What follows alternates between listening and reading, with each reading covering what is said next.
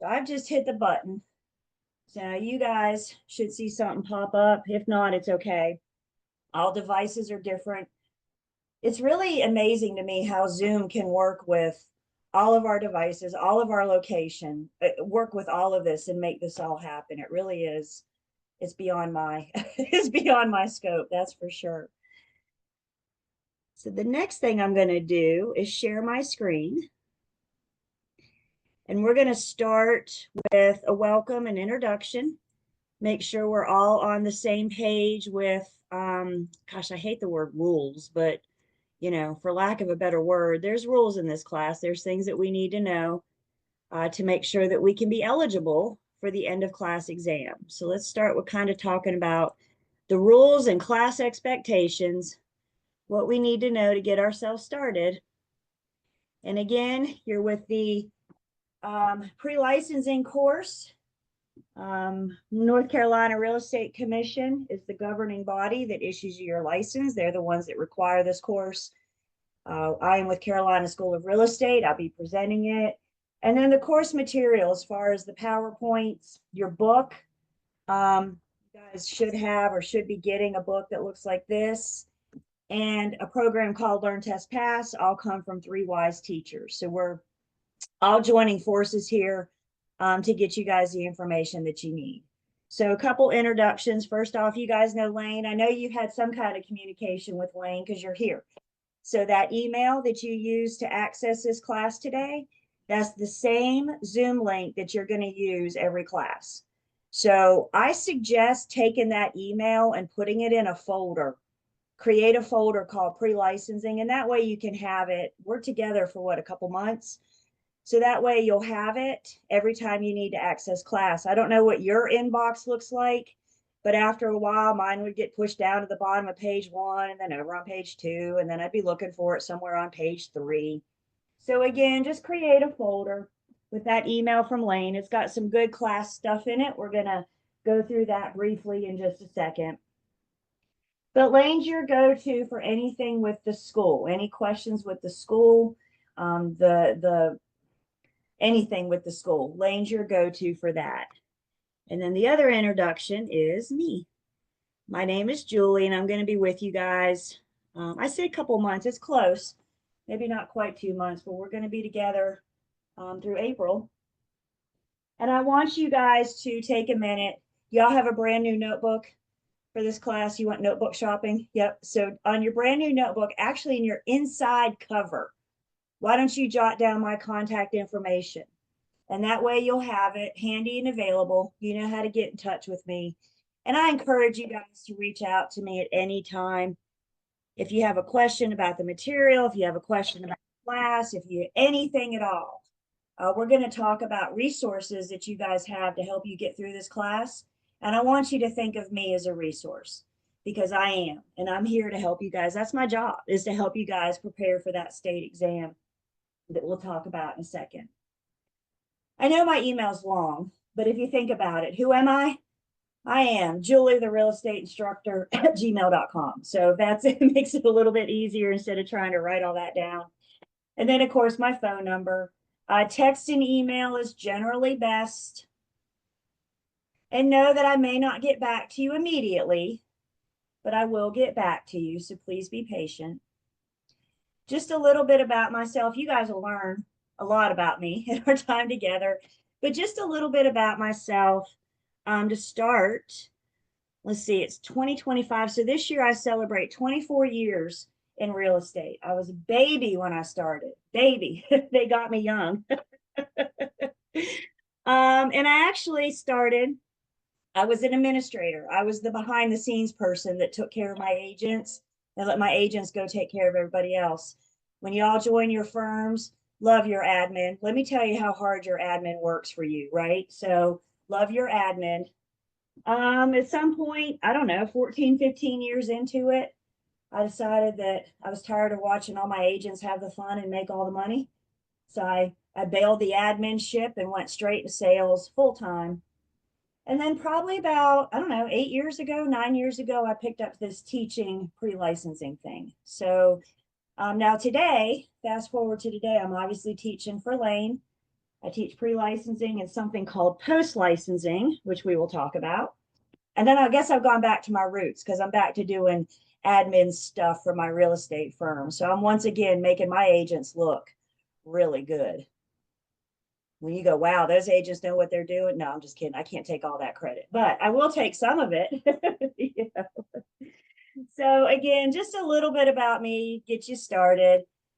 Just make sure you have my contact information jotted down and never, ever, ever hesitate to reach out to me. You don't even have to start your email with Julie, I'm sorry to bother you, because I'm telling you right now, you're not bothering me.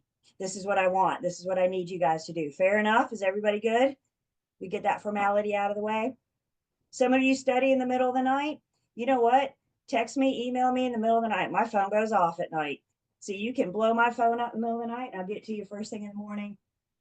Whatever your MO is, then we will work with it. All right. We got a few more. John, hello, and Brittany and Sherry, welcome you guys. Welcome.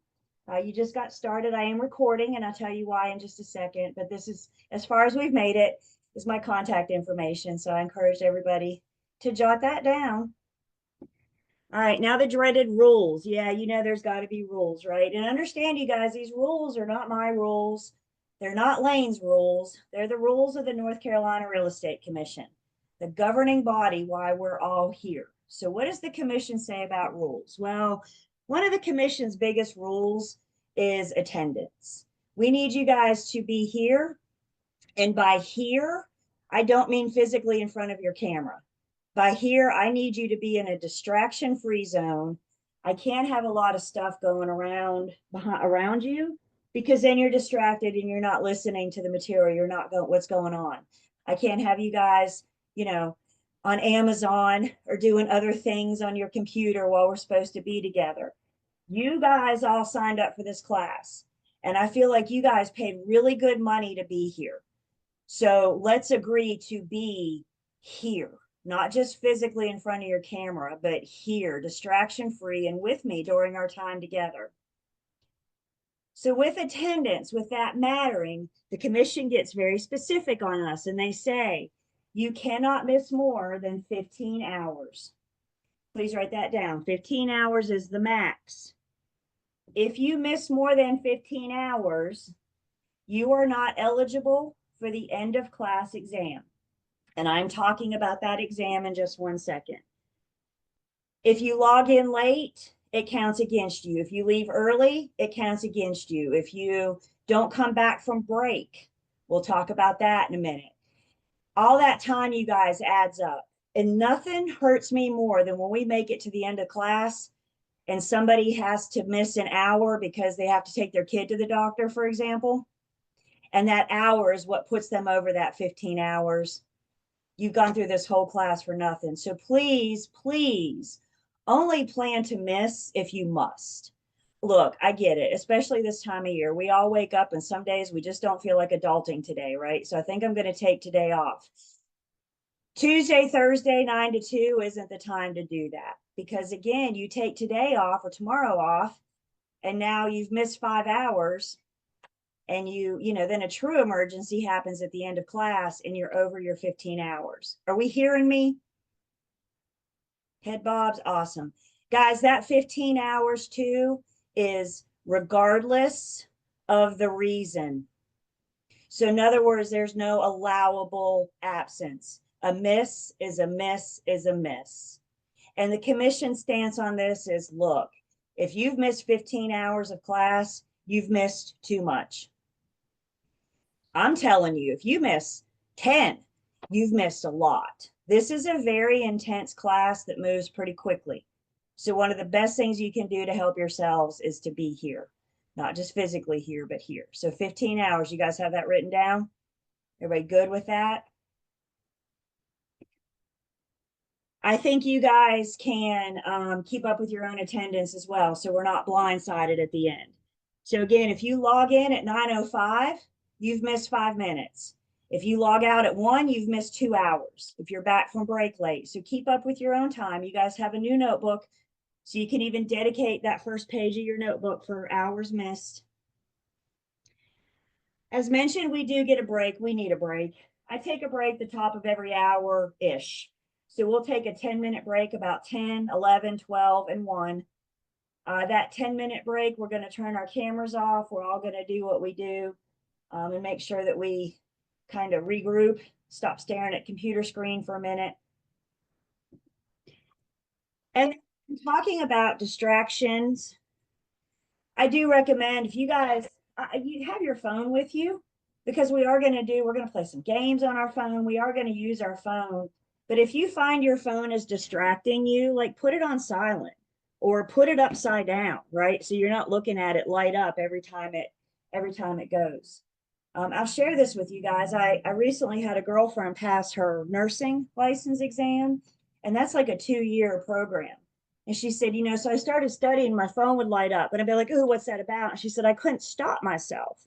I could not stop myself from looking at that message or that email or that ting, whatever her phone. She said, I had to go out and get me a $6.99 wristwatch so I could leave my phone in the other room so it wouldn't distract me. And I said, you know what? Good for her.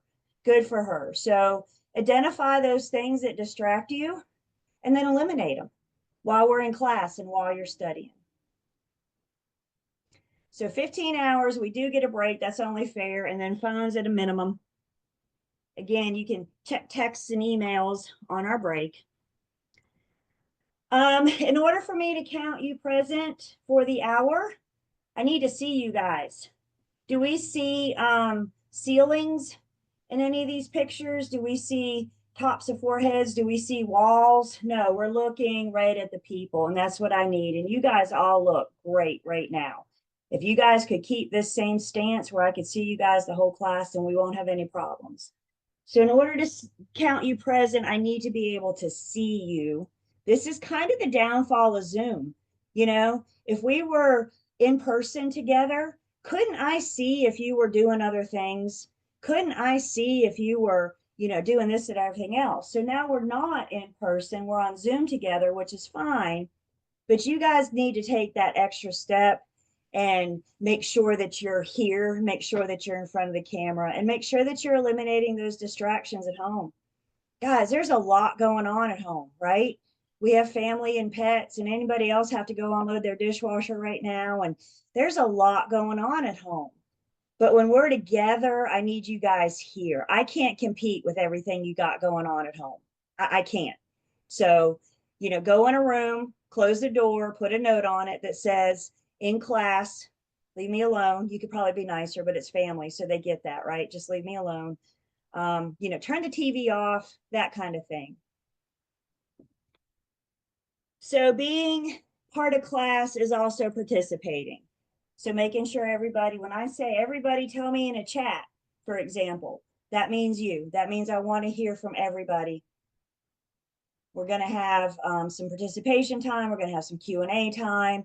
And this is what we mean by participation. So you can you're always welcome to unmute and speak, or you can type in the chat. You should be only to type in the chat just to me, and it was designed that way on purpose. But if you have a question and you're not sure, I know sometimes we just get embarrassed. Is this a silly question? Is this a stupid question? Well, I'm going to tell you right now, no, it's not, because you guys are learning.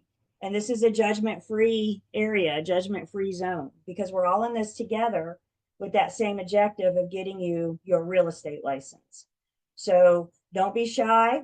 And if you are, that's why you have the private chat just to me. And if you're still not comfortable with that, that's why you have my phone number and my email address, so you can reach out to me. And like we're saying, just keep all distractions to a minimum. You guys can take that extra step and secure a distraction-free zone, not only while we're in class, but also while you're studying. The big no-no, the one thing I absolutely cannot allow. I cannot have you guys in a moving vehicle while on Zoom. I can't have you driving. I can't have you as a passenger. So if I see you in a moving vehicle, I'll remove you from the call. You're welcome to come back whenever you get to your destination, but that's going to be time counted against you because you weren't here. That'll be part of your 15 hours. So I cannot. Now, some of you look at me and say, Julie, the only quiet place I have in my house is in my car. And I'm okay with that as long as I can see it sitting still, as long as I can see that it's not moving. Is everybody good with that? I cannot. This is like a state thing. I don't want any distractions. It's for your safety. It's for the safety of the others on the road.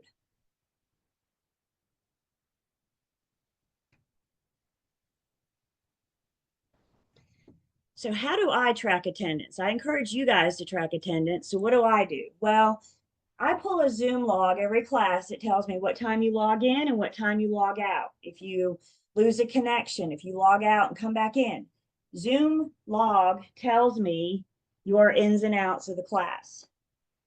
When we come back from each break, I take a screenshot for attendance, which is why I had you guys name yourselves your first and last name. Whatever your roster says, whatever you registered for this class, we need that to match so we can make sure we're giving attendance to the right person. So screenshot for attendance whenever we come back from break. Should you happen to miss the screenshot for attendance, and I really do try to make a big to-do out of it, so you know if you missed it or not.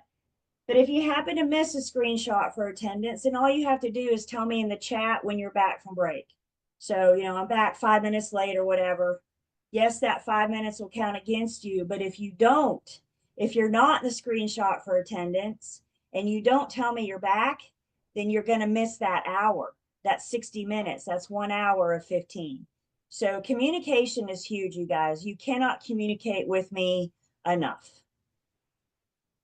So when we take our first break, we will refresh that. But I get asked this a lot. Well, how do you know if I was here? Well, this is it. Here it is. This is a smaller class, which means I have all of you on one screen, which is handy for me, but I can see pretty clearly if you guys are here or not. So just communicate with me. I'm not a mind reader. I'm a lot of things, but I'm not a mind reader. So help me with communicating. Any questions about your hours, attendance, anything like that?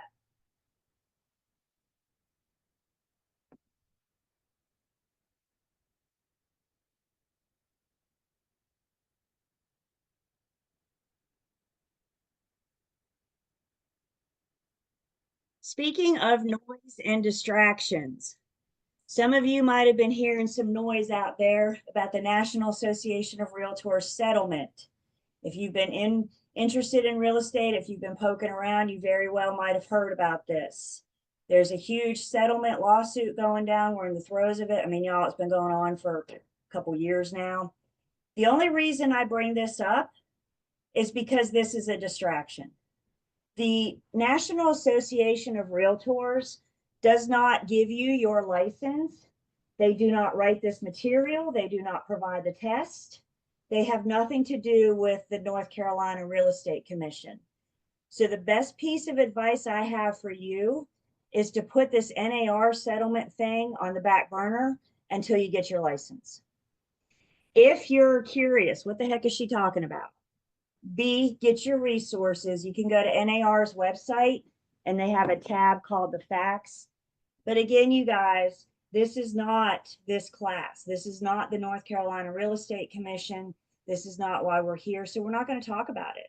I may mention it in passing, but what you're going to hear me say is this changes with the NAR lawsuit, but it doesn't affect your license. It doesn't affect the information that you need to know to get your license.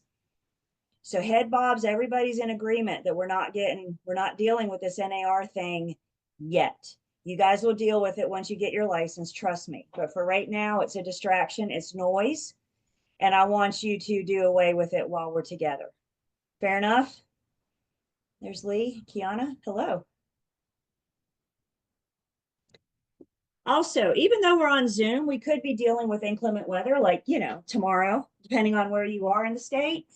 What I have to say is if there's a concern of inclement weather, if there's something that you're not sure, oh, we're going to have class on Thursday, just keep your eye on your email. Now, I'm going to watch it tomorrow.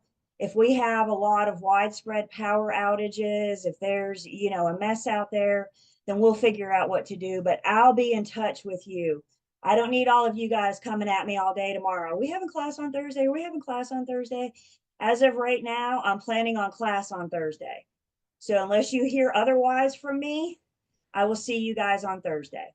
But you know, this time of year, February, March is when in North Carolina, we like to get our, you know, our big storms and everything. So if there's a power outage, if you have power, if you're the only one without power or one of few, does it count against you? Yes, because there is no allowable excuses. So that's why I'm looking for widespread power outages. If there's only one place without power, we got to have class. But if I'm looking at the map and like a lot of us don't have power, then I absolutely will take that into consideration. You guys may want to, I'm on a battery backup. So if I lose power, I know I can at least get us through class.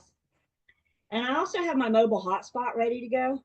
So if if my Wi-Fi goes out or whatever in class, I can hop on my mobile hotspot. So you guys may want to see if there's, you know, can you access your mobile hotspots, a battery backup in that technology drawer somewhere that you have, you know, things like that.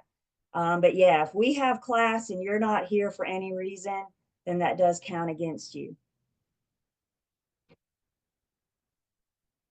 So introducing you to some resources. First off, who has your book? If you don't have a book, I understand a book is on the way. If you don't know your book is on the way, then you need to get with Lane like this afternoon after class. Please don't get with Lane now. I would consider that a distraction. But this afternoon after class, get with Lane. If you haven't been in touch with her already, I know some of you just registered this week, so you may not have a book yet, but it should be on its way. If you don't have the book, we also have the ebook. We're going to show you in just a second where you can access the ebook. So you can look at that while we're going on, pointing forward. So I always suggest that you guys actually read the book. Now, I don't think you should read it all in one sitting. That's no fun. But before we leave each class, I tell you guys what we're going to cover the next class. Before we leave each other on Thursday, I tell you what next week is going to look like. So that way, that allows you to read ahead. I always encourage you to read ahead. Kiana, is your book big and yellow? Looks like a big phone book. Yeah. Okay. So you have an old book. So you're going to, or Kyla, I'm sorry, Kyla. I'm sorry, Kyla. You want, if you have a book, a big yellow book, like I said, looks like an old phone book. Is this what you have? Yeah. So this is, if you guys still have this, y'all, we just made this switch in January. So some of you may still have an old book. I am now teaching out of this book. So make sure you get with Lane, make sure you have this book. But guess what? If you have this book, what a great resource you have. If you need it explained in a different way, if you need to look something up, you can still use it. But this is the book. Again, we just made this change in January. I've already been through one pre-licensing class with the new material, so you guys aren't the guinea pigs. Somebody else got to go first, which means they worked out some kinks with you guys. But yeah, we switched, which a good switch. If you guys don't know the old book, can you guys see the difference in thickness? There's a lot of fluff in this one, and this one was really intimidating. If I ever said read this book, y'all went, that's like 1,000 pages. This one is much easier. It's much simpler. It's a better product. So the blue book is the one we're going to go from. I'll tell you guys today, we're going to get through unit 1. Maybe you've had a chance to look ahead. Maybe you haven't. If you haven't, that's okay. You have time to go back and review. And then after unit 1, we're going to get into unit 2, and we're going to spend tomorrow or Thursday and at least next week in unit 2. So getting caught up on your reading ahead, you'll be able to do that this weekend. And we're going to spend more time in some units than others, and we're going to talk about that as well. So there's a system in place. So just trust the system. What else do I suggest? Well, I've kind of harped on that a little bit because it always comes up. Be here. If at all possible, be here. Like I said, you guys, as far as I'm concerned, you guys have paid good money to be here. Would everybody agree with that? You've paid good money to be here. So let's be here. Let's make the most of this. Presumably, you guys are all here because you want a real estate license. So let's make the best out of this together. Let's attend class. While we're in class, take good notes. I operate mostly on PowerPoints. I don't think you guys should write down every single word in the PowerPoint. I really don't, because it's hard to write every single word and listen. So I think you should listen. But I think if I say something where you're like, what is she talking about? Or I don't understand this, or I need to go back and refresh it, or I got to remember to add milk to my grocery list. Whatever kind of thought you have pop in your head during class that's distracting you, that's what you want to jot down. That's what you want to make sure that you are taking those good notes on. I am so against you guys trying to write down every single word. Y'all, I swear, if you write down every word, by the time I'm done with you, your hand's going to be cramping. I am so against it that I'm actually going to give you guys my PowerPoints. So you have them. You have every single word. And I will tell you in just a minute where you can access that. The other thing I'm going to give you are the recordings. Y'all know I'm recording, right? Which means you can go back. So I am going to create a YouTube channel just for us. How cool is that? We're going to have our own YouTube channel. Tomorrow, I'm going to send all of you an email. And the email is going to contain two things. It's going to contain the link to our YouTube channel. And it's also going to contain the link to my Google Drive that gives you access to my PowerPoints.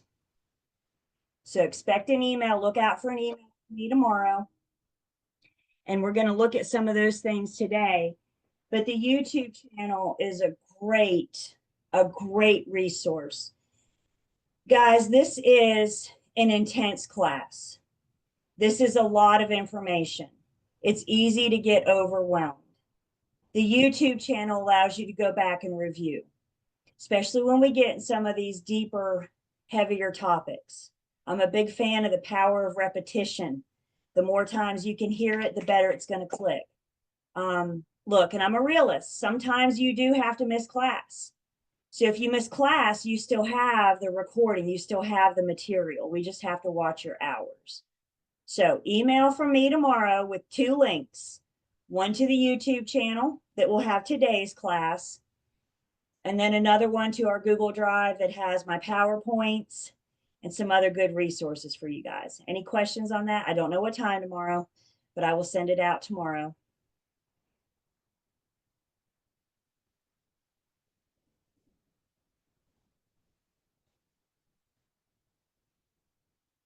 Desiree, yes. Yes. I also think making your own flashcards. There's a lot of new words coming at you. Real estate has its own language, and part of what I'm doing is teaching your broker. Now, I don't think you should put every single word on a flashcard. You'd have more flashcards than what you knew how to manage. But if there is a word or a term you're struggling with, then I think you should put it on a flashcard. There's a little bit of math in this class. Woo, there's another four-letter word, isn't it? There's a little bit of math in this class. And when we get to formulas, I think all formulas should go on flashcards. So you can make your own. You don't have to get anything fancy. Just get some paper and cut it up into 4 or 8 squares, something like that, right? You can make your own for what you are struggling with. They can be tailored to you. And once you go through those flashcards enough, you're going to be like, I know what that word means. Great. You can get rid of that flashcard. But again, sometimes that power of repetition. Does anybody have to sit in the school pickup line or the school drop off line every day? Anybody get to do that? I drive by those schools all the time with those people sitting there for hours, and I wonder what they do. And you know what? They look at their pre-licensing material. They look at their flashcards. So wherever you have some downtime in the doctor's office or your lunch break or whatever, have those flashcards on you so you can be reviewing them and getting those those terms that it's taking you a minute to grasp. It all starts with knowing what the word means. Both of your exams are an application exam, which means they're going to plop you in a situation and then you're going to have to answer to get out. You're going to see very few questions that ask you, what does this word mean? But in order to answer the exam questions, you need to know the words. That's what we mean by an application exam. Again, talking about those tests in just a second. And you're also going to notice it as we go through these PowerPoints, we see some stuff in red. There's a reason why it's in red. That may be something you want to jot down. Sometimes we have a little warning symbol or a note or a, hey, you look at this.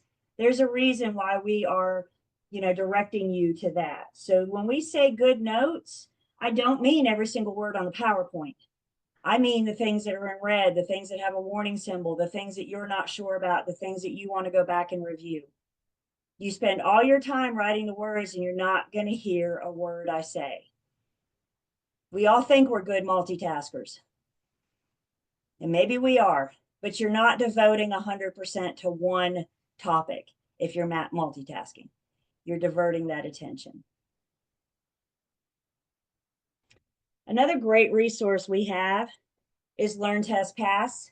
You guys were introduced to this in your email from Lane. How many of you have accessed your Learn, Test, Pass? You got an email from Becky to access? A few of you? Okay, perfect, perfect. So we're gonna poke around in there. We look through there, but Learn, Test, Pass is mostly for you guys. We're gonna talk about the importance of studying outside of class.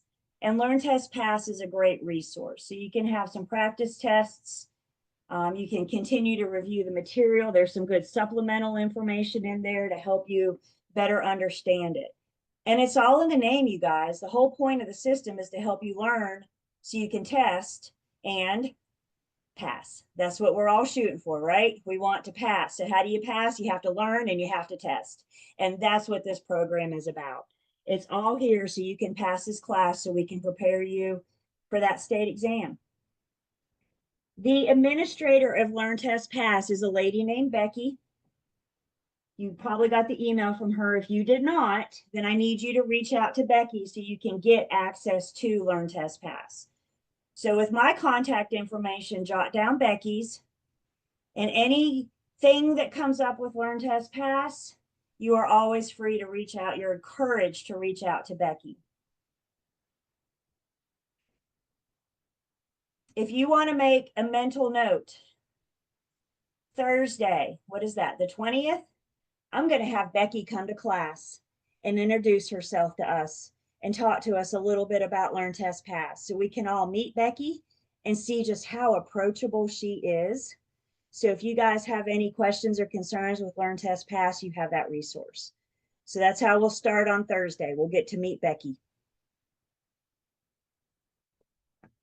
You come to me with questions on the material.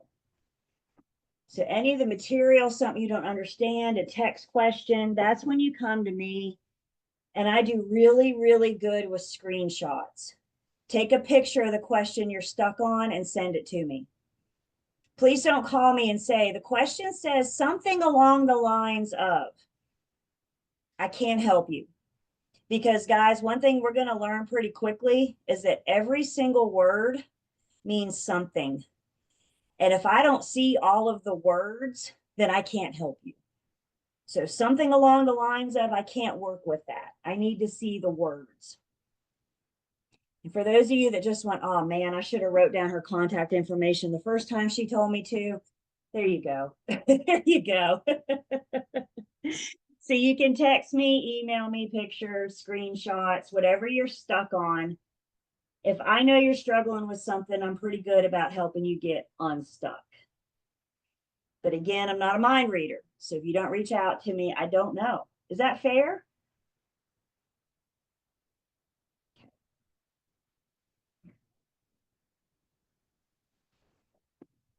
So we know how to get in touch with Julie, and we're going to get in touch with Julie.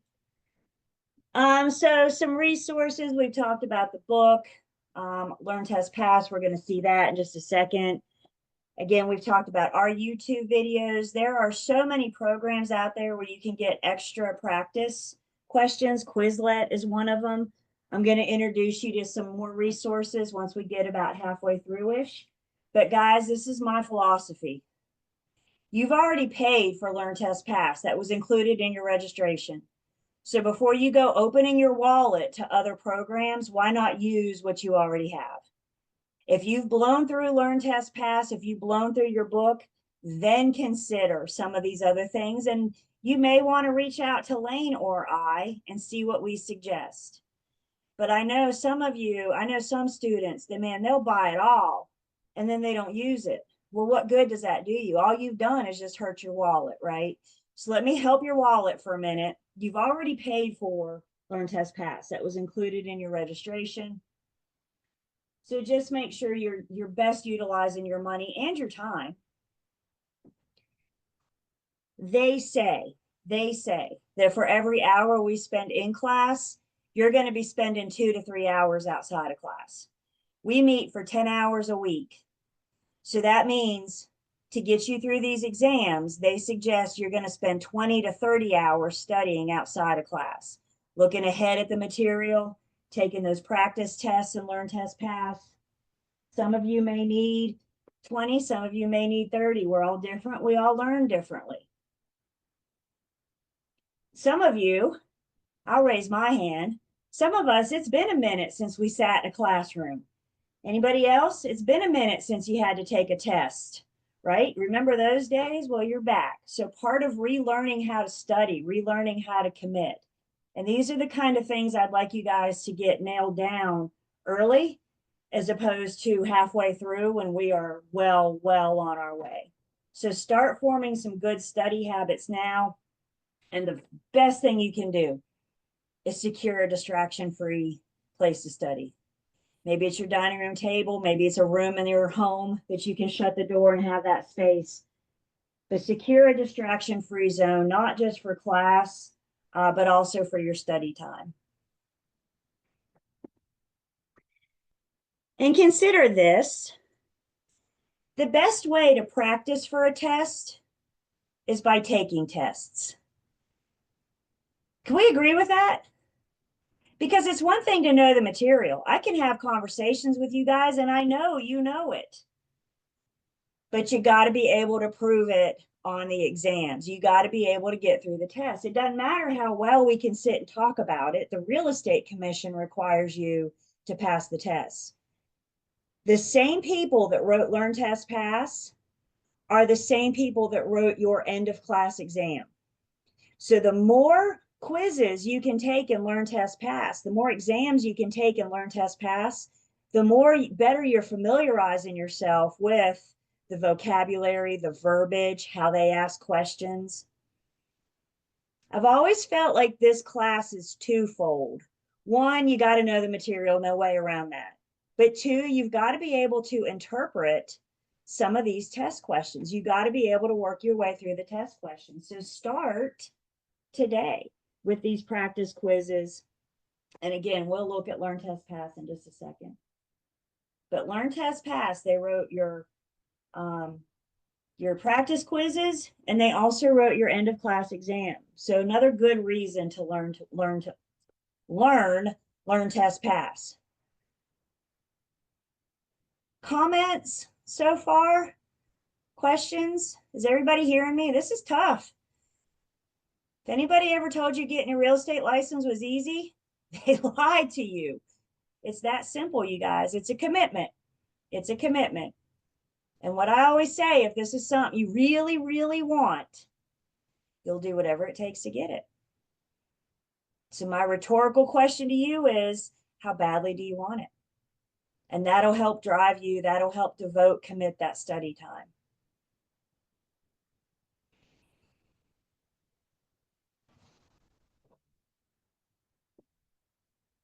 I also like to make sure we're clear. You guys are going for a license. Now, once you guys pass your state exam, you're going to have a piece of paper that looks similar to this from the North Carolina Real Estate Commission telling you that you're a real estate broker. Sometimes there's some confusion between a license and a certificate. A license is usually from a governing agency, a governing body. A certificate, you basically have to pay the fees, show up, do any required activities, and at the end, you're guaranteed a certificate. You have to earn a license. And that's why we're here. Just showing up, just paying the fee isn't guaranteeing anything. You still have to do the part, you still have to pass the exams to get that license. You're going for a professional license. This is no different than a CPA or a CNA or a cosmetology license. This is a professional license. We're going to teach the class as such. All right, Julie, you're killing me. How do I get my license? Well, first, you got to get your certificate of completion from Lane.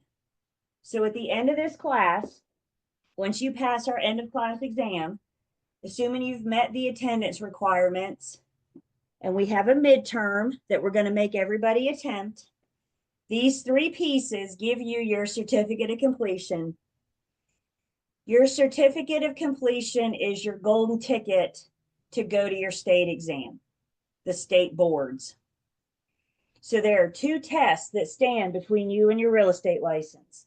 There's the test you need to get your certificate of completion, and then there is your state exam. My job is to prepare you for the state exam. So everything we do in this class is going to be because it's a possible testing question on your state exam. Note that word attempt. We do have a midterm. You may want to make a note. We'll do the midterm after Unit 6. So we are way out. We'll talk about it when we get closer. But I really need you to note that word attempt. Does that say pass? Does that say 100%? I need you to try. That's all you have to do to get credit for the midterm is just try. So the two things, get through my class or a pre-licensing class, and then on to the state exam. Also, when we're about halfway through, we're going to talk about your application process. How do you apply for your state exam? We'll go through that together. It's way too early to talk about it now, though. So we'll do it about halfway through-ish. And this may be good things to jot down. Certificate of completion first, and then your state exam. So you have that to reference. Questions?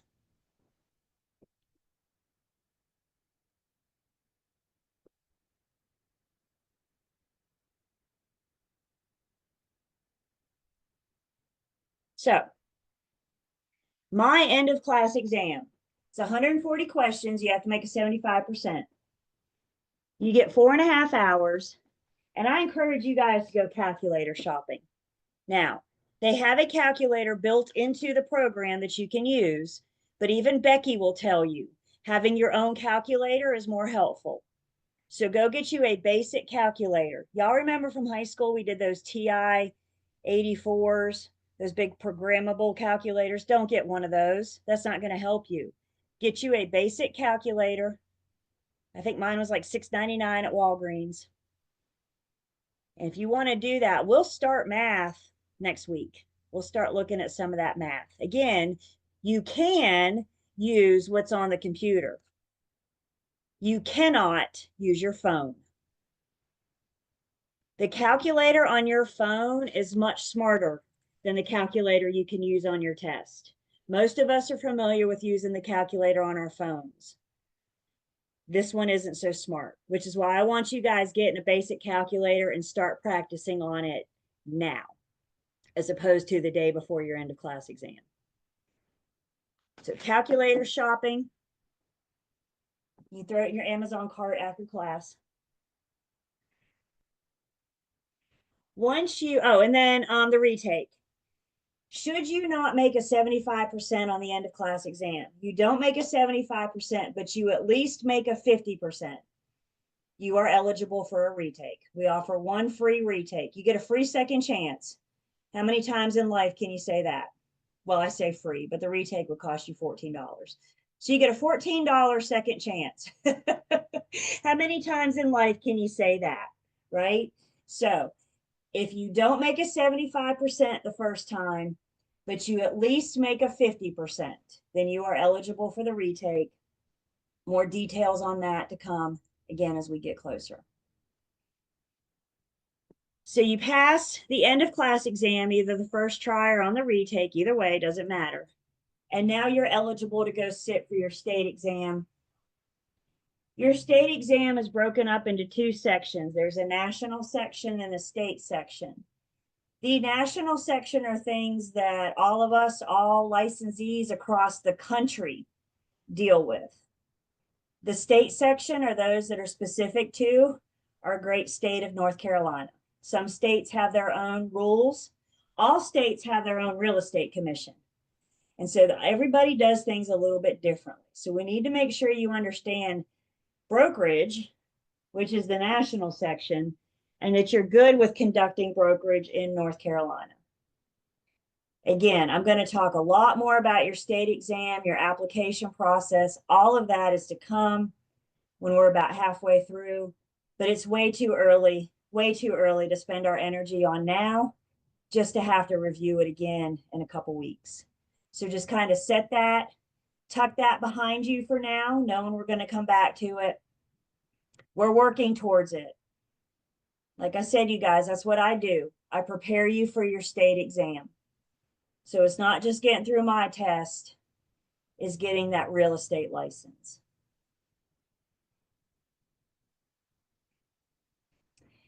Back to my test, the end of class exam. As mentioned, LearnTest Pass is who offers the test. We got Becky coming on Thursday. You may want to make a note, and I could definitely have Becky talk more about this if you guys have questions or you're happy to reach out to her. But for our end of class exam, I can't have you using phone, tablets, iPad, Surface, or Chromebook. Again, if this is a concern of you right now, you may want to reach out to Becky this afternoon so you can kind of start troubleshooting about what you do for our test. If any of you are using a Mac, then there's an extra support button, an extra link that you have to click on, and there's instructions. There's detailed instructions on this. But again, Becky is your go-to for LearnTest Pass. So if anything on this screen is concerning to you, I encourage you to reach out to Becky sooner rather than later.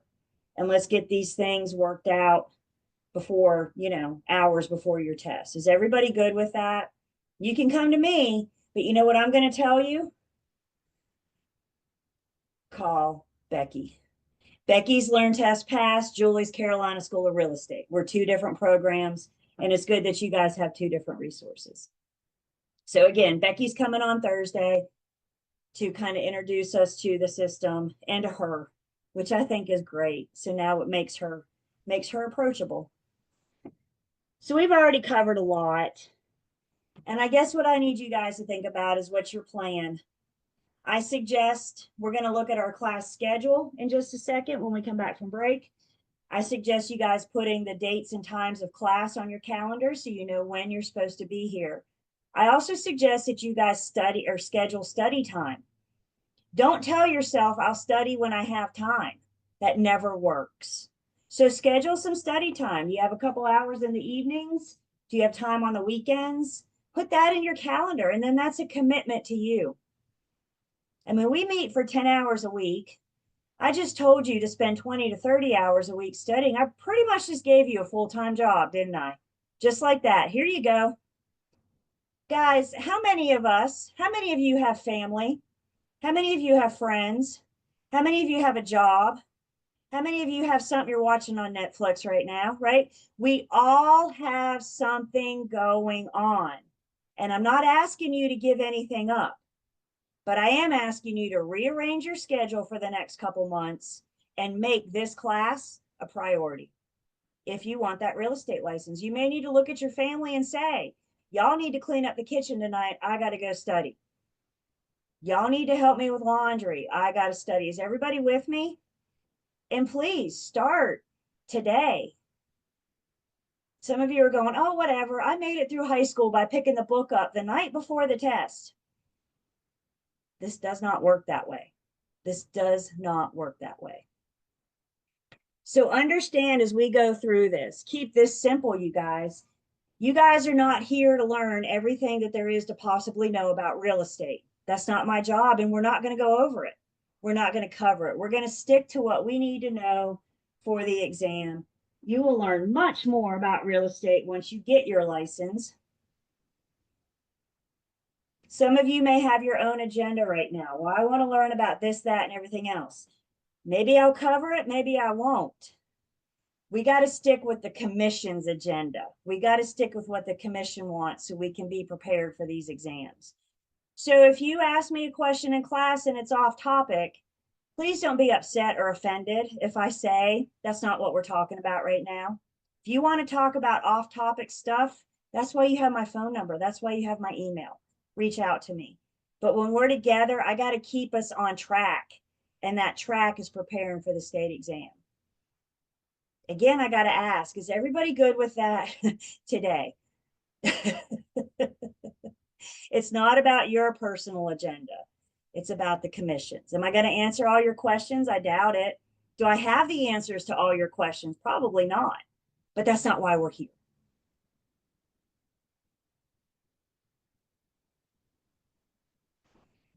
So when we say we're just introducing you guys, we're scratching lots of surfaces in this class.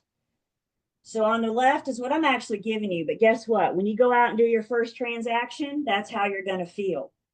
I'm just introducing you. I'm giving you what you need to know for your license. You're going to learn so much more. I've mentioned post-licensing. We will talk about that. And there's training, there's education. We are just here to get you started. And you can't start until you get your license. So what I'm telling you is that you're starting your puzzle, but I am not giving you all of the pieces. I'm giving you some of the pieces, but I'm not giving you all of the pieces. And this is what I see. I love these little girls. All of you look like the little girl on the left right now, all of you, and I love it. By the time I'm done with you, if you're doing it right, you're going to look like the little girl on the right before it's all over with. Everybody with me? Did that hit home a little bit?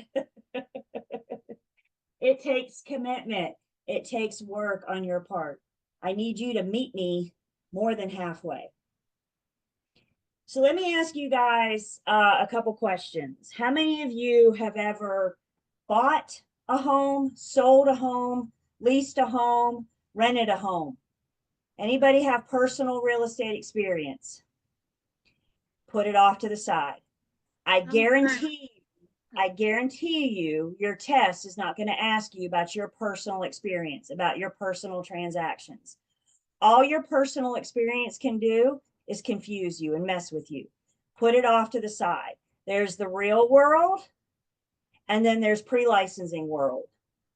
And to get you through these exams, I need you in pre-licensing world. So the real world goes off to the side for now until you get out in the real world. But for right now, I need you in pre-licensing world. Did I hear somebody?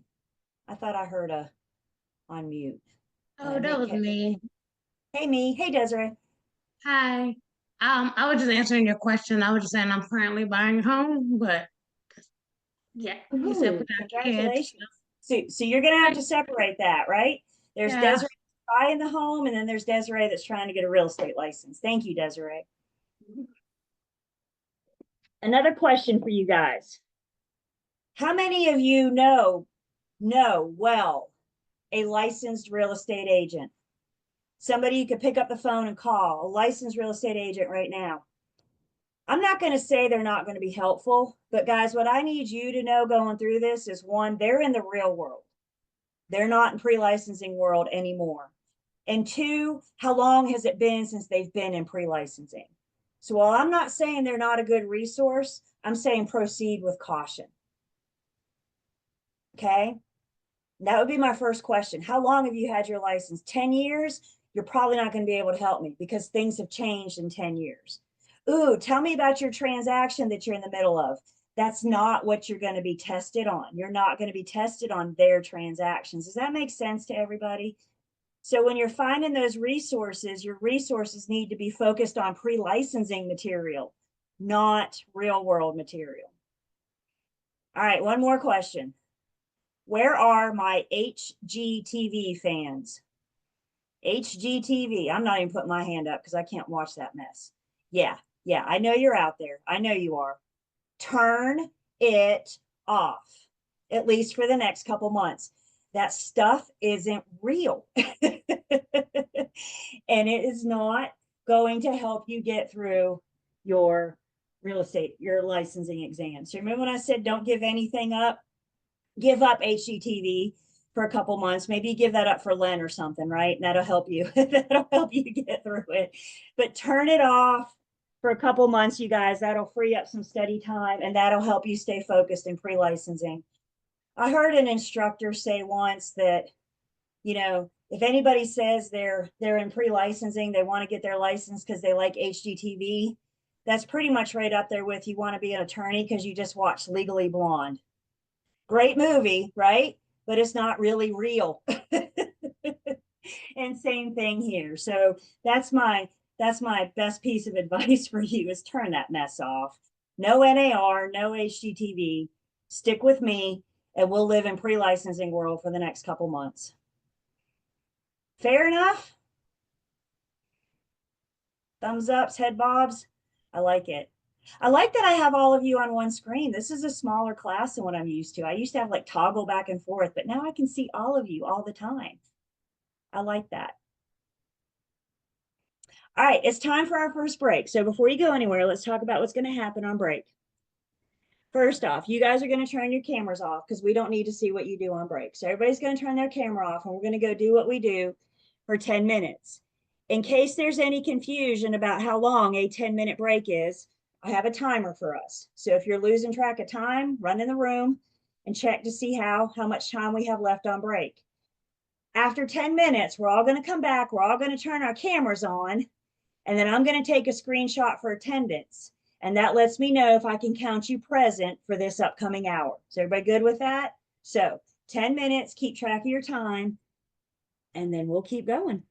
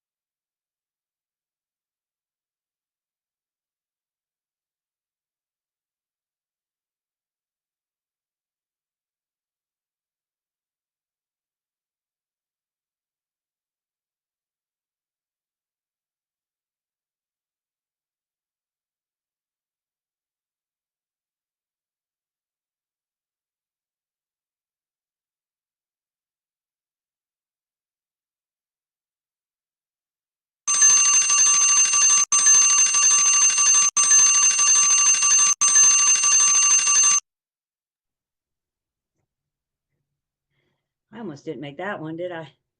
But I can run and top off my coffee real quick. We know how that works out, right? All right, welcome back. By the way, this thing has an alarm on it too. You didn't get to hear it that time. That was my fault, but you'll hear an alarm. So if that helps, oh no, I got to go back. And look, sometimes you guys tell me 10 minutes gets away from me, it goes by fast. So if you find that 10 minutes, you're having a hard time keeping up with it, maybe set your phone for like 9.5 minutes or something, right? So you know that in 9.5 minutes, it's time to start making your way back. But welcome back. So now the way this works is I am going to take attendance, a screenshot for attendance. And let's see. Looks like we can see most of you. So in order to give you credit, I need to see you. And oh, that's interesting. I see that now. And so I am taking attendance. And then we're going to talk about some other things. Another thing I want to go through real quick, there's that email from Lane that you guys got. I know you got it because you're here, because you see my Zoom link. But there's some other good stuff in this email as well. If you've not taken the time to go through this yet, please do so. There's registration and contract forms that Lane needs you to sign. Thank you, Camelia. I've taken attendance. Yeah, just make sure you tell me in the chat that you're back so I can give you credit for this hour. So you got to sign the registration and the contract. It's an e-program. If you have not done that yet, go ahead and do it. Lane can't report you to the commission as past this class without signing that contract, that registration. So go ahead and do that. Go ahead and do that now. If you haven't. Of course, thank you, to get to the online LearnTest Pass, you should have got an email from Becky with instructions to get set up. If you didn't get the email from Becky, check your spam. Sometimes we wind up in your spam at first.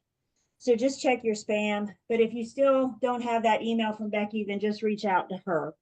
So you also have her email address and Lane's email. And again, we'll meet Becky on Thursday briefly so she can let us know what we need to know. The end of class exam is going to be administered through a secure provider, a proctor. There is a $14 fee for the retake. Again, we'll talk about that as we get closer, but just kind of tuck that in the back of your mind that if you are eligible for the retake, there will be a $14 fee. Some things not to do. And then probably what's most important is our time together. So making sure you have those class dates and times. We're 9 to 2. The other thing, you guys, this date says 4:15 for your exam, and that's not accurate. As promised, tomorrow I'm sending you an email that's going to have our stuff. So I'm sending you a link to what you're looking at here. We'll talk about these things as we get there. As you can see, here's all my PowerPoints already loaded, ready to go. So you'll get this email with this link tomorrow, but also in our Google Drive is a tentative schedule. So again, it kind of gives us all our class dates and times. We're meeting Tuesdays and Thursdays from today until April 10th. Please note, we do not have class on March 27th. Let's just call it spring break. Truth is, Lane and I have to go to an educators conference in Raleigh that day. So it's like a 8 to 5 kind of day. So we won't be able to be with you guys. So you guys can use the 27th to your advantage. Thank you. We do have a midterm. So after unit 6, we'll do the midterm. It's for you to complete on your own at your own time.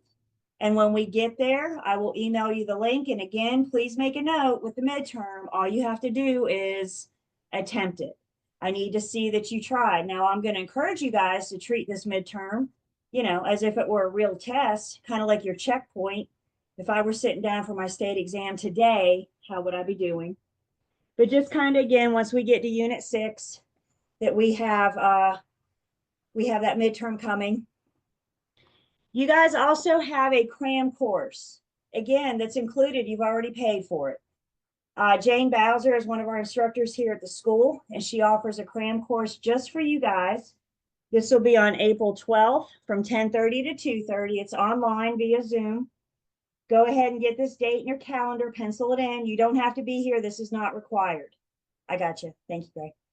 I got you guys. I just made the connection too. So, you know. So your cram course, again, it's optional, but as you can see, it's awfully close to your exam. So it's meant to help you just to kind of last minute information, cram some last minute information. So make a note. We'll talk more about the cram course as we get closer. We'll send you Jane's Zoom link when we get closer to. I'm not going to send it to you now because that's easy to lose. So we'll send you Jane's Zoom link like on the 11th. So you guys will have that at the top of your inbox. Our final exam, the test opens at 8 a.m. on the 15th and it closes at 9 p.m. on the 16th. That means you have this entire window, 2-day window to log on at any time and take your test, your end of class exam. We're not going to do it together. It's AI proctored, human reviewed. So that's all part of what Becky's going to talk to us about on Thursday. I may even have her come back closer to time. What I need you guys right now to focus on is the dates. So please make a note in your calendar that your exam opens at 8 a.m. on April 15th and it closes on 9 p.m. on April 16th. And that's not saying you're logged in and working on it. That's saying at 9 p.m. it is done. So if you're in the middle of it, it gets shut down. I would encourage you to plan on like 5 at the latest on Sunday to give yourself plenty of time. Again, much more instructions about the end of class exam. We're too early to talk about these things, but I do want you guys to get those dates. If you're eligible for the retake, we have those dates here from you as well. Again, it'll open at 8 a.m. on April 22nd and go through 9 p.m. on April 23rd. So I've given you 2 homework assignments already. One, get your calendar together, get our dates. It's in the tentative schedule in the Google Drive that you'll get the link to tomorrow in that email I send tomorrow. And the other thing I'd like you guys to do is go calculator shopping. Get yourself a basic calculator. Questions about our dates?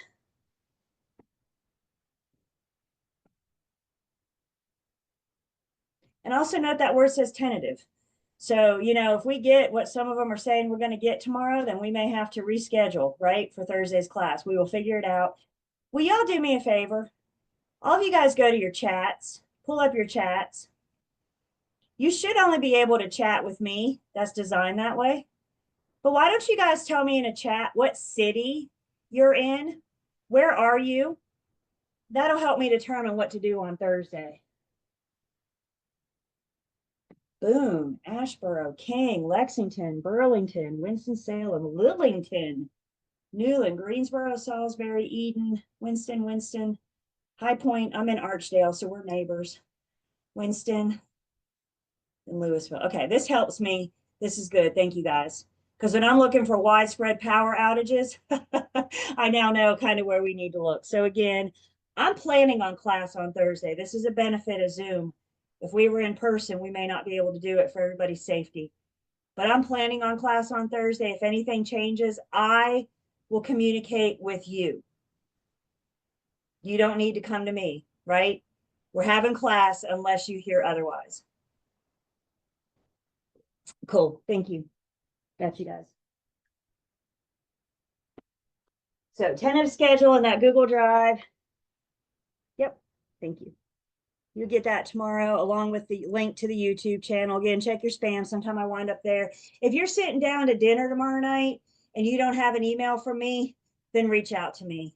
But give me a little bit of time tomorrow. The other thing I wanted to very briefly introduce you to is Learn Test Pass. So again, some of you have your account. If you don't, that's okay. You can work on getting this set up this afternoon.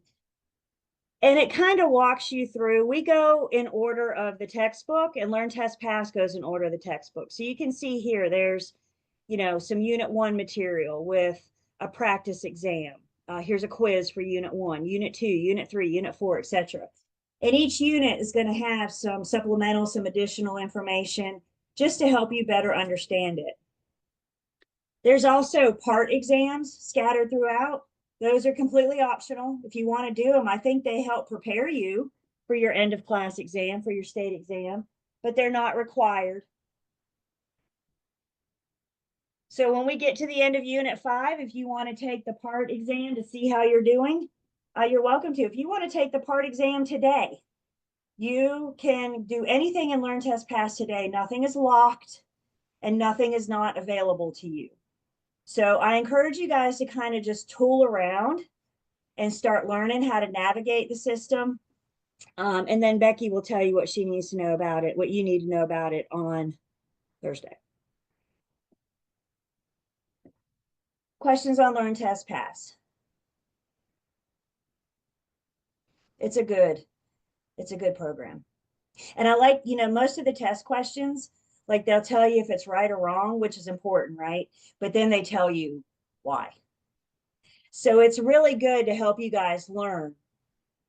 So you got something wrong. Okay. It's not just a matter of what you answer to get it wrong, but it's also a matter of understanding like why is the right answer right. And that's where I think the explanations of the questions are probably the most beneficial piece.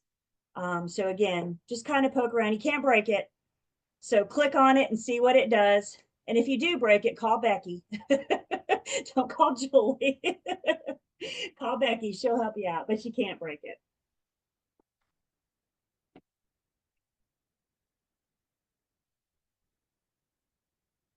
In just a minute, we're going to get started in Unit 1. And Unit 1 does follow the Unit 1 book or the Unit 1 in the textbook. But it also follows, I'm up here on just under the welcome, there's some important downloads and a couple things you guys may want to download as resources. What we're going to look at, what corresponds with Unit 1 is this. Load faster. It's the real estate licensing in North Carolina booklet. You guys should have got this from Lane when you registered. I'm not sure if you got the booklet or if you got the PDF attachment. I see it in some of your hands. So yeah, it's that real estate licensing in North Carolina. It's trying to load. There it is. So this is the booklet that we'll use for Unit 1 in just a minute. This is also the booklet that we're going to go through when we talk about your application for your state exam. So this booklet is important. Not only does it have testable material in it from Unit 1, but it also has what you need to know once you pass our end of class exam and you're going on to the state exam to get your license.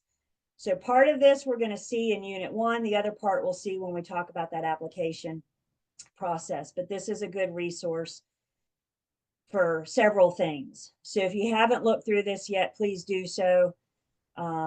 If you need the PDF, I'm happy to send it to you, but you guys also have it in Learn Test Pass, so I don't need to. And you can just, download it and do what you need to with it. So keep that in mind for now. I'm almost ready to jump into Unit 1, but I do have a few more things to say if we don't have questions or comments.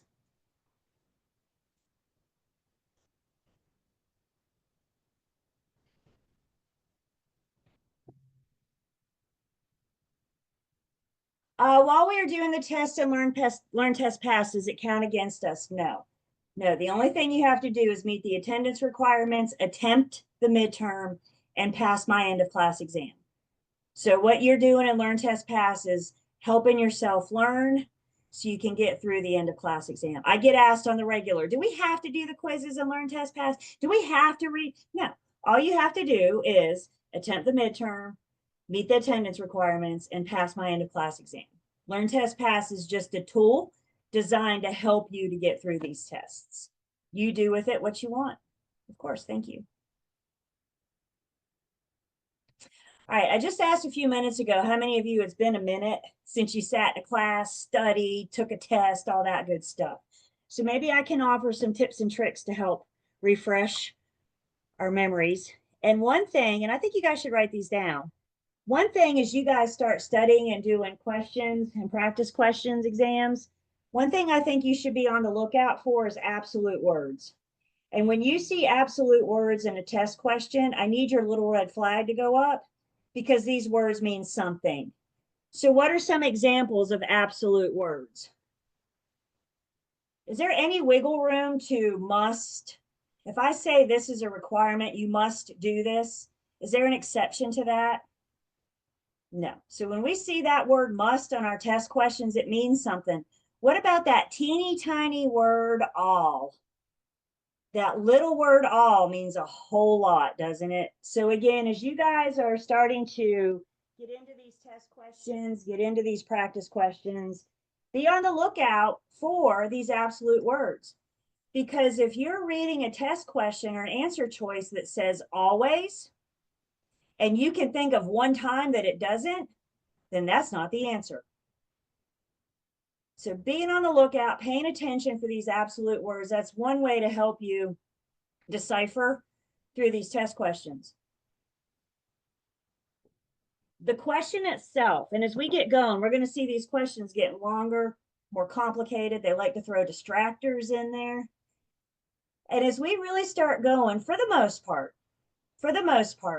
the question is either the very first sentence or the very last sentence. And so another tactic you may attempt is to just find the question, figure out what this question is asking me, not the last question, not the next question, but what this question is asking me. And just by focusing on what this question is asking you, that may help you eliminate distractors.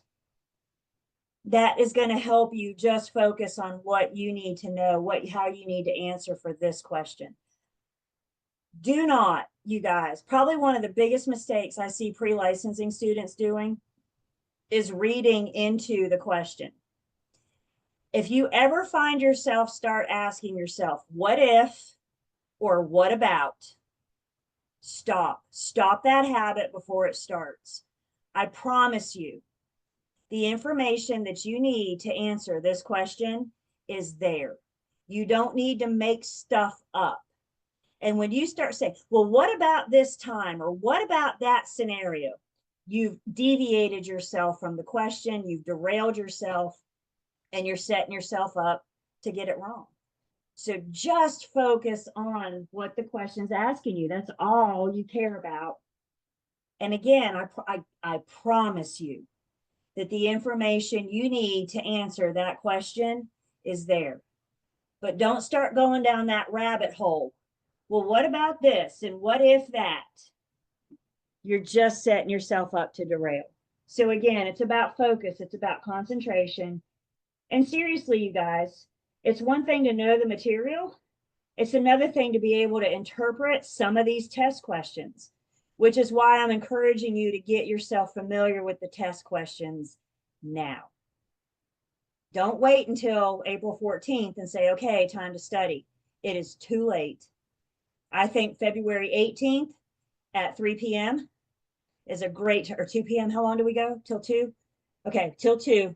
I think February 18th at 2 is a great time to start. Is everybody with me? So many times you guys come to me with a week before and say, Julie, I'm not ready. And I said, you study? No. Did you do practice questions? No. Did you make flashcards? No. But I got to know this stuff. I'm not sure what you want me to do at that point. I'll do what I can, but if you're not doing your part, I'm not sure what it is you're asking from me. Does that make sense? Do your part, start like today, tomorrow at the latest. So our absolute words, you guys have these written down so we can get familiar with them. We can start looking around for them. Perfect. The other thing I want to share with you guys before we get started, because I do think that this helps. We've briefly mentioned the North Carolina Real Estate Commission. We will talk about them. We're going to spend some time meeting them. But to get us started, I think it's really important that we understand their main purpose. The North Carolina Real Estate Commission is not here to give licenses. They're not here to help licensees make lots and lots of money in real estate. That's not what their main purpose is. Their main purpose is so simple. And they are here to protect the public when they're working with a real estate broker, when they're working with a licensee. This is why they require this pre-licensing education. They want to make sure, this is why they require 2 exams. They want to make sure that you have the general knowledge, the basic mindset, the basic knowledge to work with their public. And if you harm their public, you could face disciplinary action. We're going to talk about disciplinary action. We're going to talk about what the harmed public could do to us. All that is coming. But the Real Estate Commission is not here for me. They're here for our buyers and sellers and landlords and tenants, no matter what avenue you're looking to go. This class is heavy on residential sales. We do mention property management. We briefly mention commercial. But understand, a real estate license, a North Carolina real estate license, allows you to work any facet of real estate you want to. You want to do residential sales, you want to do commercial sales, you want to do property management. It's all one license. And so they're giving us this very basic knowledge to make sure that we are equipped to work with their public. And for those of you getting ready to work with buyers and sellers, y'all think about the price tags on some of these homes that we're going to help them buy and help them sell. I mean, this isn't like buying a sweater, right? This is a $350,000 price tag in some cases. And guys, when you buy a home, there are no refunds, there are no returns. There are no, 60-day Amazon Prime policy, right? Once the buyer buys, it's theirs. And it's my job to help the buyer make sure they know what it is that they're buying. It's my job to help the seller know what it is that they're doing. It's my job to help them get through it, the transaction, the best that we can. I'm going to have you guys write down things for me. So one of the things I want you to write down for me, licensees, brokers, we are fact finders, F-A-C-T, fact finders.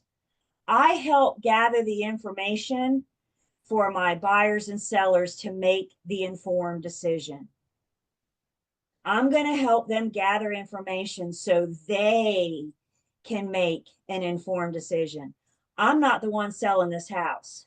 I'm not the one buying this house and taking on a 30-year mortgage. That's not me. So do I get to tell anybody what to do? Can I tell anybody to do anything? Unfortunately, no. I'm still trying to figure out how I can. But that's not why we're here. We're not here to boss people around. We're not here to say, all right, this is how you're going to buy this house.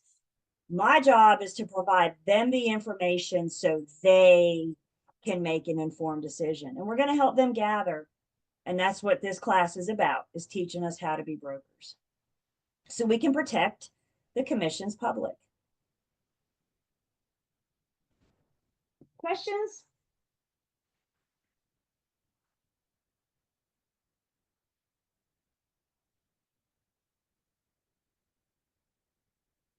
Comments so far? Awesome.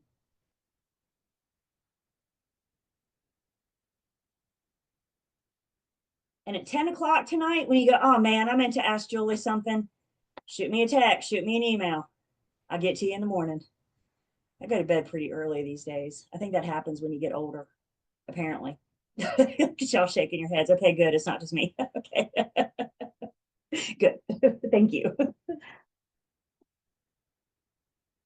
All right. Well, I don't know about y'all, but are we ready? Ready to get this show started? Yes? Yes, we kind of have a good feel for the class. Again, we've been through a break. I'm good about taking breaks on top of the hour because I know we all need one. We'll try and throw in some games and some fun, that kind of thing as well. But for the most part, you guys, I'm getting ready to give you a lot of information.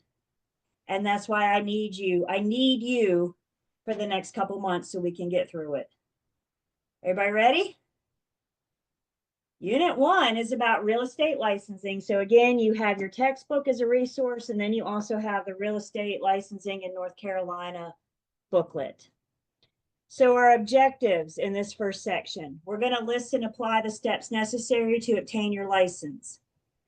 By the way, on the objectives, and you don't need to write this down because remember you have my PowerPoints and I'm recording. But you guys see where it says like section 1, A, B, levels 1 and 2? That is referring you to where in the syllabus we're getting this information. So I don't think I mentioned this and I apologize. The Real Estate Commission, your state exam. I don't know exactly what questions you're going to see on your state exam. They don't share that state exam with me. They don't want me to teach to the test.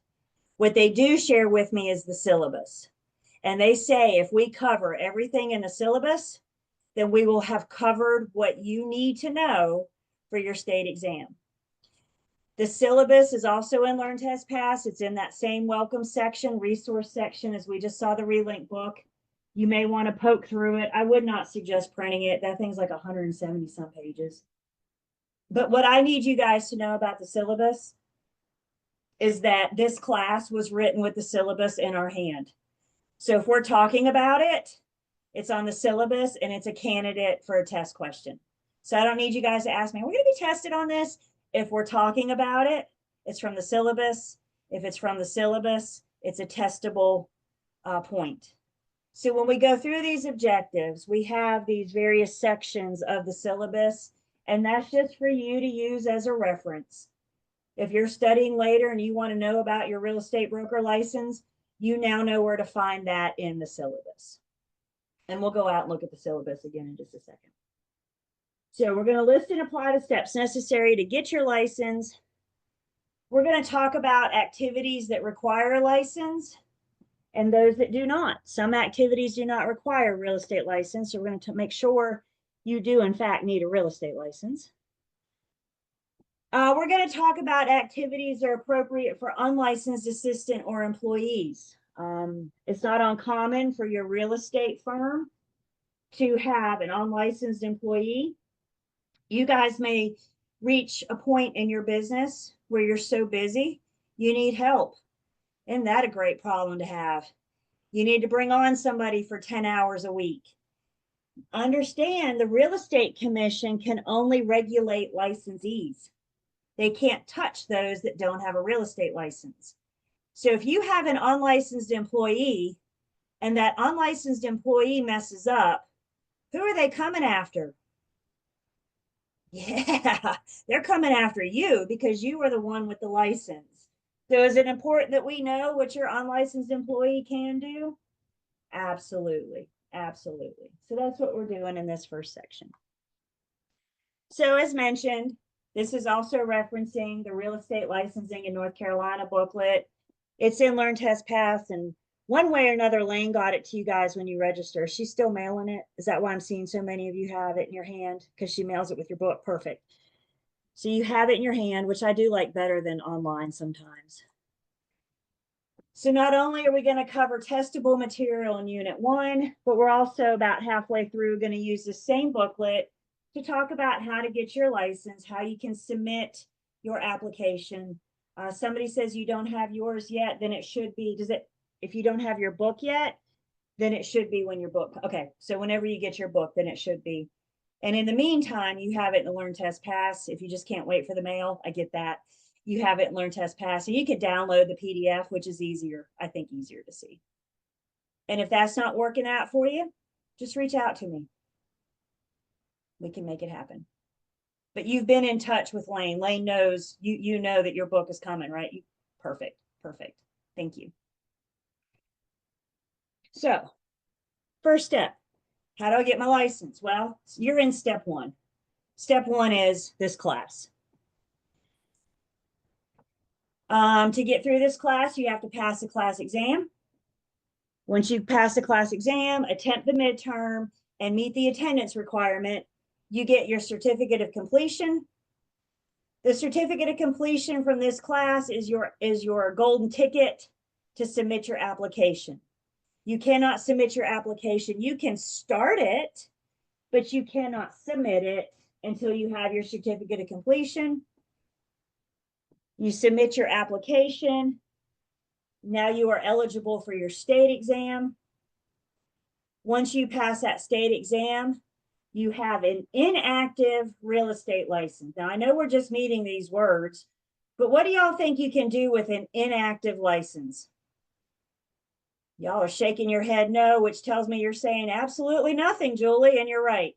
You pass your state exam, here's a piece of paper that's inactive, good job. You can't do anything. Good for you. Upon licensure, you're going to be on provisional status. PB there stands for a provisional broker. We're going to talk about PBs, my newbies. As a provisional broker, your license is inactive.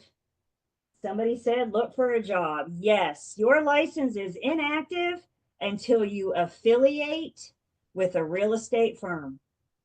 So as a provisional broker, as one of my newbies, you get your license, it's on inactive status until you affiliate with the firm. You're under the direct supervision of a broker in charge.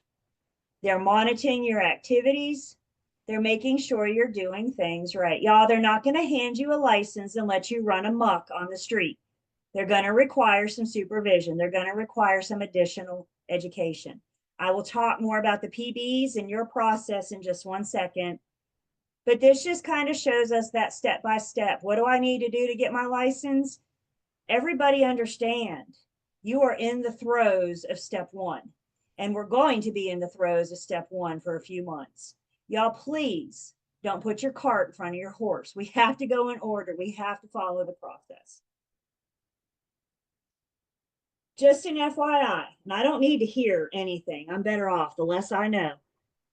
Part of your application process, when you submit your application, part of the process, they'll do a background check. It's in the application process. Don't go get your own. Again, we will talk about that. But they got to do a criminal background check. It's good for 6 months, which is why we're waiting, which is why we're not going to start the application process yet, because it is only good for 6 months. And you'd be eating away 2 months if we did it now. So that's why we're waiting about halfway through. Some of you may be concerned right now. Again, I don't want to hear. This is what I need you to hear me say. Just because you have a blemish in your past does not necessarily mean that they won't issue you a real estate license. Were we all young and dumb once? Did dumb things, right? Some of us got caught, others didn't, right? So if you happen to be the one to get caught when you were young and dumb, it's okay. It's not over yet. If you're in this boat, I need you to consider doing a petition for a predetermination. And a petition for a predetermination is to contact the real estate commission, and they will decide based on your criminal background, your criminal offense. They will determine just solely based on that if you can get a license. Not on your character, not on passing the state exam, not on those things, but just on your blemish in the past. Again, if you fall in this category, make a note for me, Regulatory Affairs at the Real Estate Commission. But you can also look at page 14 of your real estate licensing in North Carolina booklet. That's page 14.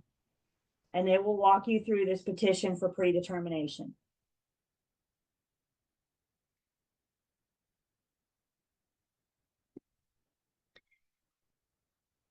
So once you're ready for your state exam is at a testing center.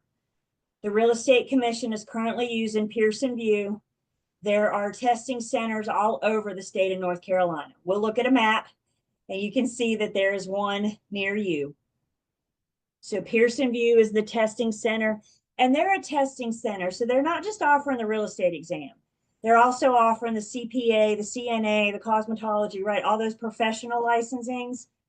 So they have so many seats available for real estate, but they have a ton of testing centers. So it shouldn't be a problem getting in.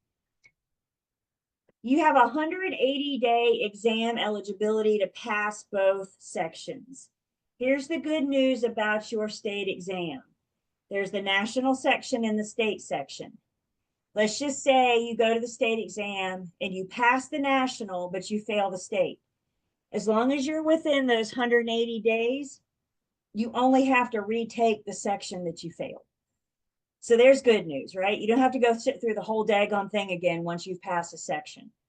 After 180 days, you lose credit for what you pass. You got to resubmit your application and you got to take both sections. So what I say to you guys is don't submit your application until you're ready.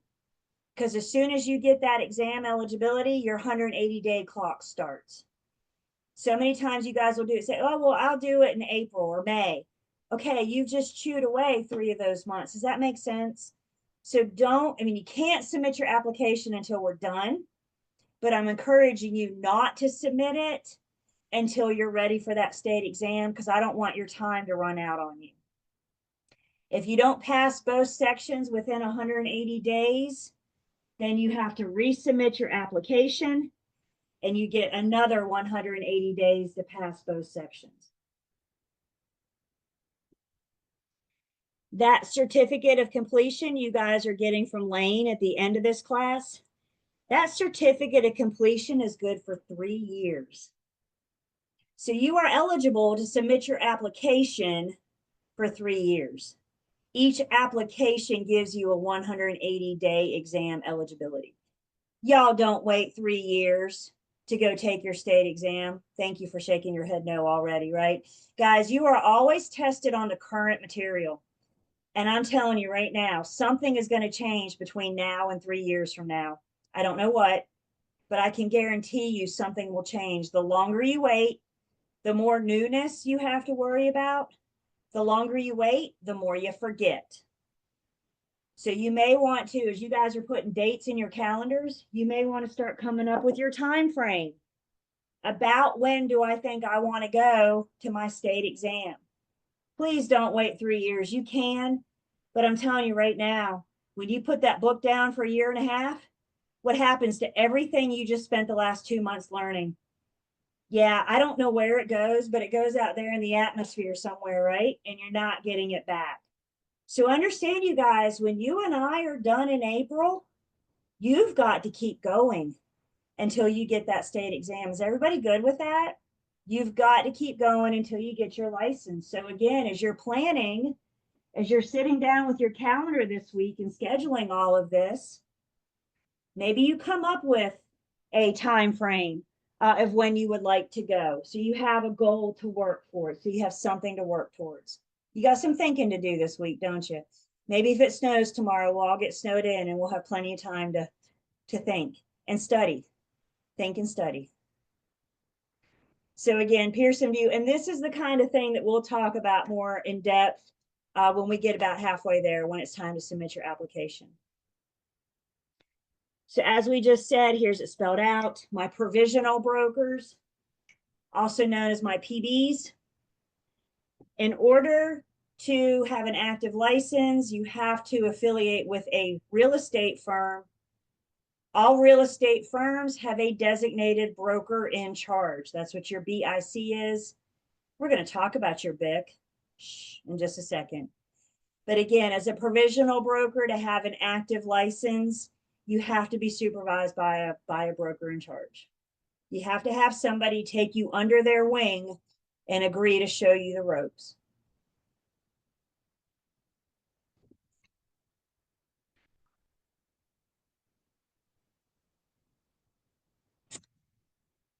So trigger for active real estate license, and we're going to talk about active and inactive, current and expired, all that's coming. But there's certain activities that require, let's see, for how long, what? Oh, how long do you have to be supervised? Hang on to that. Hang on to that. I'm coming back to that. Thank you. So for an active real estate license, there's certain activities that require a license. In North Carolina, Unit 1 is all state specific to North Carolina. So in North Carolina, there are 3 activities that require a license: the transfer of real property for others for compensation. If all 3 activities are present, then you have to have a real estate license.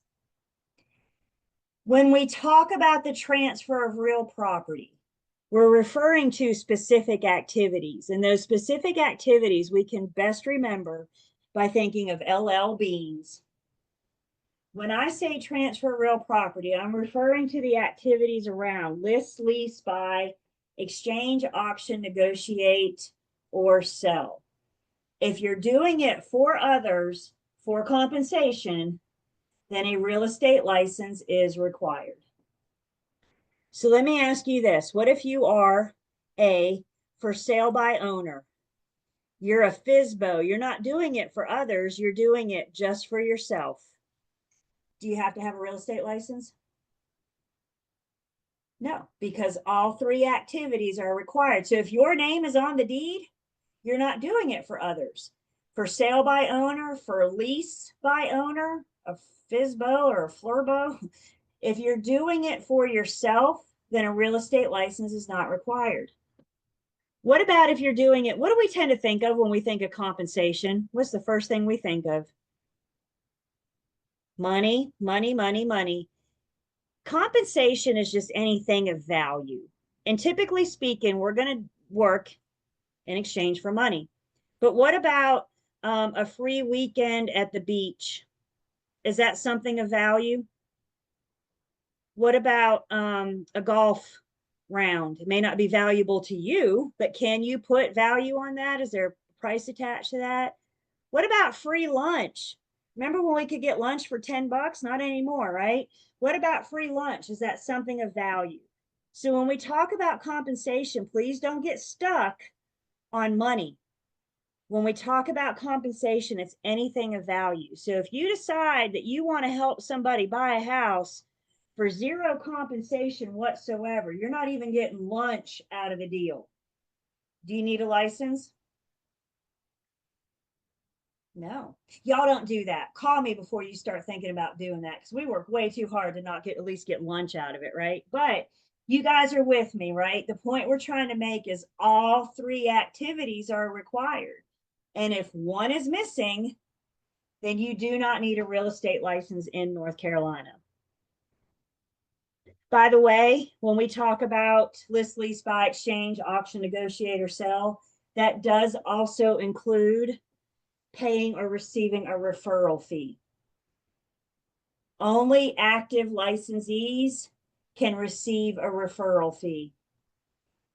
So if your buddy that doesn't have a license recommends one of their coworkers talk to you, all you can do is look at your buddy and say, thank you.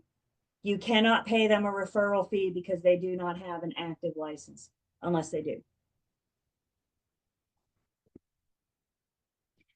Well, Julie, I'm going to work a lot with family and friends. I'm going to work a lot with my mom and dad or the people they know or my BFF because she wants to become an investor and she wants to buy 20 properties. So if I'm doing it for a friend or a family member, do I need an active license? Do I need a real estate license? Yeah, because that friend or family member is not me. Even if it's mom and dad, even if it's my BFF, you have to have an active license when you're doing it for others. And mom and dad is others. BFF is others.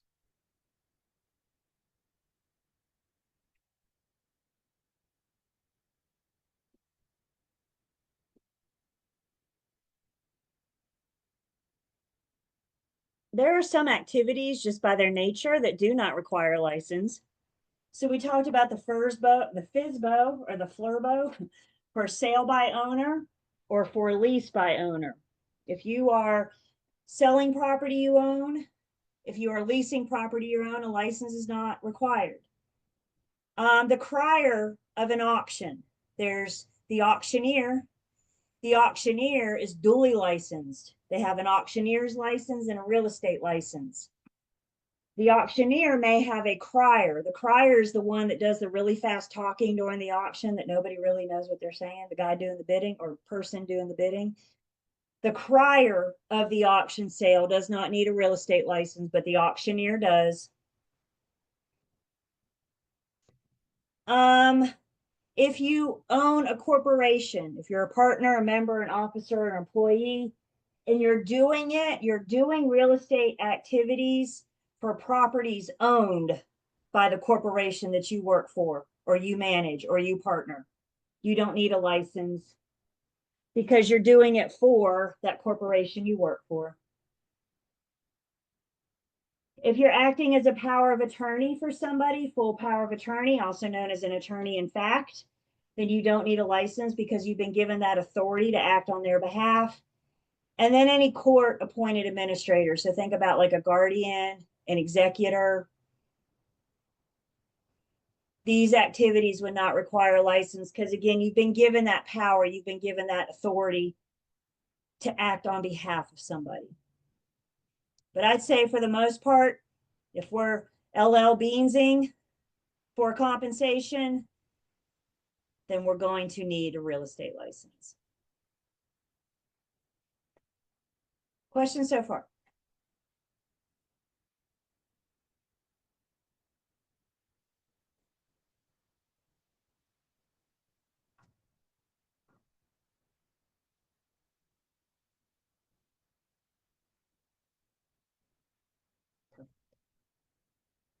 Right?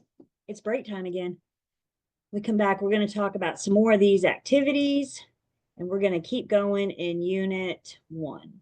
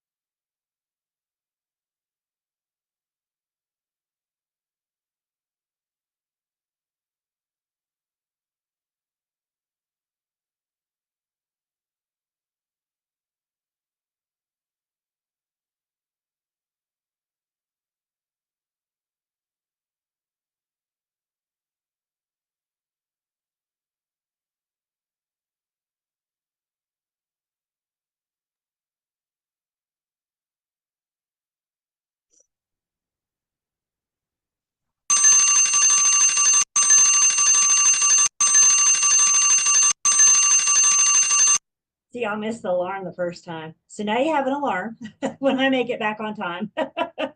Y'all have an alarm. Again, just try to help whoever you are in the house. Hopefully you go, oh no, I gotta go. Get back. I'm telling you that 10 minutes, that's why I set the timer. It's probably more for me than anything. Anybody's dog just go a little nuts. Sorry about that. They'll get used to it. All right. So we're all back. Welcome back. And I'm going to take attendance. We're going to jump back into Unit 1. So we've talked about the triggering activities that require a license. We talked about those activities that do not require a license. Let's talk a little bit more about your license. For the most part, when you guys go into sales, again, this class is heavy focused on residential sales. But for the most part, when you guys become a broker, when you go into sales, more than likely, you're going to come in as an independent contractor. As an independent contractor, who do you work for? Yeah, you are your own boss. You work for you. So if you come home from work tonight complaining about your boss, you best be doing it in the mirror because you are who you are talking about. So for the most part, we are independent contractors. Hear my words. We affiliate with a firm. The firm doesn't hire me because I'm not an employee. I'm an independent contractor. So we affiliate. As an independent contractor, I have control over my schedule. My broker in charge does not call me on the daily and say, Julie, did you reply to your emails? Julie, did you make your phone calls? Julie, did you do what you needed to do today to get the business? As an independent contractor, I know if I want to get a paycheck in a couple months, I got to work today. Don't want a paycheck? Don't work. It's pretty simple as an independent contractor. Now, with that being said, my BIC is a great resource. He's very helpful. I know I can call on him for, anything. So I'm not saying the BIC's not involved, but I'm saying the BIC very rarely gets to tell us what to do because I'm not an employee. I'm an independent contractor. Also, as an independent contractor, for the most part, we're paid when it closes. Residential sales. This is the dark side of real estate, y'all. I get paid when it closes. So what happens if it doesn't close? I don't get paid. I wish I could stand here and look you guys in the eyeball and tell you guys that every single transaction is going to close, but I'm not going to lie to you. Sometimes they do, most of the times they do, but sometimes they don't. So your compensation is based on performance. Question about how I become an independent contractor. Once you affiliate with the firm, you will affiliate as an independent contractor. Yep. So they're not hiring you, they're affiliating with you. Another big difference in an independent contractor versus an employee is at the end of the year. Independent contractors at the end of the year, I get a 1099. You're not going to get a W-2. A W-2 means taxes are withheld from each paycheck. A 1099 means taxes are not withheld. So what you get paid is pre-tax. But guess what? At the end of the year, our favorite Uncle Sam is still standing there with his hand out going, wow, you had a good year. Pay up. Your first year as an independent contractor, I highly recommend that you talk to an accountant because an accountant can help you determine how much to set aside for taxes, how much to set aside for marketing, advertising, budget. You got to pay yourself. Guys, you are your own business. And an accountant can help you align that pay up so you can pay everybody that you need to out of your business. Another big, probably one of the bigger pieces of this class is teaching you guys to stay in your lane. So unless you're a CPA, you can't give tax advice. That includes to your buyers and sellers, landlords and tenants as well. So I highly recommend, especially your first year as an independent contractor, that you get yourself an accountant that can help you with that pay, that can help you with that. Is anybody an independent contractor right now, working for yourself right now, doing your own thing right now? A few of you? Cool. So you guys have a little bit of experience. But just to make sure you're, like I said, there's taxes, there's marketing, there's advertising, you got to pay yourself. So if you're already an independent contractor, you might already have your accountant. If not, get you one. So let's compare that independent contractor to an employee. With an employee, the employer sets the schedule. They tell you to clock in at 9, you go to lunch from 12 to 1, and you clock out at 5. You get benefits as an employee. You get vacation time and sick time and holidays. You do not as an independent contractor. Employees are paid W-2, which basically means taxes are withheld from each pay, so you don't have to worry about them at the end of the year. And then employees are hourly or salary. Now, some of you may want to become an employee. You may want to be that admin, that behind the scenes. Some of you may want to go on and be a broker as an independent contractor. Some of you are saying, Julie, let me just get my license and then I'll figure out what I want to do. I hear you. I totally hear you. But you guys, just some things for you to be thinking about, things for you to start considering. So when I say affiliating with a firm, that's the difference in affiliating versus being hired. So several of you guys, when you get your license, you're on a list, and the list can be purchased from VIX. You're going to get stuff in the mail. You're never going to feel more loved than when you get your real estate license. You're going to walk out to your mailbox every day and you're going to have an invitation. Call me about affiliating with my firm. So you're going to hear from agencies around. You may want to start thinking about who you want to affiliate with. Start with the market you want to work, the area that you want to work, and what are those brokerages, what are those firms in that area. Lots to think about, but things maybe to start thinking about. Question comes in, can you be with more than one firm? And the answer to that is actually our favorite answer in this class. And the answer is, it depends. As a provisional broker, for the most part, no. As a provisional broker, for the most part, you can only be affiliated with one firm. There is an exception, and we're going to talk about that when we get there. As a full broker, you could be duly affiliated as long as you have consent by both firms. The brokers have got to know each other about it, know about each other. Also, you guys, once you affiliate, your real estate firm, there's a really good chance, not guaranteeing, but there's a really good chance your real estate firm is a member of a local board of realtors. So, for example, there's the Winston-Salem Board of Realtors, Greensboro, High Point, Asheboro, High Country, Triangle, right? There's local boards of realtors all over the states. So you will affiliate with the local board of realtors that your firm is a member of. Affiliation in the local board of realtors gets you into the state level, which is called the North Carolina Association of Realtors. And it also gets you into the national level, which is the National Association of Realtors. Getting your license makes you a broker. Joining a local board of realtors makes you a realtor. So let me make sure I get this right, because this takes me a second to make sure I'm right. Every realtor is a broker, but not all brokers are realtors. Can I say that again?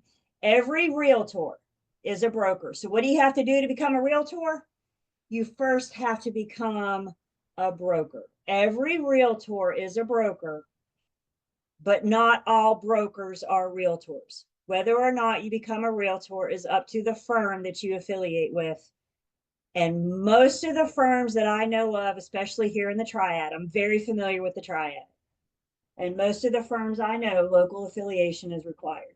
So what we're doing, everybody hear me, what we're doing is step one, I'm making you a broker. You affiliate with your firm to become a realtor. Remember all that noise? We said the distraction with the NAR settlement.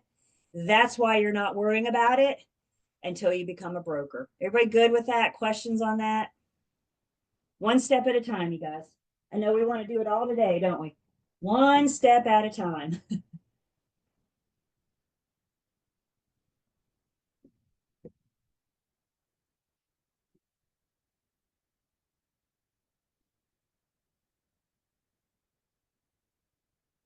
All right, let's talk about these unlicensed employees. So there's an employing broker. Again, it might be that your firm has unlicensed employees that are keeping their broker straight, keeping them together. In which case they answer to your broker in charge. You may decide at some point in your career that you need help. So you hire somebody to work, I don't know, 10, 15 hours a week for you. That person will be treated as an employee. They can't be an independent contractor because they don't have a real estate license. They're not a broker. So that person with the unlicensed employee, they answer directly to their employing broker. And there's certain things that they can and cannot do because they're not licensed. So some activities, and we're going to look at a list in just a second, but some activities that the unlicensed employee can do, for example, you can provide factual information about the property. So if somebody calls your unlicensed employee and wants to know what's this listed for, or how many bedrooms does this property have, your unlicensed employee can answer those questions. You can help a lot with data entry. You can play errand messenger. You can run errands. You can put signs in the yard. There's a lot you can do. That's the list we're going to look at in just a second. But there's also some things that the unlicensed employee can't do. One thing the unlicensed employee can't do, you can't negotiate. Negotiation is an activity that requires a license. Unlicensed employees can't show properties for sale. They can show properties for rent. So depending on what avenue you're going, sales or property management, unlicensed employees cannot show properties for sale, but they can show properties for rent. And then the other thing is how they're paid. So guys, if you hire somebody to work for you 10 hours a week, they are hourly or salary, which means you pay them for 10 hours this week, whether you had a closing this week or not. They're not paid a compensation. They're not paid a commission because they're not licensed. They're paid on an hourly or salary basis. So then talking about those activities with property management, again, the big difference here is you can show properties for rent. Anybody ever go to those big apartment complexes where you're wanting to rent an apartment and they throw you in a golf cart, kind of give you the grand tour of the grounds? Y'all know those big places that I'm talking about. There's a really good chance that the person driving the golf cart do not have a license, but they can because this apartment is for rent. It's not for sale. So what I want to do now, I want to get out of this for just a minute. And I want to introduce you to, we'll just point it out to you where my source is. And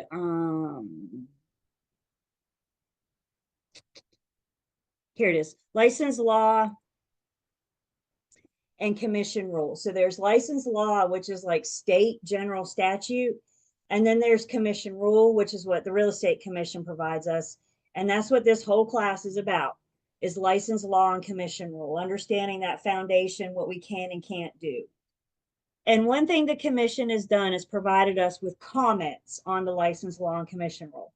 I'm not asking you guys to sit down and read law and rule. Have y'all ever tried to read law before?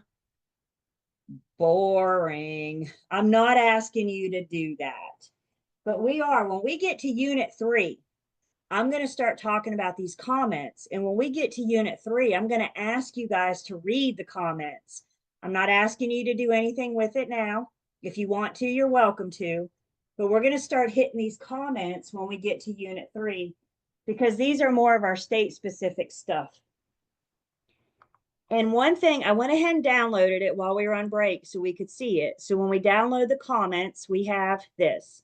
And one thing the comments gives us, bottom of page 2, top of page 3, it gives us a list of what your unlicensed employee can do.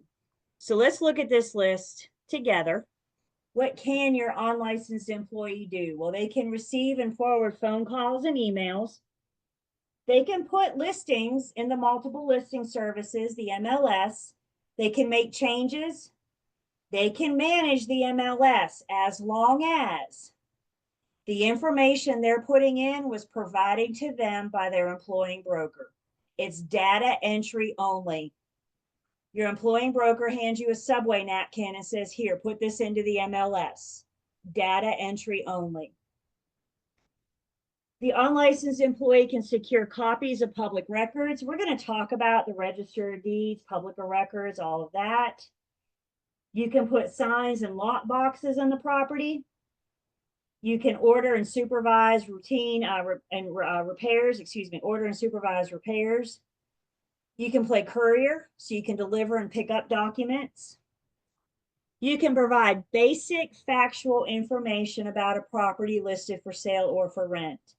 Basic factual information. I think a good rule of thumb is if you can find it on Zillow, then that's information you can share. So if the public can find it, you can share. If the public can't find it, then you need to get that person to your employing broker. They can schedule appointments for showings. Number 9, they can communicate with licensees, property owners, inspectors, anybody. They can talk to anybody. Number 10 says that they can show rental properties. So they can only show properties for rent. They cannot show properties for sale. Let me ask you guys something. Do you think doing an open house on Sunday, is that showing a property for sale? Yeah, it is. So can your unlicensed employee do your open houses for you? No, we can't get away from that, but they can show properties for rent.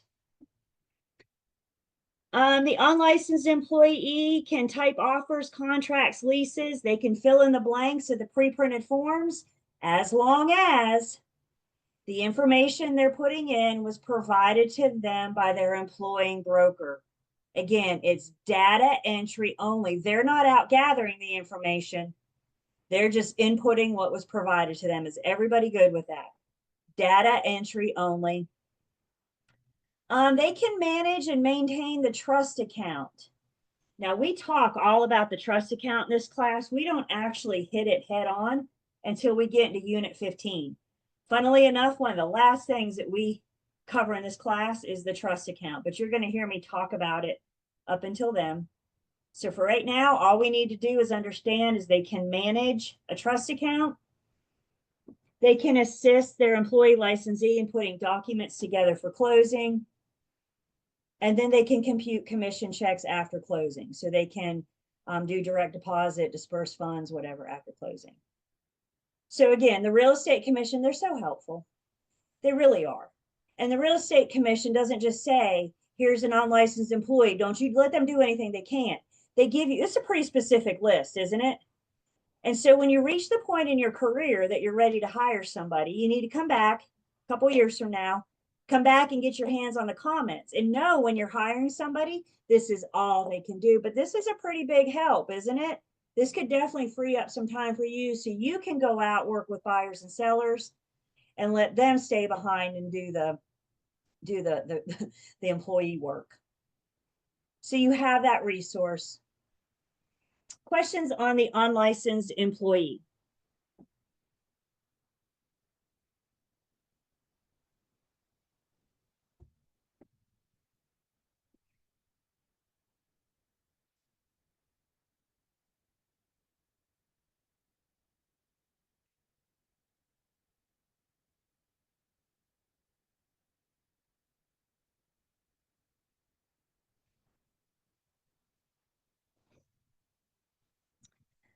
All right. Back in Unit 1. By the way, I guess I should have mentioned this earlier. You guys see this little circle down here with the number 4 in it? That's telling you what page number in the book we are. So again, I'm all about referencing you to where you can get this information If you guys look it up, it's going to stick better than hearing me say it. So if you, after class, and you go, what does she say about an unlicensed employee? The PowerPoints reference you where in the book to go. I guess I was just so excited to get started. I didn't think about things like syllabus and page numbers. I was just ready to go. I'll come back and pick it up, I promise. All right, let's see. Let's run through a scenario. So you are a home seller. You're selling a home. Maybe you're going for sale by owner. By the way, you guys understand this. Nobody in the state of North Carolina is required to hire a broker. Buyers and sellers buy and sell all day, every day without our assistance. So if they decide to hire us, we say, thank you, because nobody is required to hire. Same thing in property management. So let's say no thank yous are in order and they decide to go for sale by owner. They're going to sell their home. And in the ad to sell their home, they say offers $2,000 to anyone that sends a buyer. $2,000 to anyone that sends a buyer. And they post that in public places for everybody to see. Y'all are already shaking your heads. Look at you go. Is that legal? No. Why not?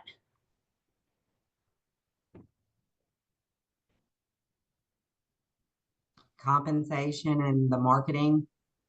Compensation and the marketing. Who are you offered to paying a $2,000 bonus or referral fee to? Anybody. Anybody. Now, what if this said $2,000 to a buyer's agent that brings me a buyer? Now, can the seller offer that compensation? Yes, because now you're paying somebody that has a license. So we can't just put this general ad out there, because if they're not an active license, if they don't have an active and current license, then you can't pay them. So let's see another one. Property managers. You see an ad, up to 2 months free rent, move in today. All you have to do is click here. So 2 months free rent when you sign a 12-month lease. Does the tenant need a license? You guys are awesome. Y'all are shaking no. Why are you saying no? Is the tenant doing it for somebody else? The tenant's doing it for themselves. So can the tenant accept this? Yes. So when we see ads, you guys, this is what I need you guys to always stop and ask yourself, because this might be a similar test question where it gives you an example, it gives you a scenario. And then we have to determine if they need a license. And that's where I need you to look for the 3 activities. LL Beans, for others, for compensation. And if any one of those is missing, then a license is not required in the great state of North Carolina. Questions?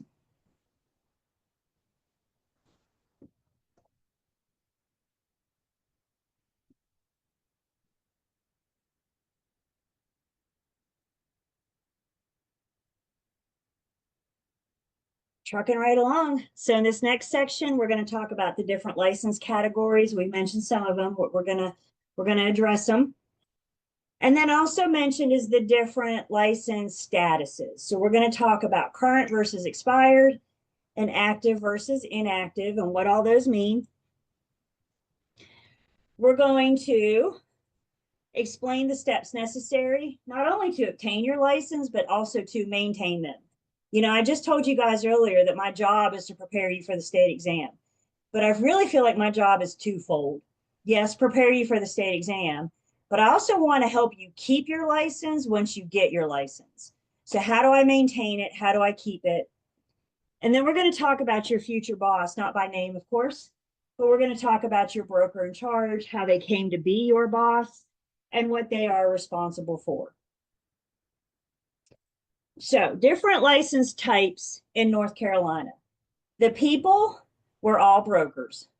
May you be a provisional broker, a non-provisional broker, also known as a full broker, or a broker in charge. We're going to get into a little bit more depth and detail with each of these. In North Carolina, we are all brokers. It's just the different category. It's a different level that we have. It's important that we hear that North Carolina is a brokerage state, because not all states operate like this. Some states will let you be a sales associate, get some experience, and then go on and become a broker. North Carolina, we skip that whole sales associate mess and we just go straight to broker, which is why you guys are starting on provisional status. The provisional status is an entry level status. And again, we're going to talk about you in just a minute. Also know that all firms that practice real estate also have to have a license. So the firm is licensed as well. And guys, the firm follows the exact same rules that the individual does. The firm is also subject to disciplinary action. We're going to talk about that. The firm has to renew every year. We'll talk about that. And then there's also a different license type category in North Carolina called a limited non-resident transactional broker, limited non-resident commercial broker, I think it is. But what this limited non-resident broker's license does, it allows somebody with an active license from another state to come into North Carolina to conduct a limited number of commercial transactions. You got to be sponsored by a broker. You can't just walk in and start working. You have to go through the commission. You have to be sponsored. Doesn't have to be a broker in charge. Could be a provisional broker. But that sponsor is making sure that this licensee from another state is doing it our way, is doing it right. So if you've been hired by Corporate USA to go to North Carolina and find me a couple warehouses, for example, then you could come in on this limited non-resident commercial broker, conduct that business. But it's a limited number of transactions and it's never residential.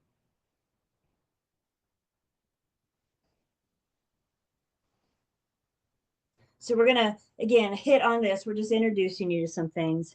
Let's go back. Let's talk a little bit about the firm and how the firm can be set up. You may or may not be a firm. You could come in as a sole proprietor. How many people work under a sole proprietorship? What does the word sole tell us? Yep, just one. So if you're a sole proprietor, you are you.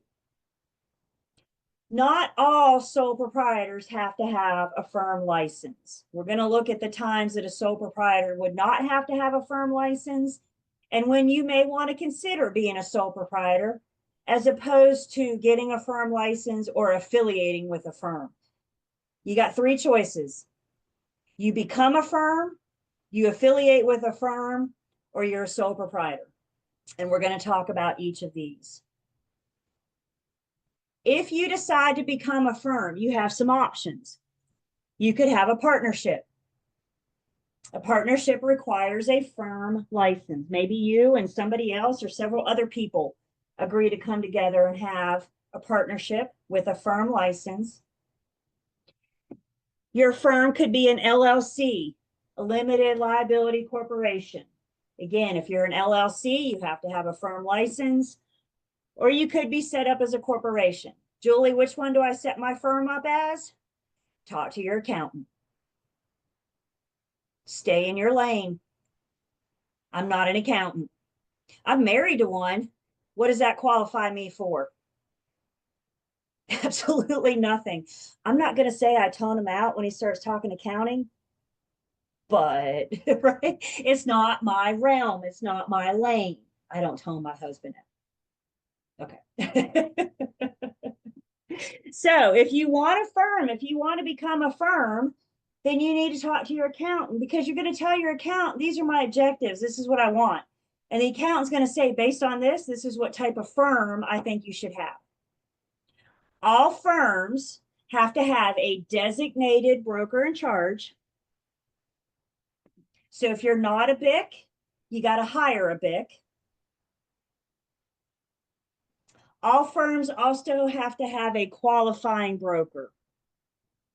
The qualifying broker, or QB, is responsible for the firm's license. The BIC is responsible for the brokers. So you got one person making sure, the QB, making sure that the firm, and they can be one and the same. The QB can be the BIC. You got the QB making sure the firm's operating correctly. And you got the BIC making sure that the brokers, the designated BIC, making sure that the brokers are operating correctly. So now the question is, why do I have to create a firm? Why don't I just become a sole proprietor? I hear you. So let's talk about that sole proprietorship. The question is, does a sole proprietor have to have a BIC or be a BIC? And the answer is no. If you set yourself up as a partnership, an LLC, or a corporation, now you got to get yourself a BIC. So as a sole proprietor,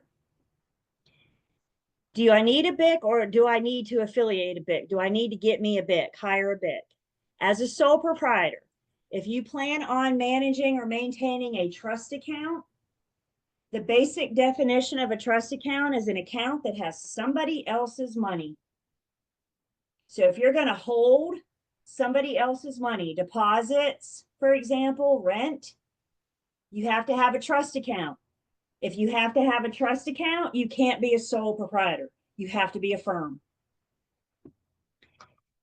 If you're going to advertise or market your services in any way, you can't go on social media. You can't have a for sale sign in the front yard. You cannot hand out a business card. If you're going to market or advertise your services in any way, as a sole proprietor, you either need to be a BIC or get you a BIC. And then if you're going to have anybody else affiliated with you, you either need to be a firm or a sole proprietor with a BIC. Now, you guys are a couple years away from starting your own firm. We're going to see why in just a second, because again, you got to get that experience, right? Before you run around and start managing people, I want you to have a couple transactions under your belt first. But what we're hearing, what we're seeing is right now, we got some options. So if you're not going to have a trust account, if you're not going to advertise, or if you're not going to bring anybody on board, then you could be a sole proprietor without a BIC.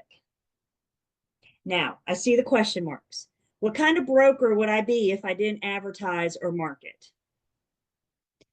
When we talk about advertising, first off, I mean handing out a business card, letting people know I'm in real estate, having a website, or having your contact information out there whatsoever. And yes, this does include social media.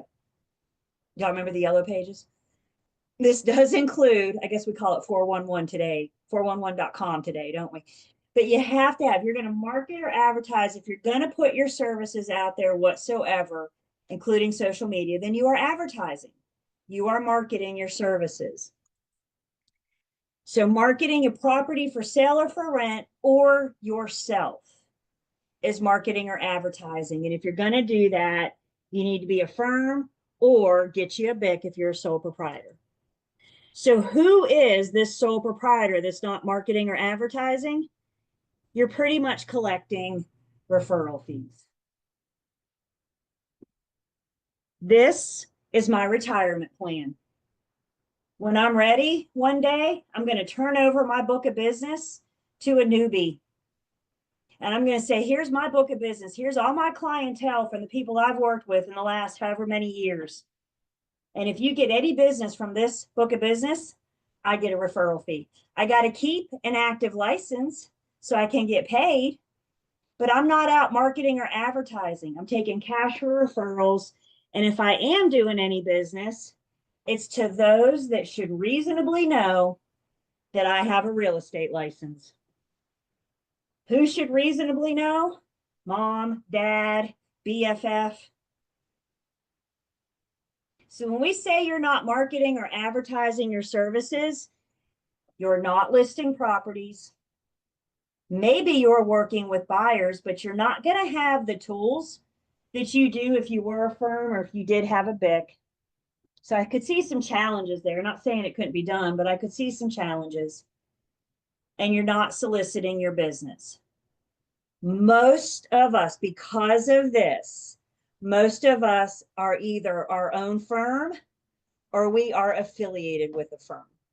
Even after you drop that provisional status, I think what you're going to find when you get out there is most brokers are affiliated. And that way we don't have to mess with the big thing.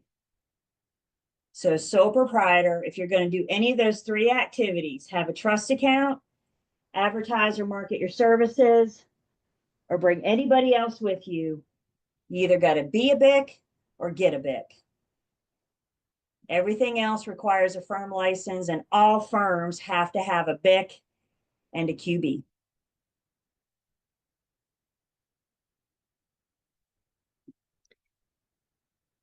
And then the other thing we mentioned was that non-resident commercial license. Again, you have a good license in good standing in another state.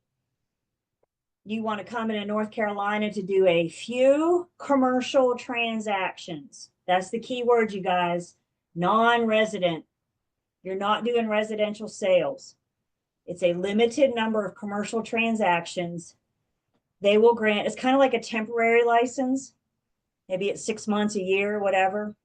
They'll grant you a temporary license so you can come into this state and do your business. Questions on the different license categories?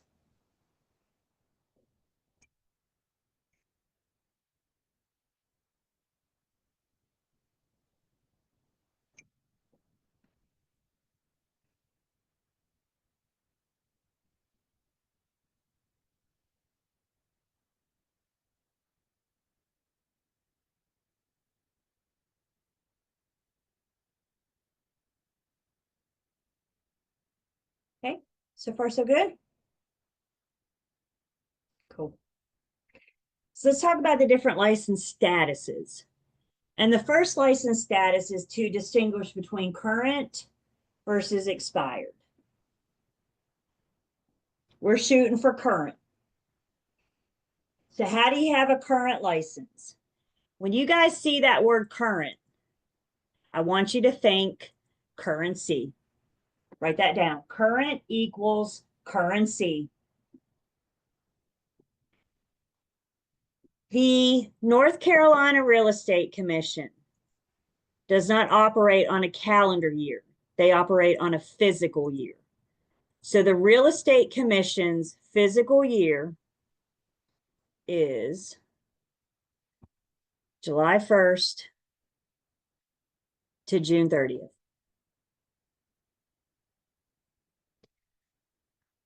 So the physical year is July 1st to June 30th. Everybody's license expires at 11:59 p.m. on June 30th unless we renew. And how we renew our license is by paying the renewal fee. There's a renewal fee every year. Last year, and I don't know for how many years back, it's been $45. I've heard some noise. They're thinking about going up to 50 this year, so don't quote me to that. I have no control over that whatsoever. But we'll say 45 to 50 bucks. We have a time frame from May 15th to June 30th every year, and this is referred to as our renewal period. So the renewal period is May 15th to June 30th. Paying the renewal fee makes your license current. So step one in our license status is you've got to show them the money. Failure to pay the renewal fee means on the stroke of midnight of July 1st, your license is expired. What can you do on an expired license? Absolutely nothing. You can say, I used to be in real estate, but on an expired license, you cannot do anything. I have not mentioned education yet because current versus expired has nothing to do with education. It has everything to do with paying that renewal fee. So if you haven't wrote it down yet, please do so. Current equals currency.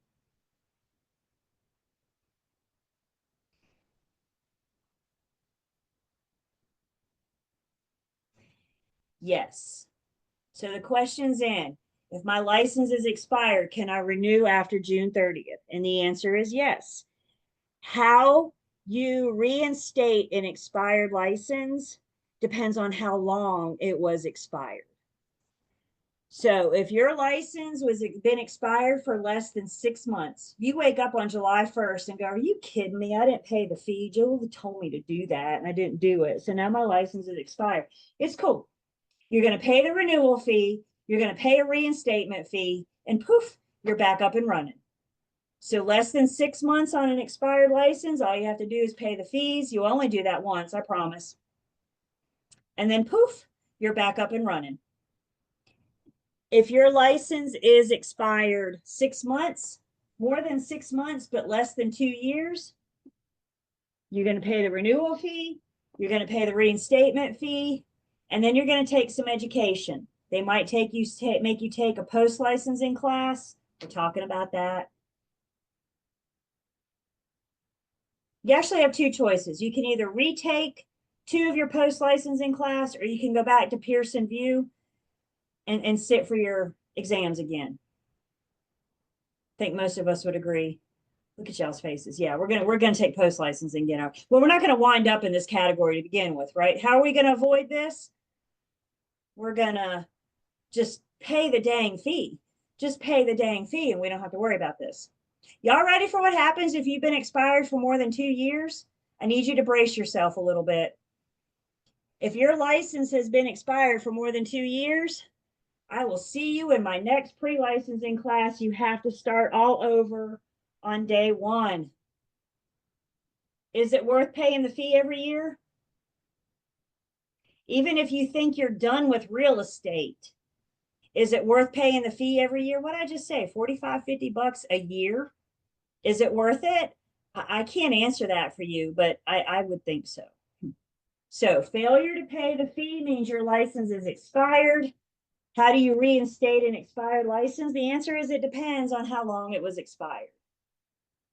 Paying the fee makes your license current. Questions so far? Current versus license. All we've talked about is money.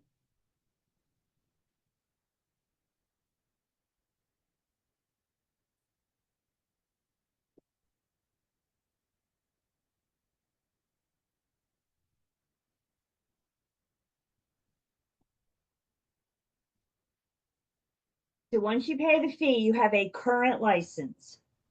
A current license can have 2 categories. A current license can be active. A current license can be inactive. Why are you current? Because you showed them the money. You paid the fee. Now we got to determine if you're active or inactive. And the difference between the two is whether or not you can do business or you're closed for business. Guys, we can only get paid on a current active license. So how do you go from inactive to active? Now we got to bring in our education, or for my provisional brokers, whether or not you're affiliated. Remember what we just said, the day you get your license, it'll be inactive. So you'll have a current license. You'll start with a current license, but it's going to be inactive until you affiliate. And there's education for new agents, for provisional brokers. There's also education for all brokers across the state. So your affiliation and or your education is the difference in active versus inactive. And again, you guys, you could choose to go inactive. All you have to do is pay the fee every year. We may come to a fork in the road of life. Maybe you're ready to start a family. Maybe you need to care for ailing parents, right? We come to a fork in the road of life. In real estate, we have a decision to make. And if you think you're done with real estate, I encourage you to consider paying the fee. You could ride for the rest of your life on an inactive license. All you have to do is pay the fee every year. And when the fork of the road of life brings you back to real estate and you think you want to get back in it, you don't have to come back to pre-licensing. I'd love to see you guys again, but not in pre-licensing. I want to see you guys in post licensing. I want to do a transaction with you guys one day, or let my agents do a transaction with you guys one day. So let's talk first about education. We've talked about affiliation, education. If you're inactive, the education requirements, you have none. If you're inactive, all you have to do is pay that fee to maintain a current license, a current inactive license. You don't have to do any education. You can, but you don't have to. Every year that we renew, there's a key word there. Every year that we renew, I'm referring to the renewal fee. And every year that we renew, we get a pocket card that tells me real estate license renewal. What does the renewal piece tell us? All it tells us is that I paid the fee and I have a current license until June 30th, 2025. This card does not tell me if it's active or inactive. All this card tells me is that I have renewed. I need you guys to understand that the renewal fee and the application fee are two different things. So if you get your license on May 11th, which is very real for you guys, considering where we end, if you get your license on May 11th, do you have to renew starting on May 15th? Yes. Failure to renew means that July 1st, your brand new license is expired. So everybody hear me. There's the application fee, and then there's the renewal fee. You got to renew every single year. So yes, to answer that question in the chat, yep. Again, you guys, remember those absolute words? All licenses expire unless they are renewed. That's brand new licenses. That's some have been at it for 40, 50 years. All licensees expire unless they are renewed. I already thrown absolute words at you guys. Just warming you up.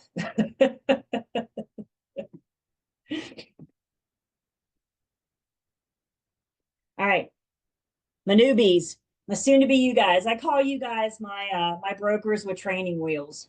As a provisional broker, you can ride your bike, but you can only do so with your training wheels. Let's call your training wheels your designated broker in charge. So you get your license, it's inactive until you affiliate with a broker in charge. So you pass your state exam, congratulations, nothing you can do with this license. So some of you may want to start, not today, you guys are getting a lot today, but some of you may want to start in the next month or so, a couple weeks, talking to firms, kind of deciding who you want to affiliate with. I always encourage you guys to talk to 2 or 3 different firms, because something I need you to hear me say, all firms are different. They all offer different compensation plans, different training programs. They have different culture. All firms are different. And remember, they're not hiring you. You're affiliating with them. So by talking to 2 or 3, you can kind of feel out which one is best for you, which one is the right fit for you, and vice versa. What if I wait till the 15th to do my test? The renewal period is May 15th to June 30th. You got to renew by June 30th. So if you wait till the 15th and you pass on the 15th, your renewal period is 11:59 p.m. on June 30th. The application fee and the renewal fee are not the same thing. Please don't ever put those together. You got to do the application to get through your test. You got to pay the renewal fee May 15th to June 30th to have a current license. So you pass your exam, my provisional brokers, you're inactive, you're not riding your bike yet. You're inactive until you affiliate with a broker in charge. How does a provisional broker become active? When you affiliate with a broker in charge, when you affiliate with a firm. Again, shop around, interview around, talk to 2 or 3. Some of you may want to talk to, for example, maybe you talk to a big name, a national brand, and compare that to, for lack of a better word, I'll call it a mom and pop, a local boutique kind of firm. I would start with firms around wherever you want to work. Is it around your home? Is it a certain area, a certain market? And start with firms around there. And guys, I'll be honest, some firms will talk to you while you're in pre-licensing and others won't. Some may say, talk to me when you have your license, but some may talk to you now. Some may want you as a PB. Others may say, drop that provisional status. Remember what I just said. All firms are different. And so the best thing you guys can do is just start looking around. Go to Google and just start looking around. Get a feel for what kind of firms are around you. Start doing your research to decide who you want to talk to. So PBs become active when you affiliate with a firm. How do I remove that provisional status? Well, you have additional education. You are currently in what's referred to as a pre-licensing class. Once you get licensed, you have post-licensing. Post-licensing is an additional 3 30-hour classes. So when we're done, you got 90 more hours. Remember, you guys, we skipped that whole sales associate mess. We let you start practicing as a provisional broker, knowing you need more education, knowing you need more knowledge. So you drop your provisional status by successfully completing the 3 30-hour classes. Post-licensing does have exams at the end that you have to pass, but listen to me. Post-licensing isn't near as intense as pre. This is the hard part. This is the tough part. Once we get you through pre, we almost always can get you through post. Everybody good so far? I just gave y'all some bad news, didn't I? Sorry. Guys, real estate is a career. Some training is required, such as post-licensing education, but it's one of those industries that we're always learning whether you're required to or not. So post-licensing is one of those required educations. Is there a required time frame to complete your post-licensing? And the answer is yes. From the day you get your license, you have 18 months to finish your 3 30-hour classes. Successfully finish your 3 30-hour classes. Now, some of you are ready to go and you're ready to start working with a firm. You're ready to start helping buyers and sellers. You get your license, you affiliate, and you can take post-licensing while you're active, while you're working with buyers and sellers. Others of you may choose to remain inactive until you knock your post out. I'm telling you, there's no wrong way to do it.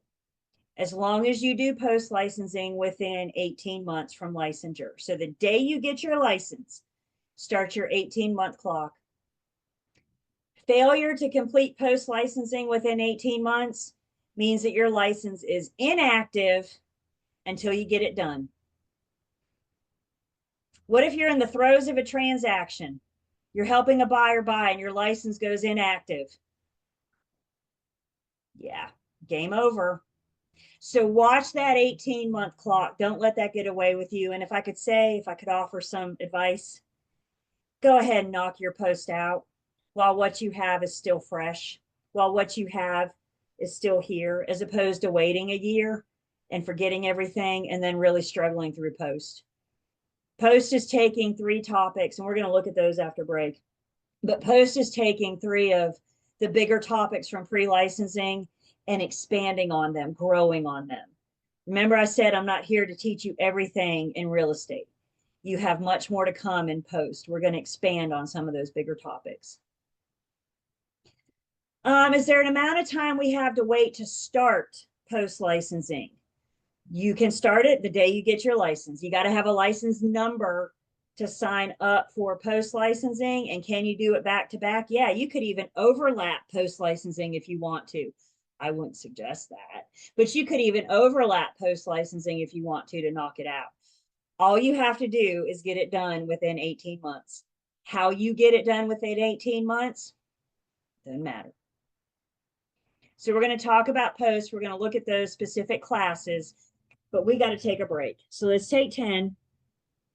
We come back, we keep trucking along in unit 1.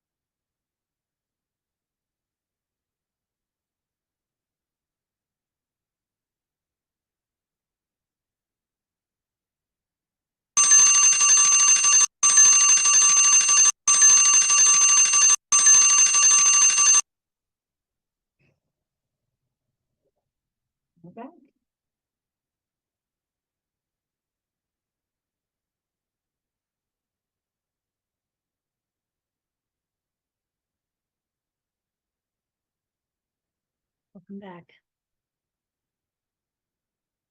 So I'm taking attendance.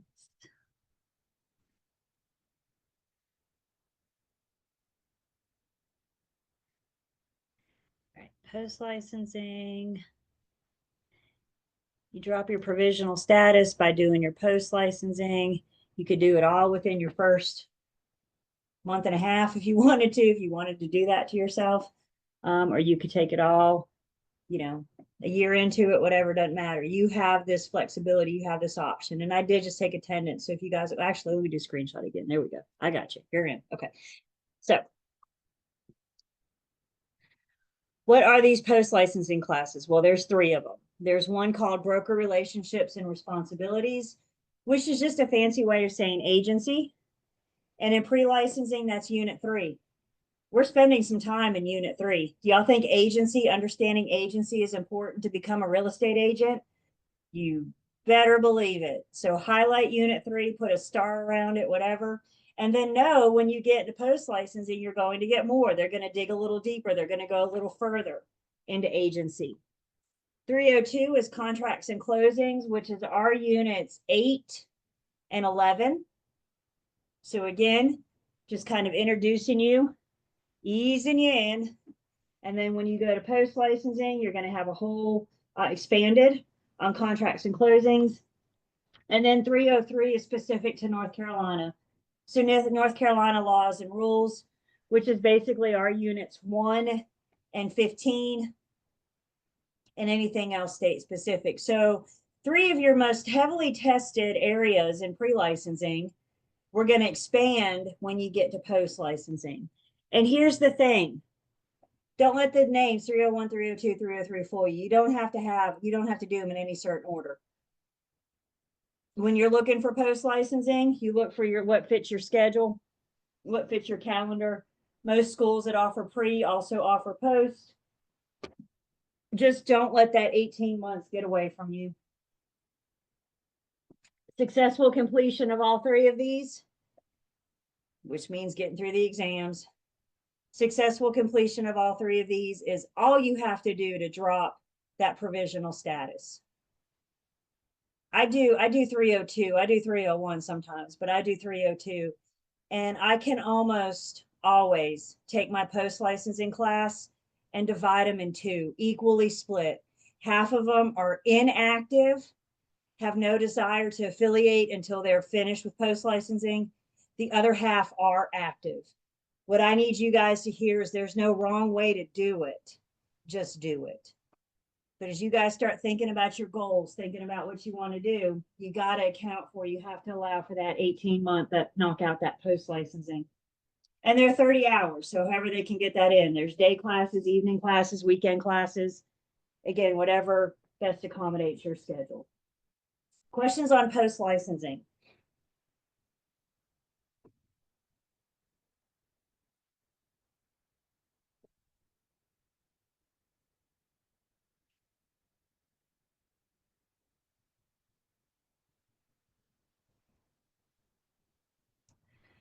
Also, let's see.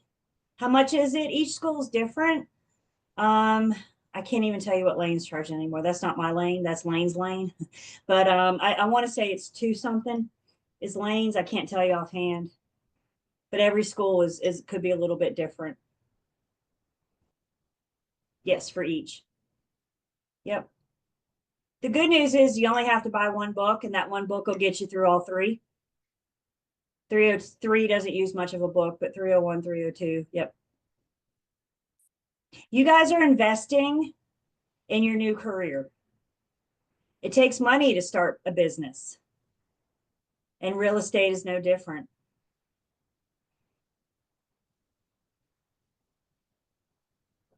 Once you're licensed, all brokers, PBs, full brokers, BICs, everybody's going to take continuing education, also known as CE.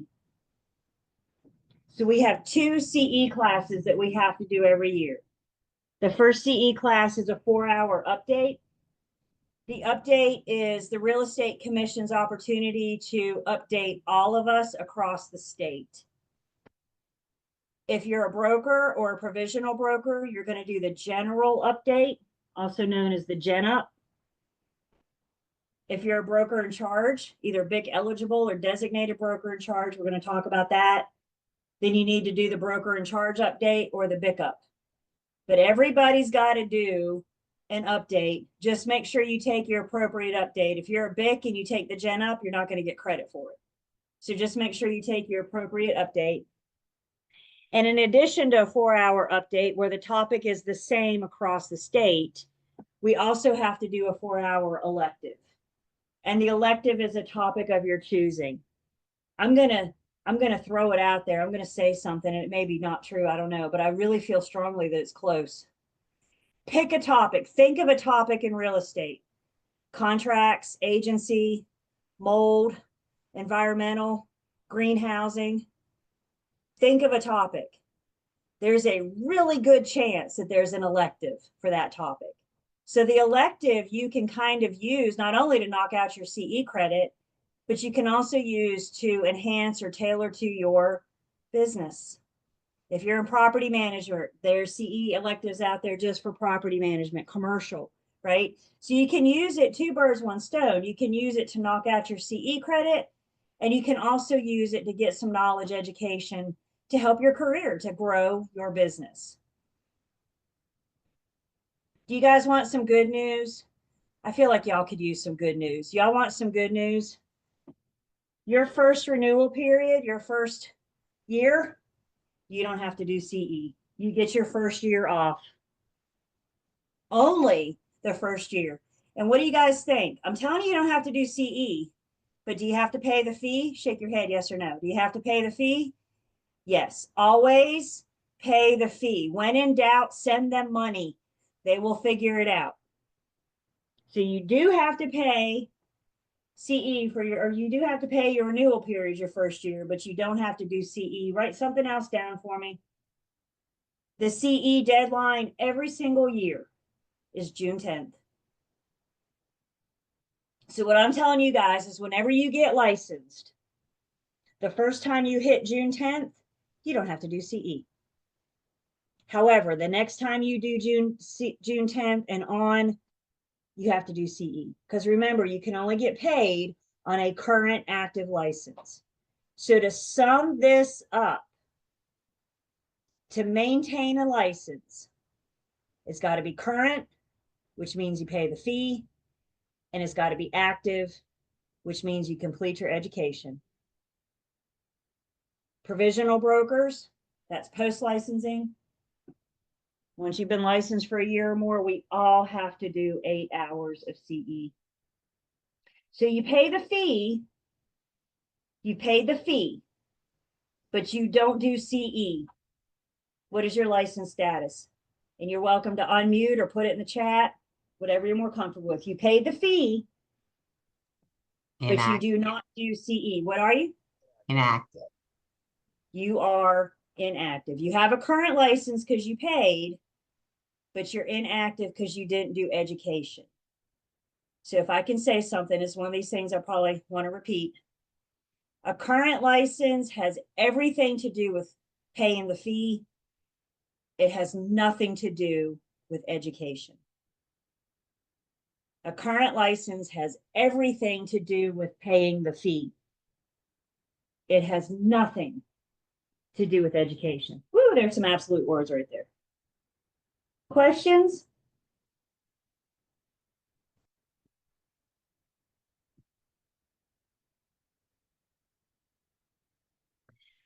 Ebony, I'm going to say possibly. So if you go to ncrec.gov, we're going to go to the commission's website at some point during our time together, and you can search for CE classes across the state. And a lot of them are still on Zoom. So it kind of opened our possibilities. So you could go search the specific topics and see if that falls for elective credit. Not now, please don't do it now, but when you get out there, you know, when you're ready.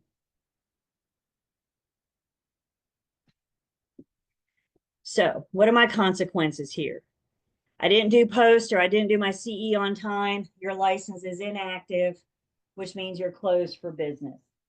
The only way you can get paid is on a current active license. Pay the fee and do CE. See how that rhymes and everything. Fee and CE. Once you drop that provisional status, fee and CE. Y'all think about this. 45, 50 bucks for the fee, 8 hours for CE. Again, all schools are different, but I usually see CE classes run between 50 and 65, 70 bucks, somewhere in there. So even the most expensive 50, that's $150 plus 8 hours. That's all we have to do. Getting your license is the hard part. Once you get them, keep them by paying the fee and doing CE. Questions? Comments? Concerns?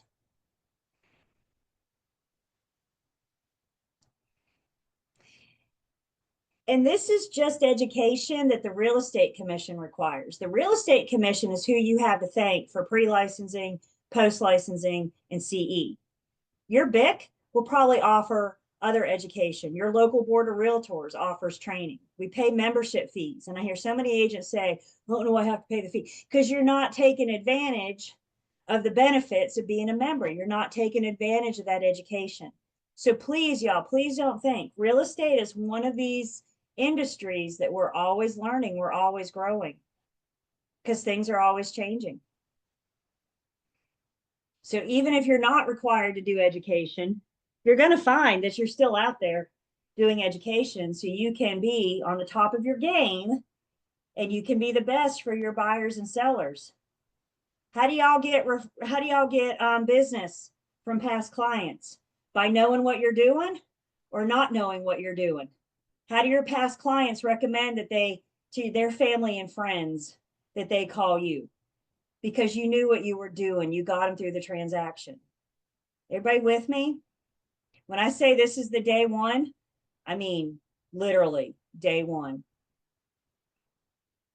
I've been at it for 24 years, you guys, and I've known a lot of top producers in my time.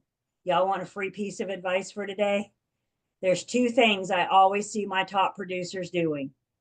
They're constantly prospecting. No matter how busy they are, they're looking for the next piece of business, constantly prospecting, never take time off from prospecting.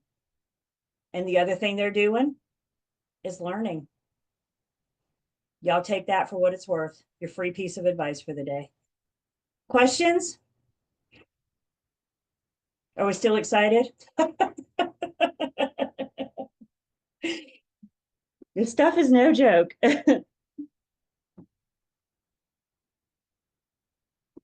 All right, we mentioned the firm license. We said the firm has to have a designated broker in charge, and they also have to have a qualifying broker. They can be one and the same. The QB can be a BIC, or you could have a qualifying broker is usually an owner in the firm. Doesn't have to be, but usually is. So they either decide to be the BIC, or they hire themselves a BIC. As we also mentioned, the firm has to renew their license. So the firm has a fee to pay. The firm doesn't have to do education because the firm is an entity. They're not a person, but the people with the firm have to do the education. So a firm pays the fee before 11:59 on June 30th. They keep a designated BIC, they keep a qualifying broker, and that allows the firm to have an active license. Also, as we said, you guys got to be supervised by a broker in charge. We're getting ready to talk about the broker in charge. And when we talk about the broker in charge, I want us to hear that I'm talking about 2 different things. I'm talking about BIC eligible and the designated broker in charge. The first step is to become BIC eligible. We will look at those steps next. Once you're BIC eligible, then you are eligible to become the designated broker in charge. Every office location has to have a designated broker in charge. So if your firm is one of these firms that has multiple locations, let's say you have 5 locations. Everybody show me, how many designated BICs do you need? Yeah, you need 5. I got to have 1 under each roof. Everybody with me? So the first step is to become BIC eligible. Once you're BIC eligible, then you are eligible to become the designated broker in charge. So how do you become BIC eligible? Well, first off, you have to have an active license, not on provisional status. Makes sense, right? So we have to have you drop that provisional status. You can't be supervising PBs as a PB. So step one, you got that current active license. It's not on provisional status. Step two is you got to have some experience. We want you to have a couple transactions under your belt so you can say you've been there, done that. So you're looking at either 2 years full-time or the equivalent part-time within the last 5 years. So you guys, when I said you guys are a couple years away from being a BIC, this is why I said this, because you got to have some experience first. If that's the route you want to go, you do not have to go this route. Does anybody want to be a BIC? Is that the route you're heading? Open your own firm, a couple of you? Awesome. Awesome. You're a couple years away. You have to have some experience, at least 2 years full-time or equivalent part-time within the last 5 years, or exceptional experience. So maybe if you have experience from another state, they may consider that. So we have an active license, not on provisional status. We have some experience. And then the third step, there's a 12-hour broker in charge course. Upon successful completion, assuming you have the first two, upon successful completion of the 12-hour BIC course, then you are BIC eligible. Once you're BIC eligible, what that means is you are eligible to become the designated broker in charge. Every office location has a designated broker in charge. A lot of agents are BIC eligible that have no interest whatsoever in becoming the designated broker in charge. I am one of those agents. I'm BIC eligible. I had 2 out of the 3 and the pandemic hit and I was bored and I needed something to do. What am I, a nerd, right? So what did I do? I signed up for the 12-hour BIC course. I was like, all right, now I'm BIC eligible.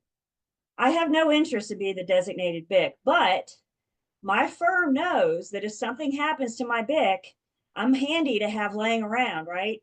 My firm knows they can slide me into that role until they find a new BIC. So it's not uncommon to find BIC eligibles out there. Firms actually, like I said, I look pretty good to my BIC right now because they can just slip me in, no problems, and we can still be up and running. They also know that that's short term and in the interim, that we're not looking to do this full time. Being the boss is tough, you guys. So think about that before you go into it.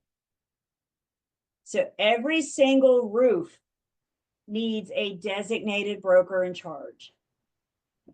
So what are the designated broker in charge's responsibilities? We can remember the BIC's responsibilities by always remembering 3 A's and 2 T's. So the BIC's responsibilities, they're responsible for agency. They're responsible for making sure that all brokers in their firm properly conduct agency according to the commission standards and also according to the firm's practice.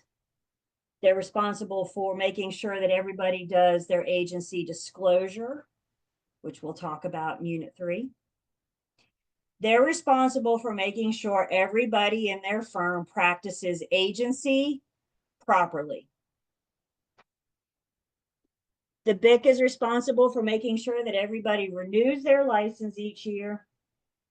The BIC's responsible for making sure that everybody does their education.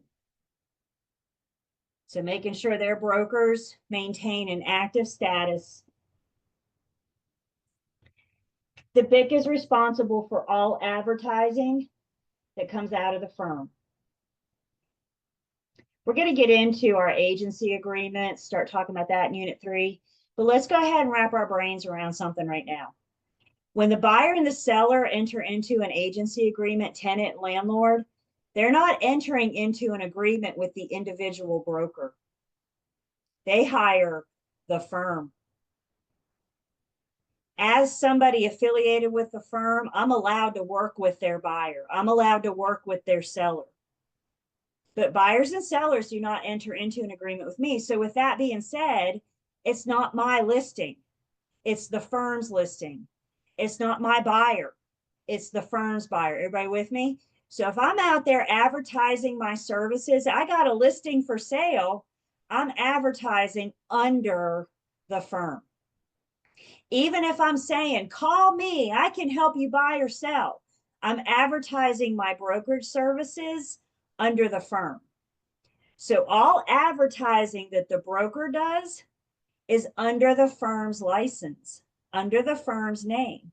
So because of that, the broker in charge is responsible for all advertising. Probably want to have your BIC proof it before you hit submit. We know how social media works, right? We know how the internet works. What happens when you hit submit? It's gone. Can you get it back? It's kind of hard to do, isn't it? So after you hit submit, it's too late.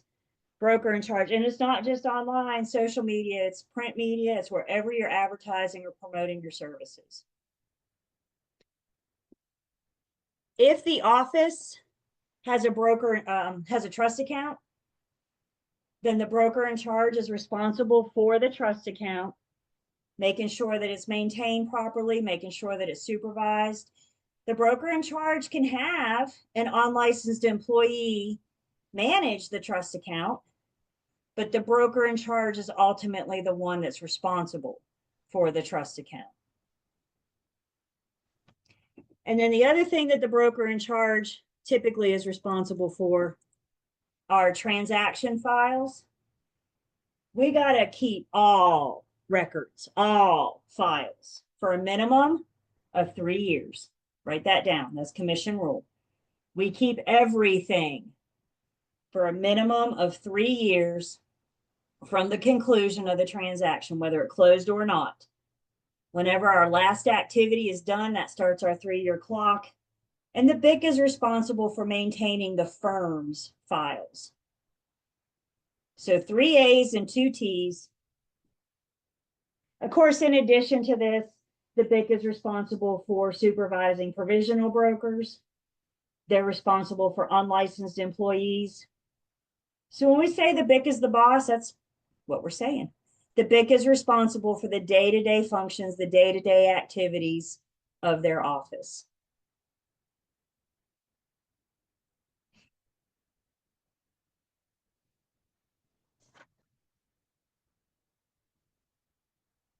Questions about the BIC?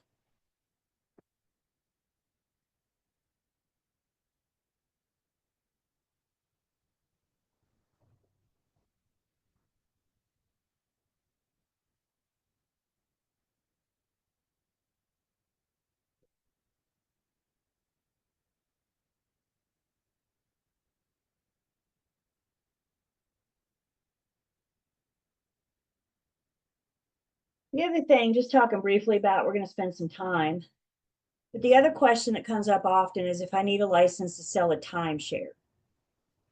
What do y'all think? If I want to sell a timeshare, do I need a license?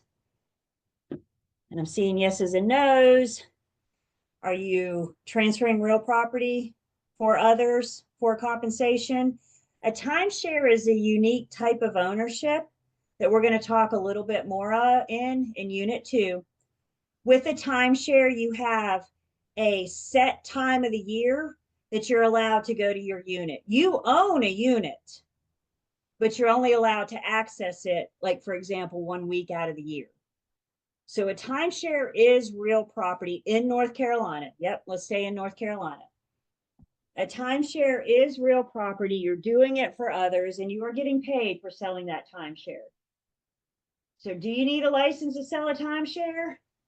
Yes. We're going to talk about timeshares, their true definition. We'll get into it a little bit. But what we're just focusing on right now is who needs a license. Let's make sure we have this. Real property for others for compensation. And when I talk about real property, that's our LLBs. List, lease, buy, exchange, auction, negotiate, and sell. Any of those activities for others for compensation requires a license in North Carolina, period.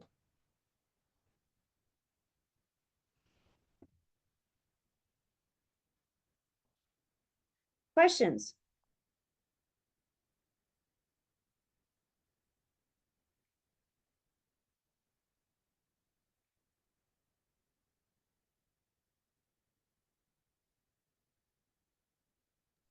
So is a timeshare a real property? Like you could say, like, is that like a form of equity too? Not so much building equity as it is the privilege, the Okay. right, because I can't just show up any time of the year. I'm only allowed to show up from this date to that date. Right. So, selling the timeshare, I'm not getting anything back when I sell it typically. But what I am getting is that privilege to use it, that right to use it. Okay. Thank you. So if you think of that as equity, then yes. But typically speaking, no.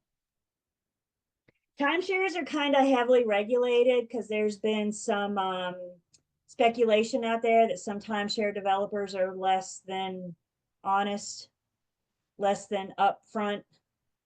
Some people sign up for a timeshare and then feel like they've been tricked. This is why North Carolina now has what's called the North Carolina Timeshare Act that regulates how timeshares are handled. And again, we're going to talk about it just a little bit in Unit 2.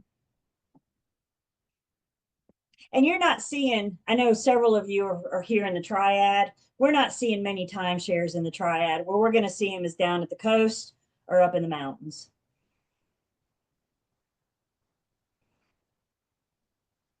Any other questions about Unit 1?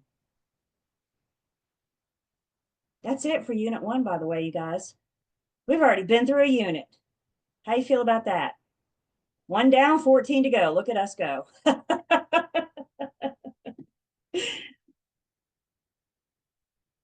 So guys, we talk about your homework and what you should be studying. I always want you to look ahead. Now, I know many of you haven't gotten your book. You just got into Learn, Test, Pass. I don't expect much on the first day. But I always expect you to look ahead. Like I said, before we leave each class, I'm going to tell you what's covered next so you know what to look at. But the other piece of it is to review where we've been.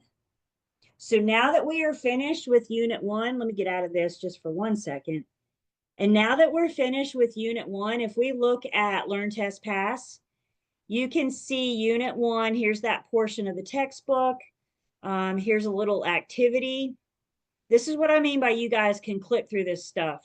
And mine's really slow today. Okay, so here's a little activity you can click on. Here's a quiz for Unit 1.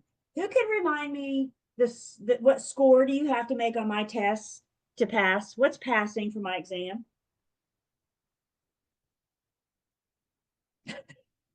75. Yeah, 75%. So you sit down tomorrow because we're all going to get snowed in, right? You have nothing better to do but free licensing. So you get snowed in tomorrow and you take this Unit 1 quiz and you made a 72% on the Unit 1 quiz. Did you do good? I mean, you did all right, but did you do good enough? No. So what do you need to do? You need to go back and review Unit 1, watch the YouTube video again, read the chapter, look at the unit. You guys with me? Now, if you get through Unit 1 and you made like a 95, I'd say you're good. But remember, you still need to review because 2 months from now, this conversation is going to seem like it was a long, long time ago. So we are moving on from Unit 1. But you guys need to go back and keep reviewing and keeping it fresh. Does that make sense? So a big part of your studying is to review. Poke back through your book every once in a while. Look at the Unit 1 material so you don't lose it, so you're preparing for that end of class exam.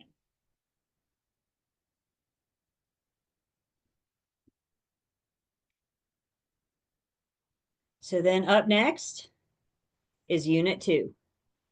We are here the rest of today. We are here Thursday, and we are here the most of next week.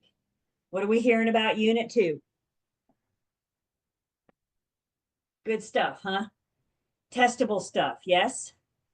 In Unit 2, we're kind of introducing you to some real estate basics, and you can see here the different categories. Yes, it's longer. Are there retakes for the quizzes in Learn, Test, Pass? Yeah, you can take the quizzes and Learn, Test, Pass as many times as you want to. As many times as you want to. So we're going to be spending some time. So again, if you don't have your book yet, if you haven't had a chance to look ahead, as far as I need you to get right now is Unit 1 and Unit 2. And we won't worry about Unit 3 until like end of next week. We'll see where we are. Fair enough? Everybody good? Again, you guys, all I ask is that you trust the system. This may or may not be your first time through pre-licensing, but I promise you it's not mine. So trust the system, please.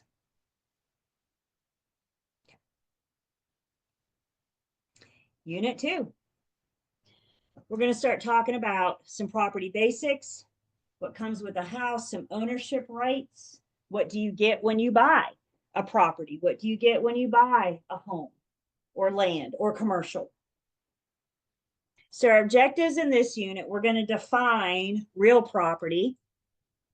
We're going to talk about a homeowner's or a property owner's legal bundle of rights. We're going to define personal property. So we're going to talk about real property. We're going to talk about personal property. And then we're going to differentiate between real property and personal property. The question is, when I buy a house, what do I get? What stays and what goes? And that's going to help us determine with real property and personal property. And then we're going to talk about a manufactured home. Is a manufactured home? We're also going to talk about a mobile home.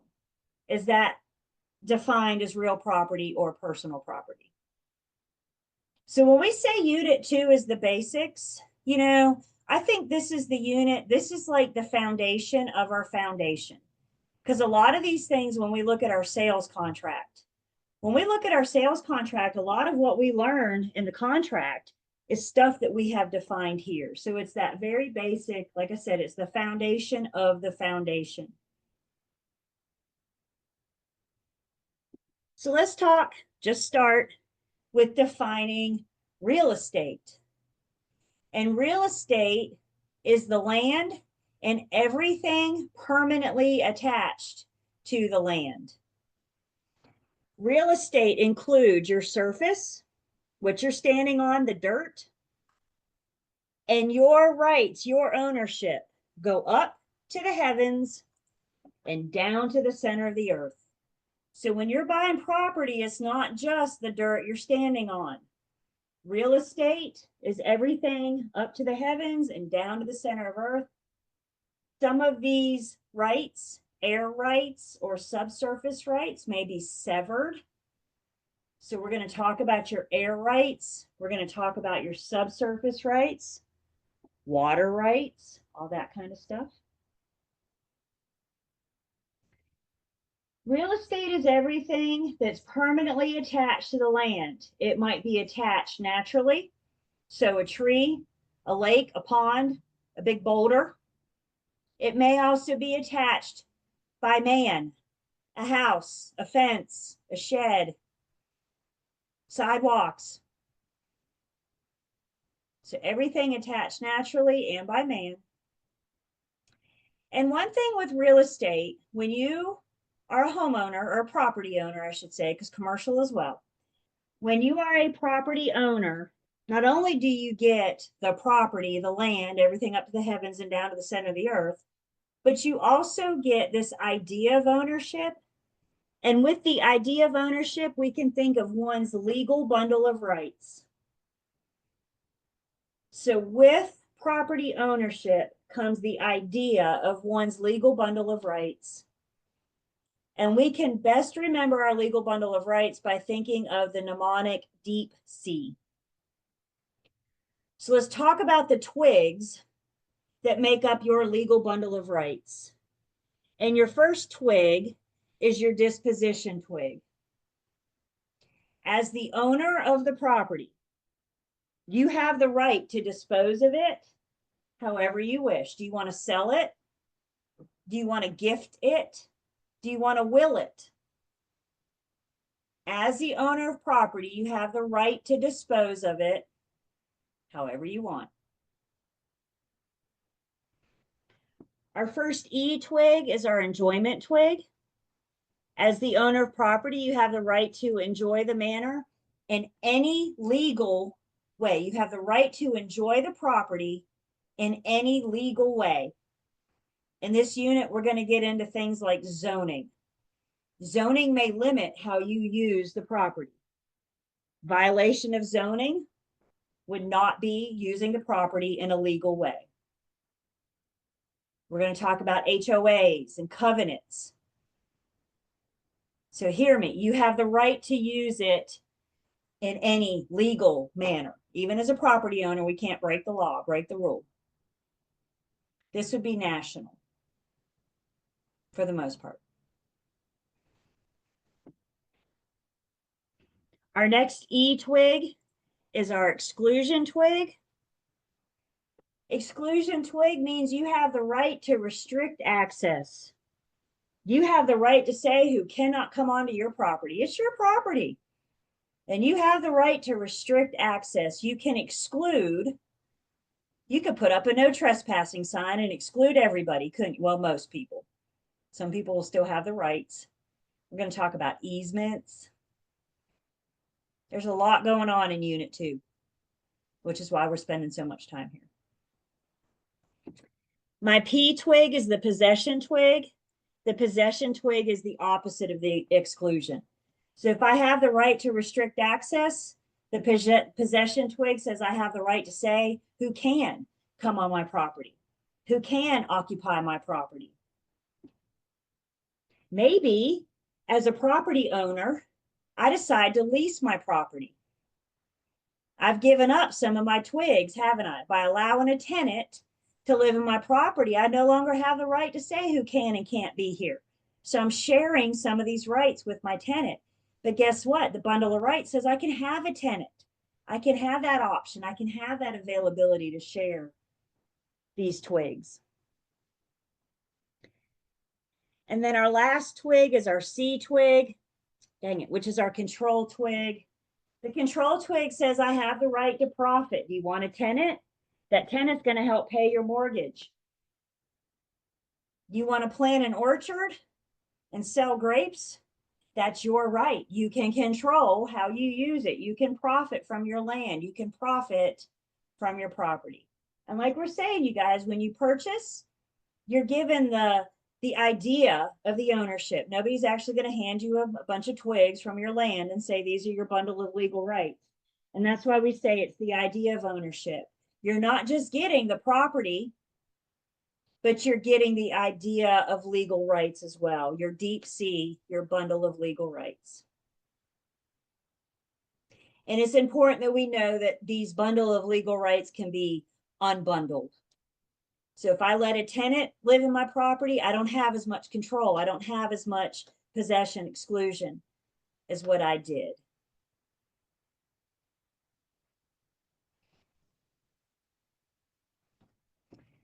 Talking about some basic characteristics of land, there's some physical characteristics of land.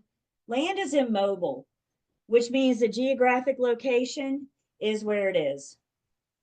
When I think of immobility, I always think of our Google Maps and they put the little red flag on it and they say the land is here. That is where it is. It doesn't matter what map you go to, where you look at. The land itself is immobile. The land is indestructible. Structures come and go, but the land remains. I'm seeing this phenomenon lately where they are bulldozing our Chick-fil-A's and building new Chick-fil-A's. This is happening so many places. I'm like, what are you doing to my Chick-fil-A, right? This is happening in so many places. The land is still there. The land is indestructible. The building, the structure is what changes.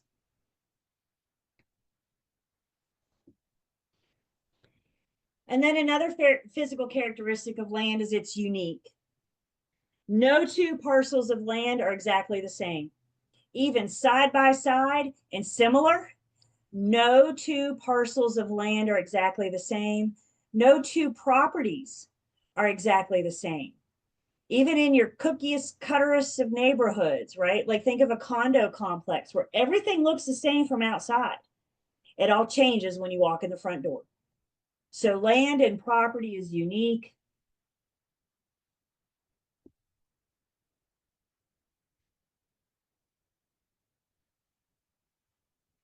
Some economic characteristics of land. Land is scarce. There's only so much land to go around. What's happening in our downtown areas when they've gone out as far as they can do? What do? They start building up. There's only so much land to go around. Have y'all ever heard that saying, buy land because they're not making any more of it? So land is scarce. I know y'all know this. What are the three most important things about real estate? Location, Location, location, location. The three most, have y'all heard that before? The three most important things about real estate, location, location, location. It is so true. Situs is referring to an individual's preference. Some of us, I hope we all have some kind of, maybe not a retirement plan, but some kind of thought of what's going to happen when we retire. When I retire, I'm heading east. I got to retire with my toes in the sand. That's my preference. That's my situs. Is anybody going up to the mountains? You want to be cold in the wintertime when you retire, or you want to be warm down with me at the beach, right? We all have our different preferences. We all have our different situs, our different location. Land also almost, or can, excuse me, have improvements.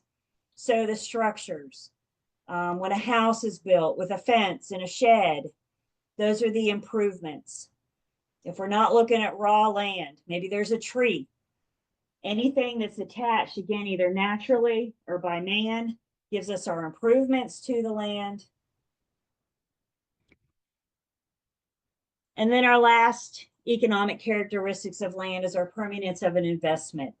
When we do an improvement on the land, let's say I put in a good drainage system. I have plumbing coming from the street to my house, electricity from the pole to my house. When we do these improvements, we expect them to last a long time, right? Could you imagine if we had to replumb once a year or something? It'd be really hard to do. So these permanence of an investment.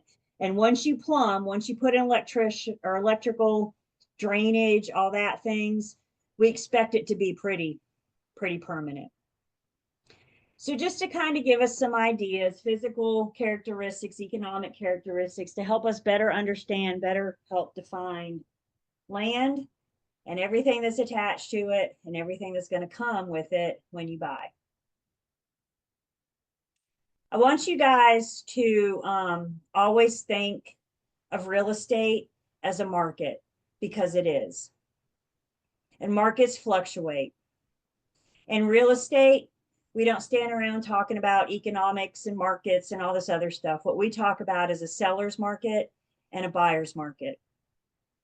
And what type of market we are in can absolutely help drive us to best work with our buyers and sellers. There's nothing I can do to control the market. But what I can do is be familiar with the market, be knowledgeable of the market, know what's going on, so I can best advise my buyers and sellers. Did anybody try to buy a house around the pandemic, shortly after the pandemic? Did anybody try to buy a house? You did. My hat's off to you, my heart out to you. It was, I mean, it wasn't just a seller's market, but it was like a cutthroat, die hard kind of seller's market. It was tough. Were you successful? Good for you. Good for you. We're sitting in it right now. Love it. Yes. Not all buyers can say that, John. It was tough because it was a seller's market. It was a severe seller's market. But when we talk about real estate being a market, I always picture the pendulum. And the pendulum is constantly going back and forth from a seller's market to a buyer's market. A couple years ago, we were in a seller's market, but it was extreme. It was absurd several years ago. Today, we're still in a seller's market, not like we were, but we're still in a seller's market. And guess what? One of these days, that pendulum is going to swing back and we will be in a buyer's market. When is that going to happen? I don't know. There's experts out there that will tell you. I know when it happens, it happens. Does that impact how you talk to your buyers and sellers? Does that impact the offer that's made, the listing price, that kind of thing? Absolutely. So we got to be the experts of our market, not just the economic market, buyer's market, seller's market, but the areas we want to work, the neighborhoods. And that's part of what this unit is doing, is introducing us to those ideas, those basics.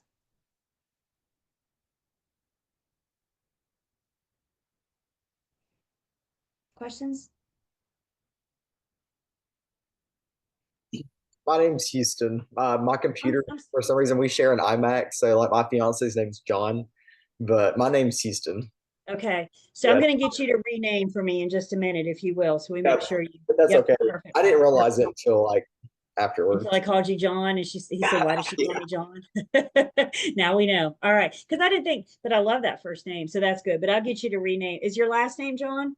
That was right. WRIG. Okay. All right. Hang when we go to break, hang on with me, and I'm gonna get you to rename real quick, and let me make sure everybody else is good. I think a few of you came in late, so we didn't get. Okay, everybody but Houston, let's take a break. When we come back, we're going to keep going in Unit 2.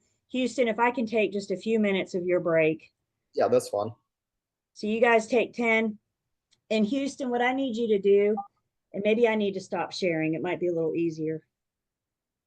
So when you move your mouse Huh? and your little Zoom toolbar pops up, Yeah. one of your options down there is participants.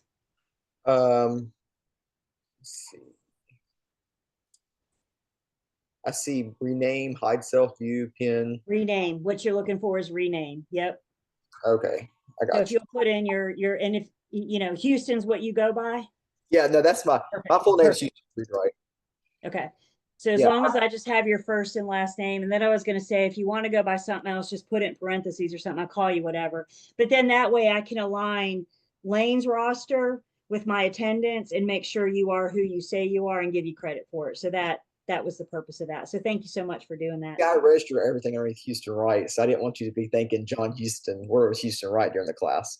Perfect. Perfect. So yeah, and if you and your partner share a device, you may need to rename each time you come in, right? But just making sure that It's the one in the computer. It's the one in the kitchen. It's the iMac in the kitchen. So it was like the profile name on the iMac. I don't know. Zoom Gotcha. like automatically chose it, and I didn't even like see the option for it. Gotcha. Perfect. So you should be set. All right. Thank Thank you. And let's finish our break. you.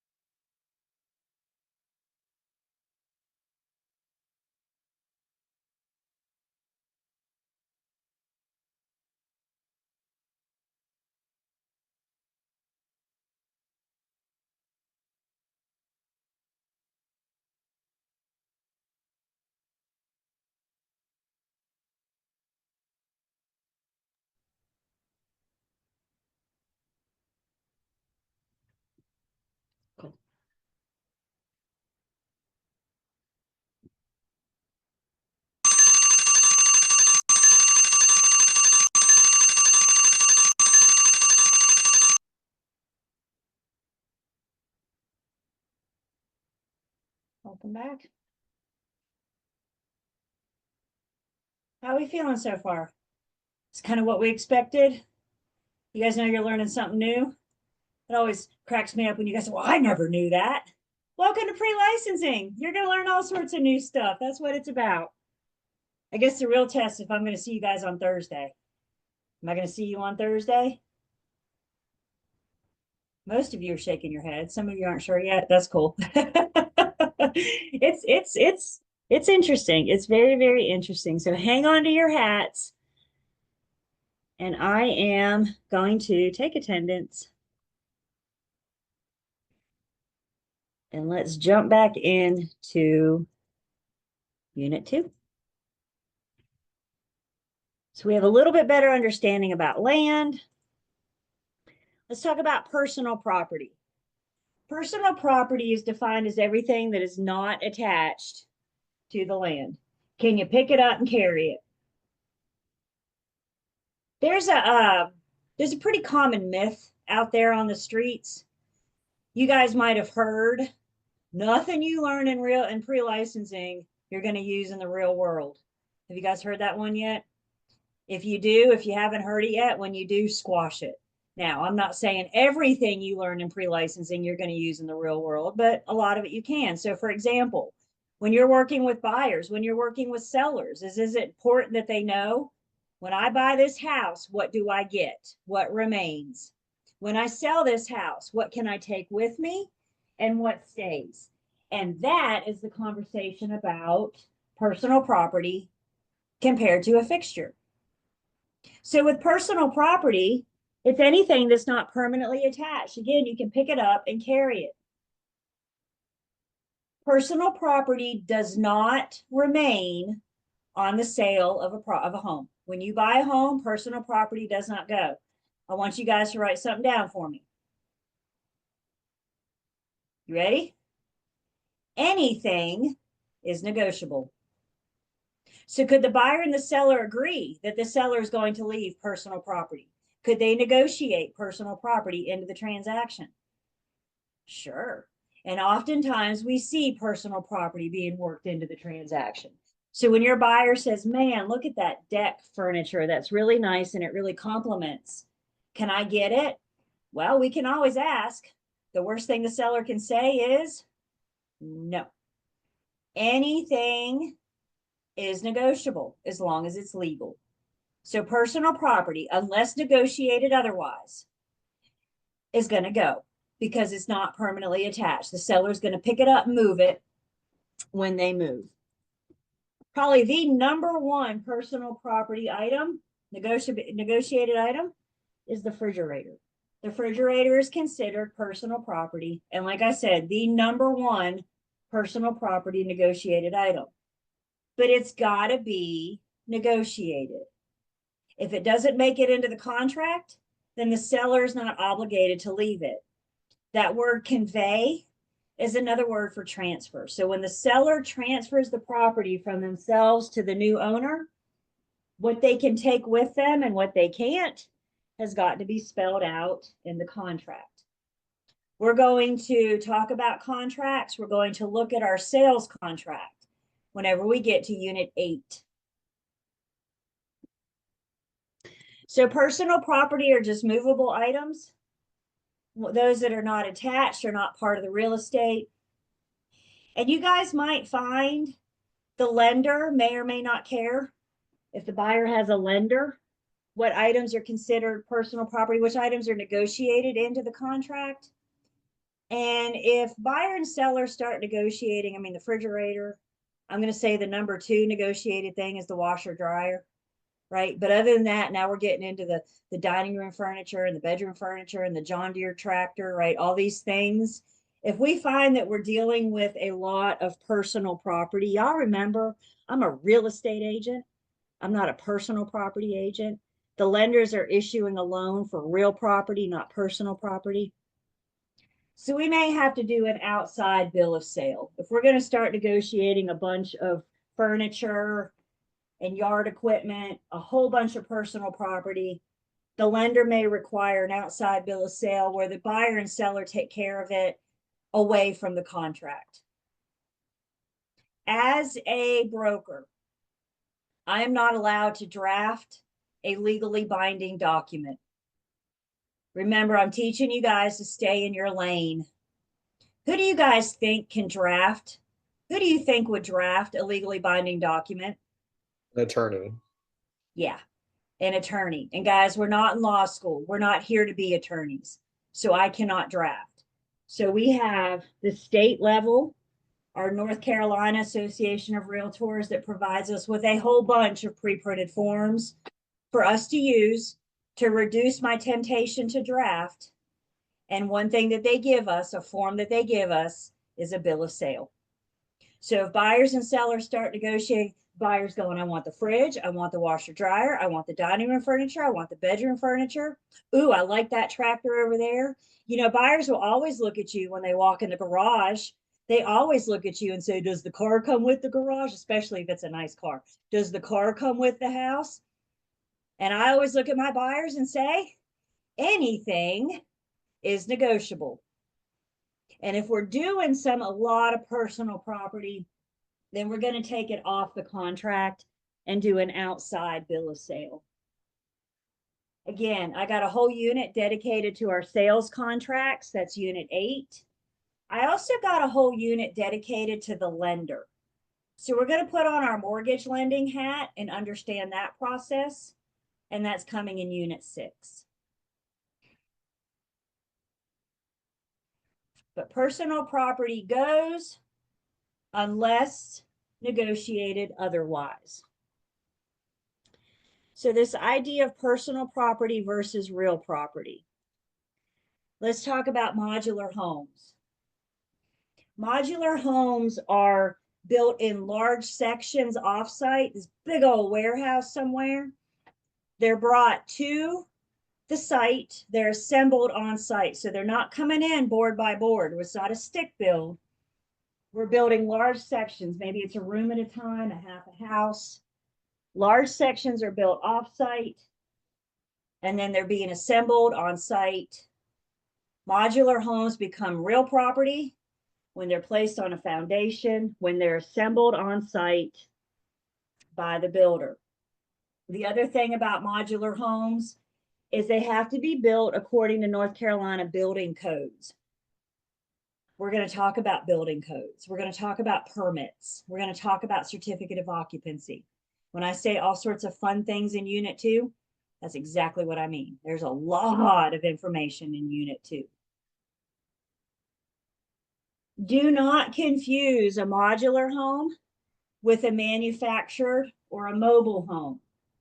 A manufactured or a mobile home is built according to HUD standards, not state building codes.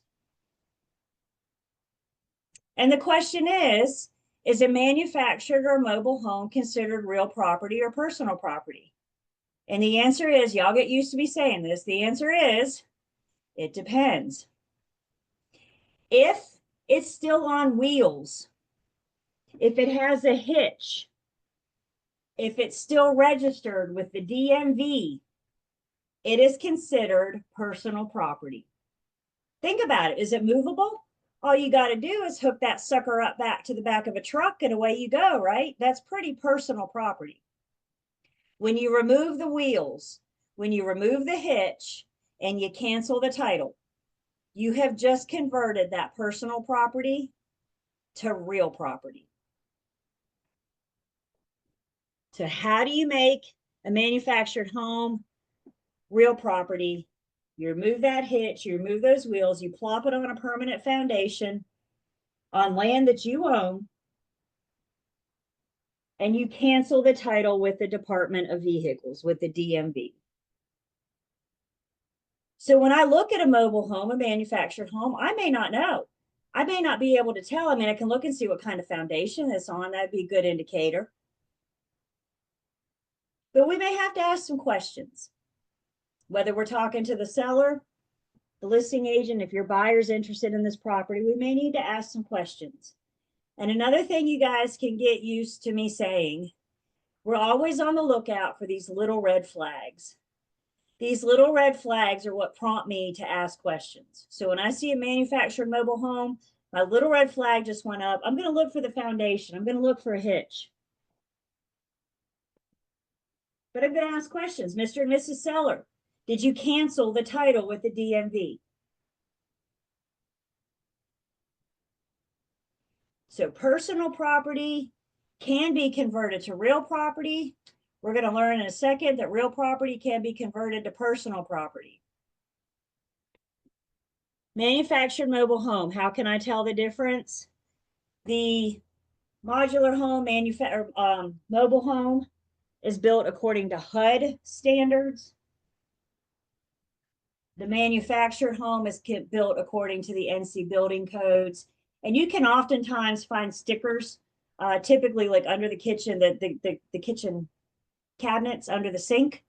They may have a HUD sticker. And again, big part of our job, you guys, is to learn. And I learn by asking questions. What we see the most often, we're going to see modular and manufactured homes out in the real world, but what we see the most often are properties, specifically residential properties that are site built, also known as stick built. They come in on the back of a truck in boards, and that house is built board by board. So most common is our site built on the land, on site. And these are going to follow building codes, which again, we're going to talk about.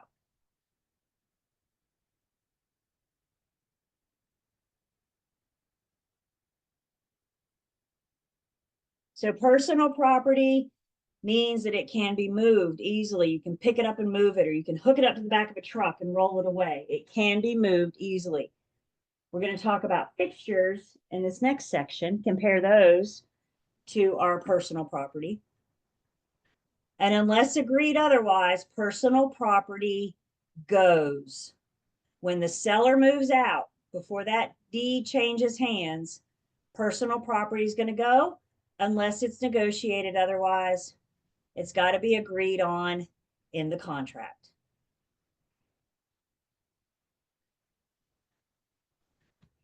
Questions so far?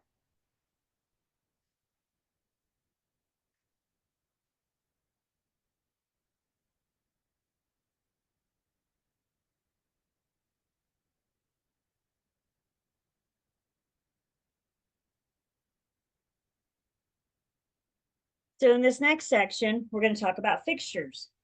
And we're going to talk about what happens if we can't decide if it's a fixture or personal property.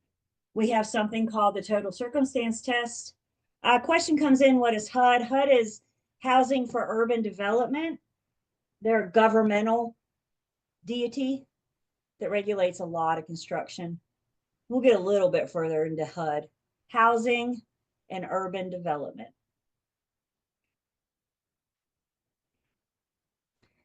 So in this next section, we're going to talk about fixtures. We're going to talk about the total circumstance tests. And we're going to determine how we can figure out if it's a fixture, if it's personal property. And we're also going to talk about several different types of fixtures. So I got trade fixtures, agricultural fixtures, and then something called the North Carolina Uniform Commercial Code. So let's talk about fixtures versus personal property.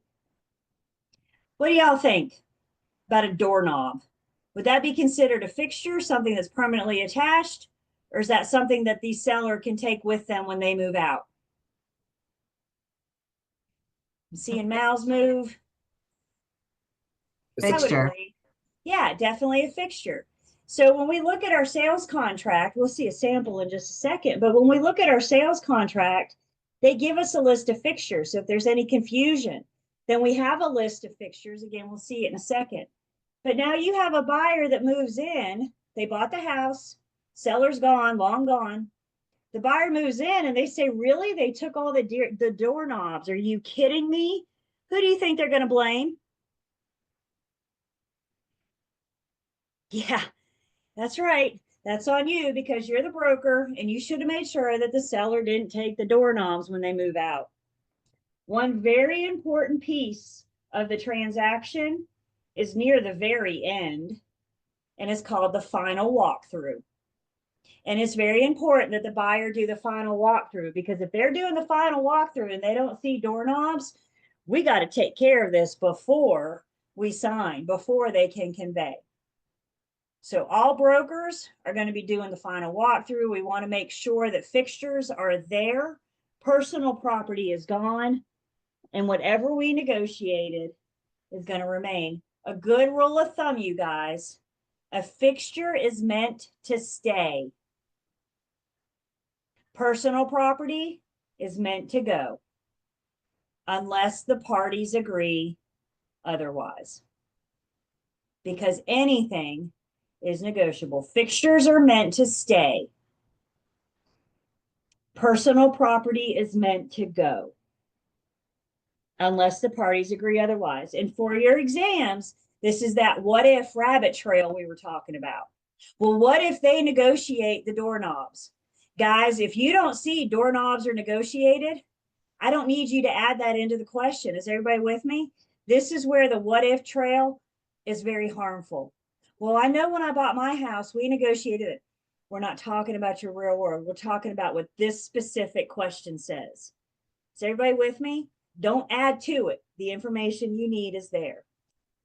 So the question on the table is, should I stay or should I go? Is it a fixture or is it personal property? Should I stay or should I go? If you're using our standard sales contract, the one that we're going to spend time on, the one that we're going to look at in Unit 8, our standard sales contract gives us a list of fixtures. So in other words, when you're using this contract, these things are considered fixtures, and unless agreed otherwise, they're going to stay. Other contracts may have a different fixture list, so it's important that you hear me say, this is just for our standard, the one we're going over in Unit 8. This list can and does change. I've always heard that if it's on this list, it's usually the result of a lawsuit. Like a buyer moved in and thought it should be there, and so they took the seller to court, and as that result, we now have a new item on our fixture list. One of the most recent additions to our fixture list is exercise equipment and devices that are attached. Again, I take us back to the pandemic. We got shut down and everybody went out or Amazon and bought some kind of a tonal mirror, exercise equipment, right? And now fast forward and the seller's wanting to move out and they're going, well, can I take my tonal mirror with me? Well, the sales contract defines it as a fixture. So unless agreed otherwise, then the tonal mirror will need to stay. That's what we mean by a fixture. Now let's back up for just a second. Listing agents. You're getting ready to list a property for sale. And you're going through the property with the seller and you're talking about things and you're looking at things and you're telling the seller what is considered a fixture and what is not. You're sharing this list with them. By the way, this exact same list shows up in my listing agreement. So I can actually review the list with my sellers. And I say, when a buyer buys, these are the things that they expect. And your seller says, well, Julie, I spent a whole bunch of money on my tonal mirror. I'm going to take it with me. Can the seller take it with them? Can they take it down? Sure. In a perfect world, a buyer would never see that tonal mirror. In a perfect world, I would have the seller take it down, repair the wall, fix wherever it was, and a buyer would never see it. It's going to be gone before I show up for picture day. When a buyer comes in for showings, they're never going to see it. They're never going to know it's there. Do we live in a perfect world? No. That seller may agree to take it down before you list it. That seller may say, I got to keep exercising until I move out, but I still want to take it with me. Listing agents, if your buyer's going to see it, any buyer going to see it, may it be in your pictures or a showing, I now have a duty to make sure that that fixture is excluded. I need to let all buyers know when they look at this house, that tonal mirror won't be there. When the offer comes in, Listing agents, I have a duty to make sure that that tonal mirror is an exclusion. So I'm not telling you the seller can't take their stuff. Of course they can. I'm not a monster, right? Grandma's antique chandelier. You really going to look at the seller and say, no, you can't, you have to leave grandma's antique chandelier that's been in your family for the last 80 years. Are you really going to say that? So we just need to have a conversation with the sellers. Either you take it down before I list, before I take pictures, or I have the duty to make sure that every single buyer that buys this home, sees this home, knows that when the deed changes hands, that fixture won't be there. Fixtures can be excluded.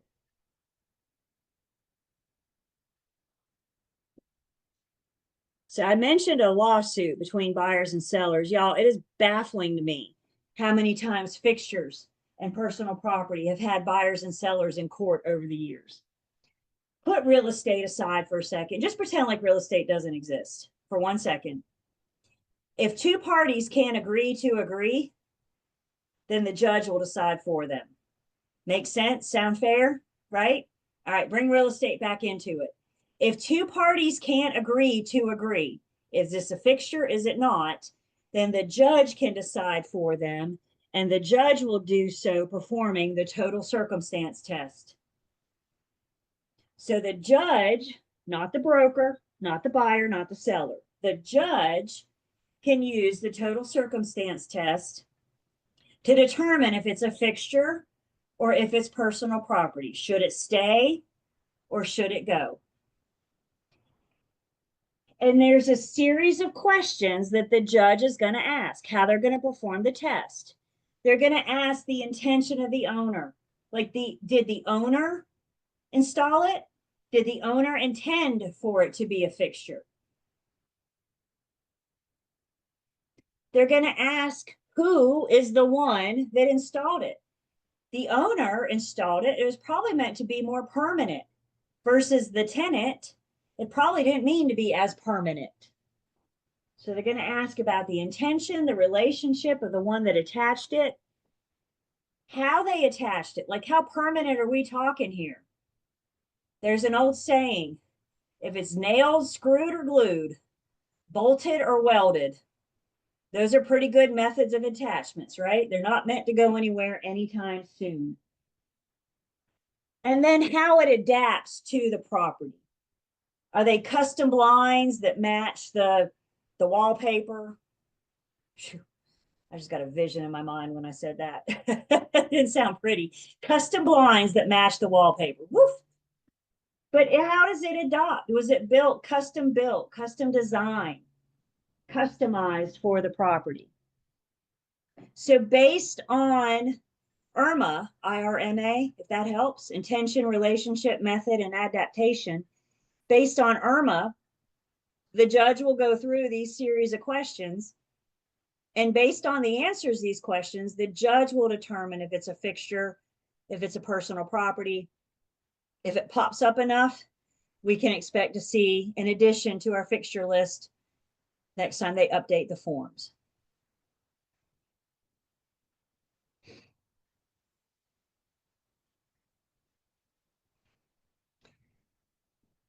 The final written word of the contract is going to beat everything. So any fixtures that are going to go, personal property that's going to stay, has got to be in the contract. Otherwise, it doesn't count. Something else I want you guys to write down for me. And this is a question you need to be asking yourself on the regular, not just for your exams, but even in the real world. On the regular, you need to be asking yourself, what does the contract say? Because the contract is the final written word. The contract is what the parties do and do not agree to. Buyer and seller do and do not agree to. And so again, our pre-printed sales contract has the ability for me to exclude fixtures and include personal property, as they are really a big part of those negotiations. So let's imagine The website says that the refrigerator is going to convey. The seller or the listing agent have said in the remarks, refrigerator to remain. The advertisements talking about the fridge is going to convey, it's going to transfer to the new owner. But the fridge is not an inclusion in the personal property. So what do you guys think? Shake your head, yes or no. Is the seller obligated to leave the fridge if it doesn't make it in the contract? Nope, because what does the contract say? And the final written word of the contract is going to prevail. So right out the gate, day one, real estate agents, future agents, is it important to understand fixtures and personal property? Is it important that we make sure that our sellers are going to take the fixtures they want and the buyers are going to get the personal property that they want? And as long as everybody agrees, what you and I need to do is make sure that we include it or exclude it in the contract. Like I said, look, I'm not going to stand here and lie to you guys and say everything in pre-licensing you're going to use on a day-to-day basis. That's not true. But I also don't want you guys to get it stuck in your head that nothing we learn in pre-licensing applies in the real world, because buyers and sellers will haggle it out over a daggone fixture of personal property.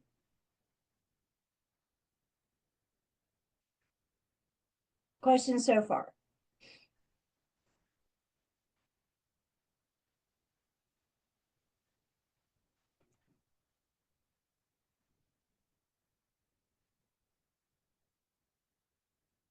So fixtures may not have always been fixtures.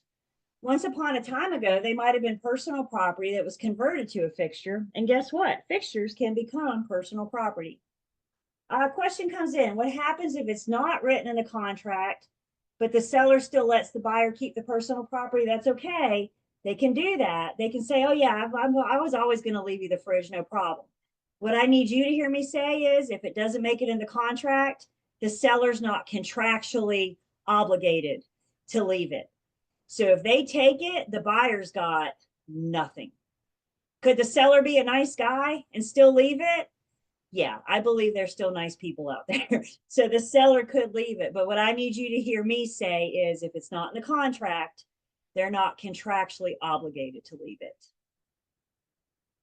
Don't depend on people being nice. Especially when it comes to the emotional matters of buying and selling a property. So you buy this house. It's a nice house. Look at that view. I like it. So you buy this house and you walk in your brand new dining room and you say, my goodness, that fixture, that lamp without lighting is awful. I want a new one.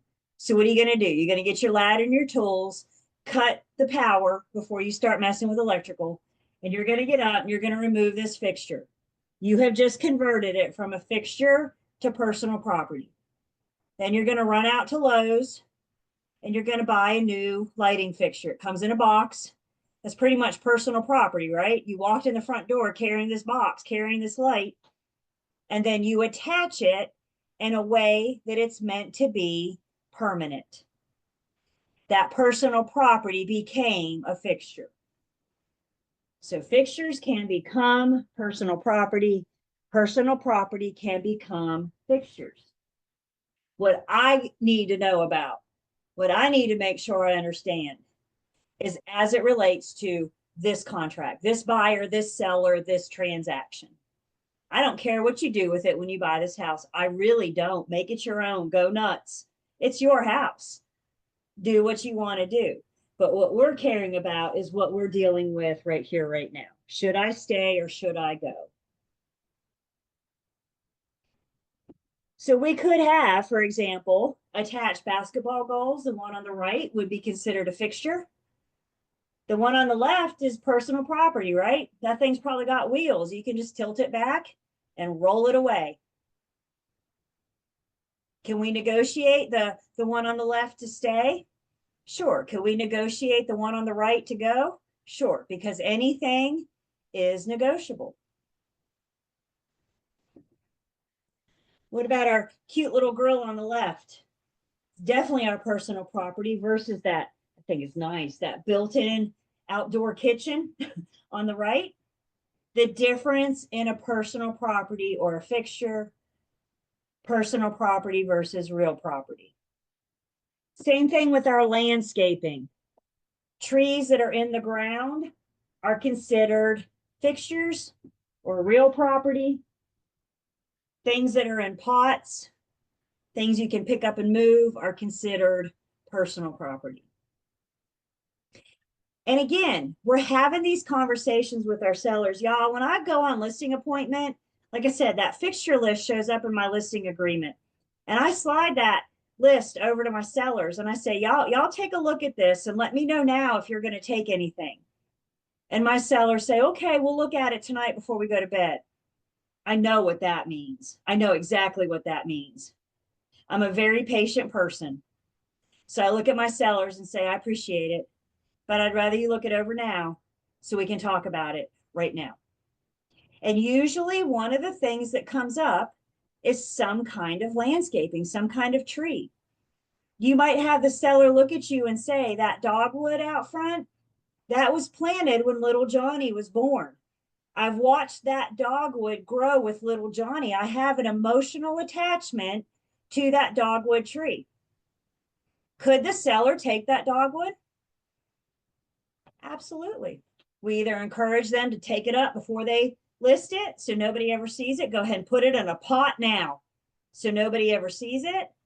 Or listing agents, we just make sure that we exclude it.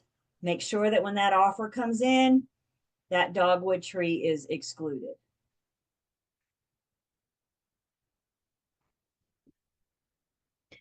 So with installed light fixtures, for example, like ceiling fans, anything on the ceiling, installed light fixtures, again, they're going to transfer with the property unless excluded.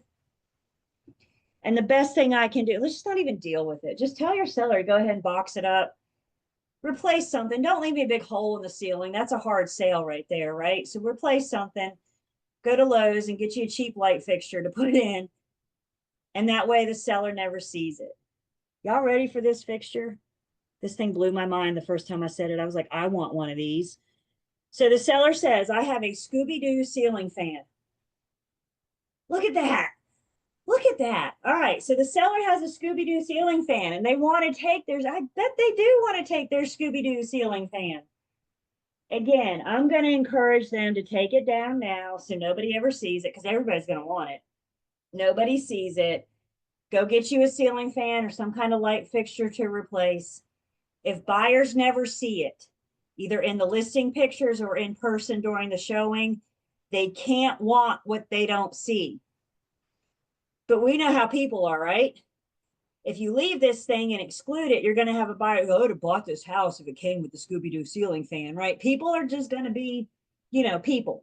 If the seller refuses to take it down before showings, you as the listing agent have a duty to make sure that every buyer that looks at this home knows that when they buy, the Scooby-Doo ceiling fan will not be included.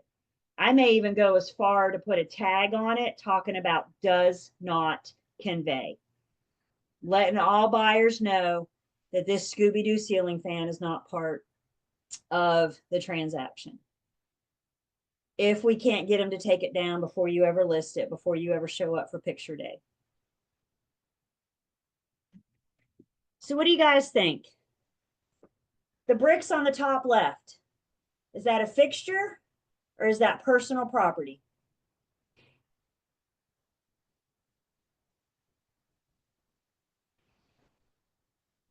Personal property. Coming in the chat, I'm seeing personal property. I would agree because couldn't you pick that up brick by brick and move it? But what happens now on the right when you install it? Now I got a sidewalk made of those bricks. They're installed in a way that they're not meant to slide around underneath our feet, right? So once you take those bricks and do something with them, we've converted that, into a fixture. Same thing with the wood pile. Right now, that's personal property. Can't you take that down log by log, piece of wood by piece of wood? But if you take it and build something with it, a shed or a fence, now you've converted it to a fixture. So the answer is this a fixture or personal property? The answer is it depends.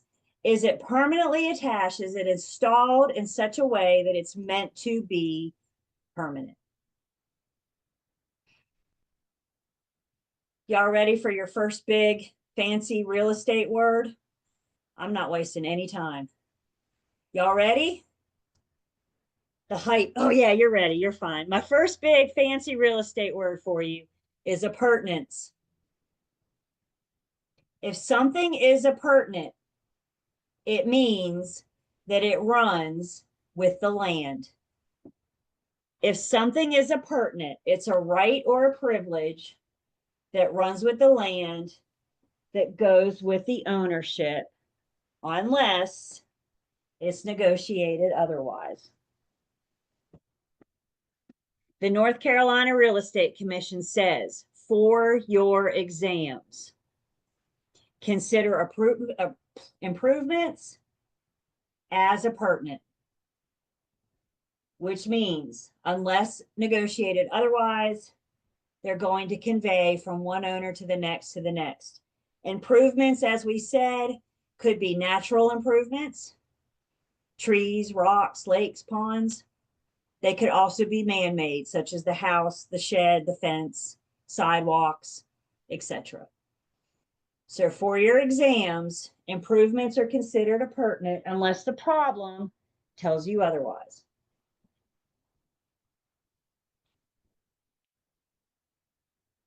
Questions on fixtures, primarily residential property fixtures.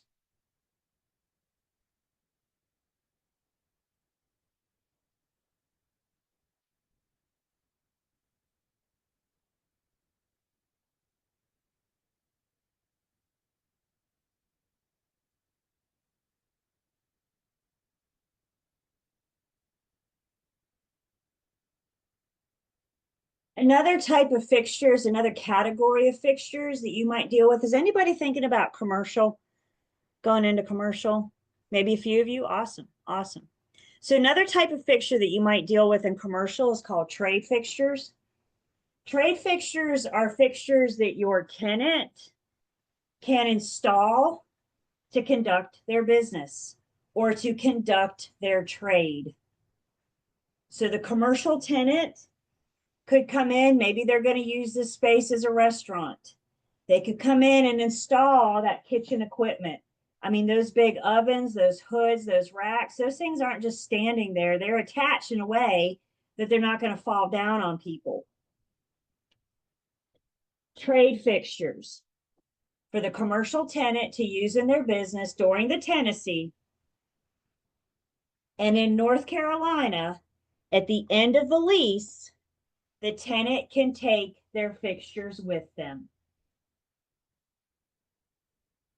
So trade fixtures are property of the tenant. And at the end of the lease, the tenant can take their trade fixtures with them. Now, they need to repair any damage to the property that they caused, jerking it out of the wall, jerking it out of the floor, the ceiling, right? They just can't leave big, massive holes everywhere. If the commercial tenant skips out in the middle of the night and they don't take their trade fixtures, then they become real property of the landlord. They become real property of the owner. So unless agreed otherwise, the tenant can take their trade fixtures at the end of the tenancy.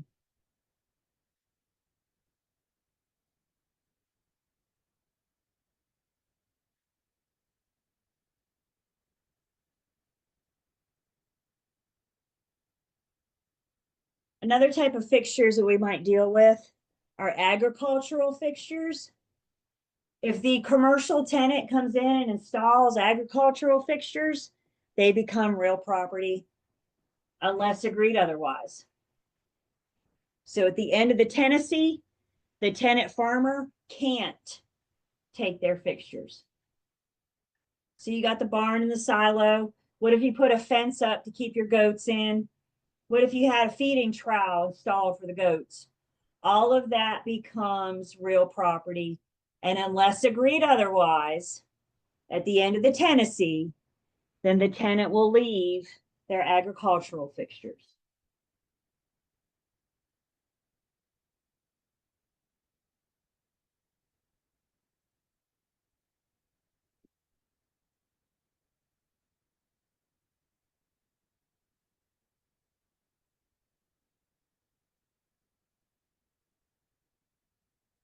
We also have a law around personal property, specifically personal property that's leased but not owned.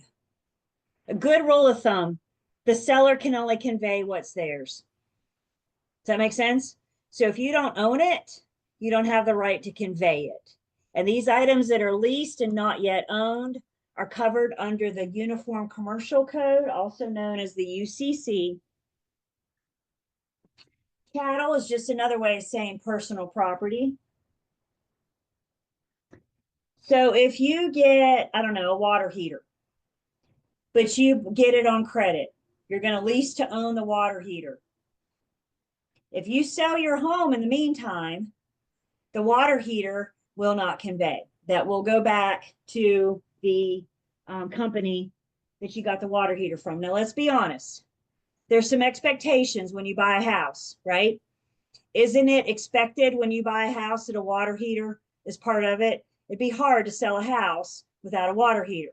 So what's going to happen most of the time is the seller is going to agree to pay this off so they do own it, so they can convey it.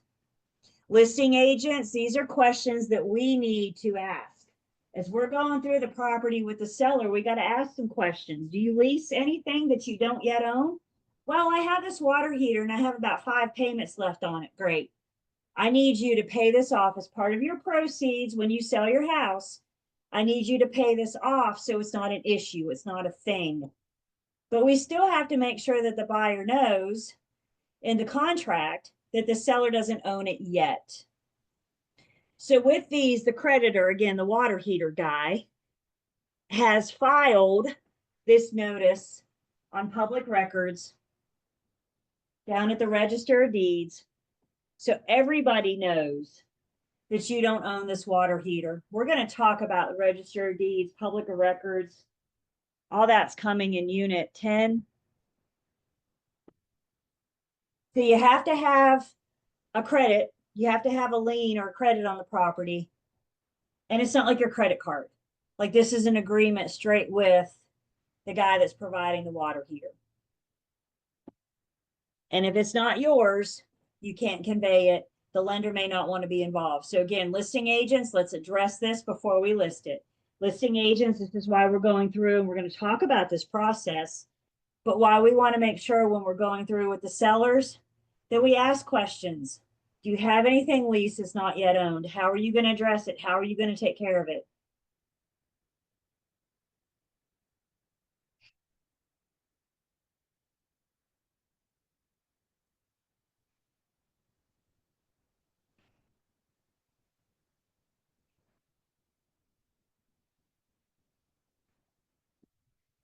Another question that comes up about personal, is it personal property or is it fixture? Does it stay or does it go? Is dealing with our crops and our plants. So first off, our fructose industrials, also known as fruits of the industry. These are our annual crops. These are things that we plant every year. Corn, wheat, soy, corn, wheat, soy, things that we plant every single year. Are these considered personal property or real property? And I'll go ahead and save you the suspense. The answer is, it depends.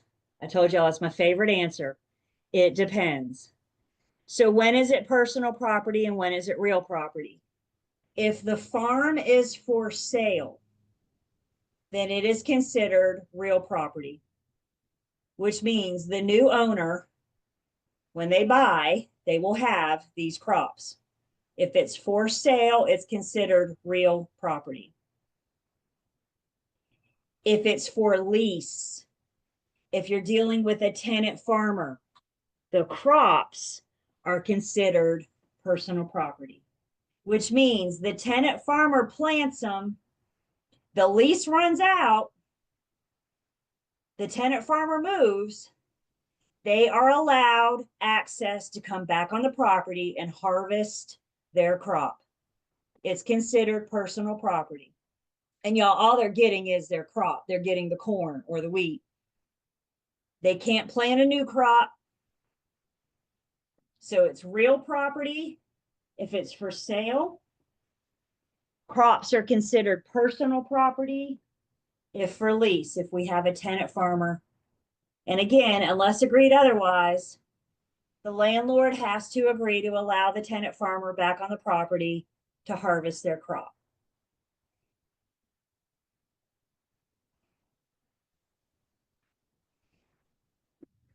The other type of plants that we have then are fructose naturals or fruits of the soil. These are our bushes, our shrubs, our trees, things that we plant once and they stay. These are going to be considered real property unless agreed to otherwise. So they're going to remain because they're in the soil. They're not in pots, they're not in plants. They're going to remain. They're a fixture. They're considered real property unless agreed otherwise. That's back to our dogwood that was planted when little Johnny was born.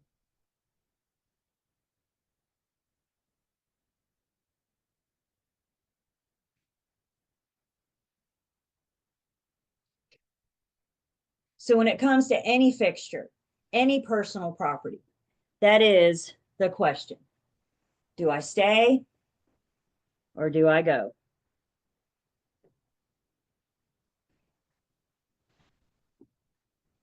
When in doubt, find out. It's another one. Julie, I got some super simple philosophies. That's one of my super simple philosophies. When in doubt, find out. Ask questions. Call the other agent. If you're working with the buyer, call the listing agent. If you're really not sure, that's why you have a BIC. You have these resources, you have these places to go. At no point in your real estate career should you feel like the answer is not out there, because it is. It's just a matter of discovering it. It's a matter of finding out. Remember what we said when we started, you guys.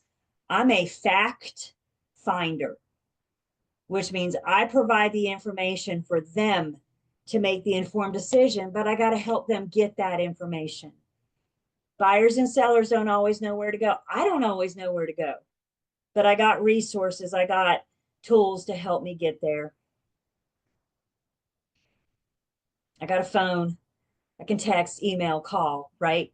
Did y'all write that down? When in doubt, find out. Super simple philosophy. I try to keep life as simple as I can. It's hard to do sometimes, isn't it?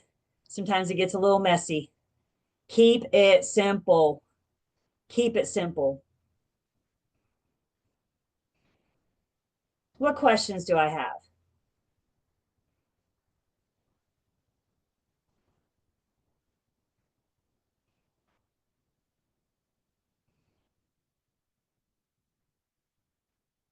About anything from today?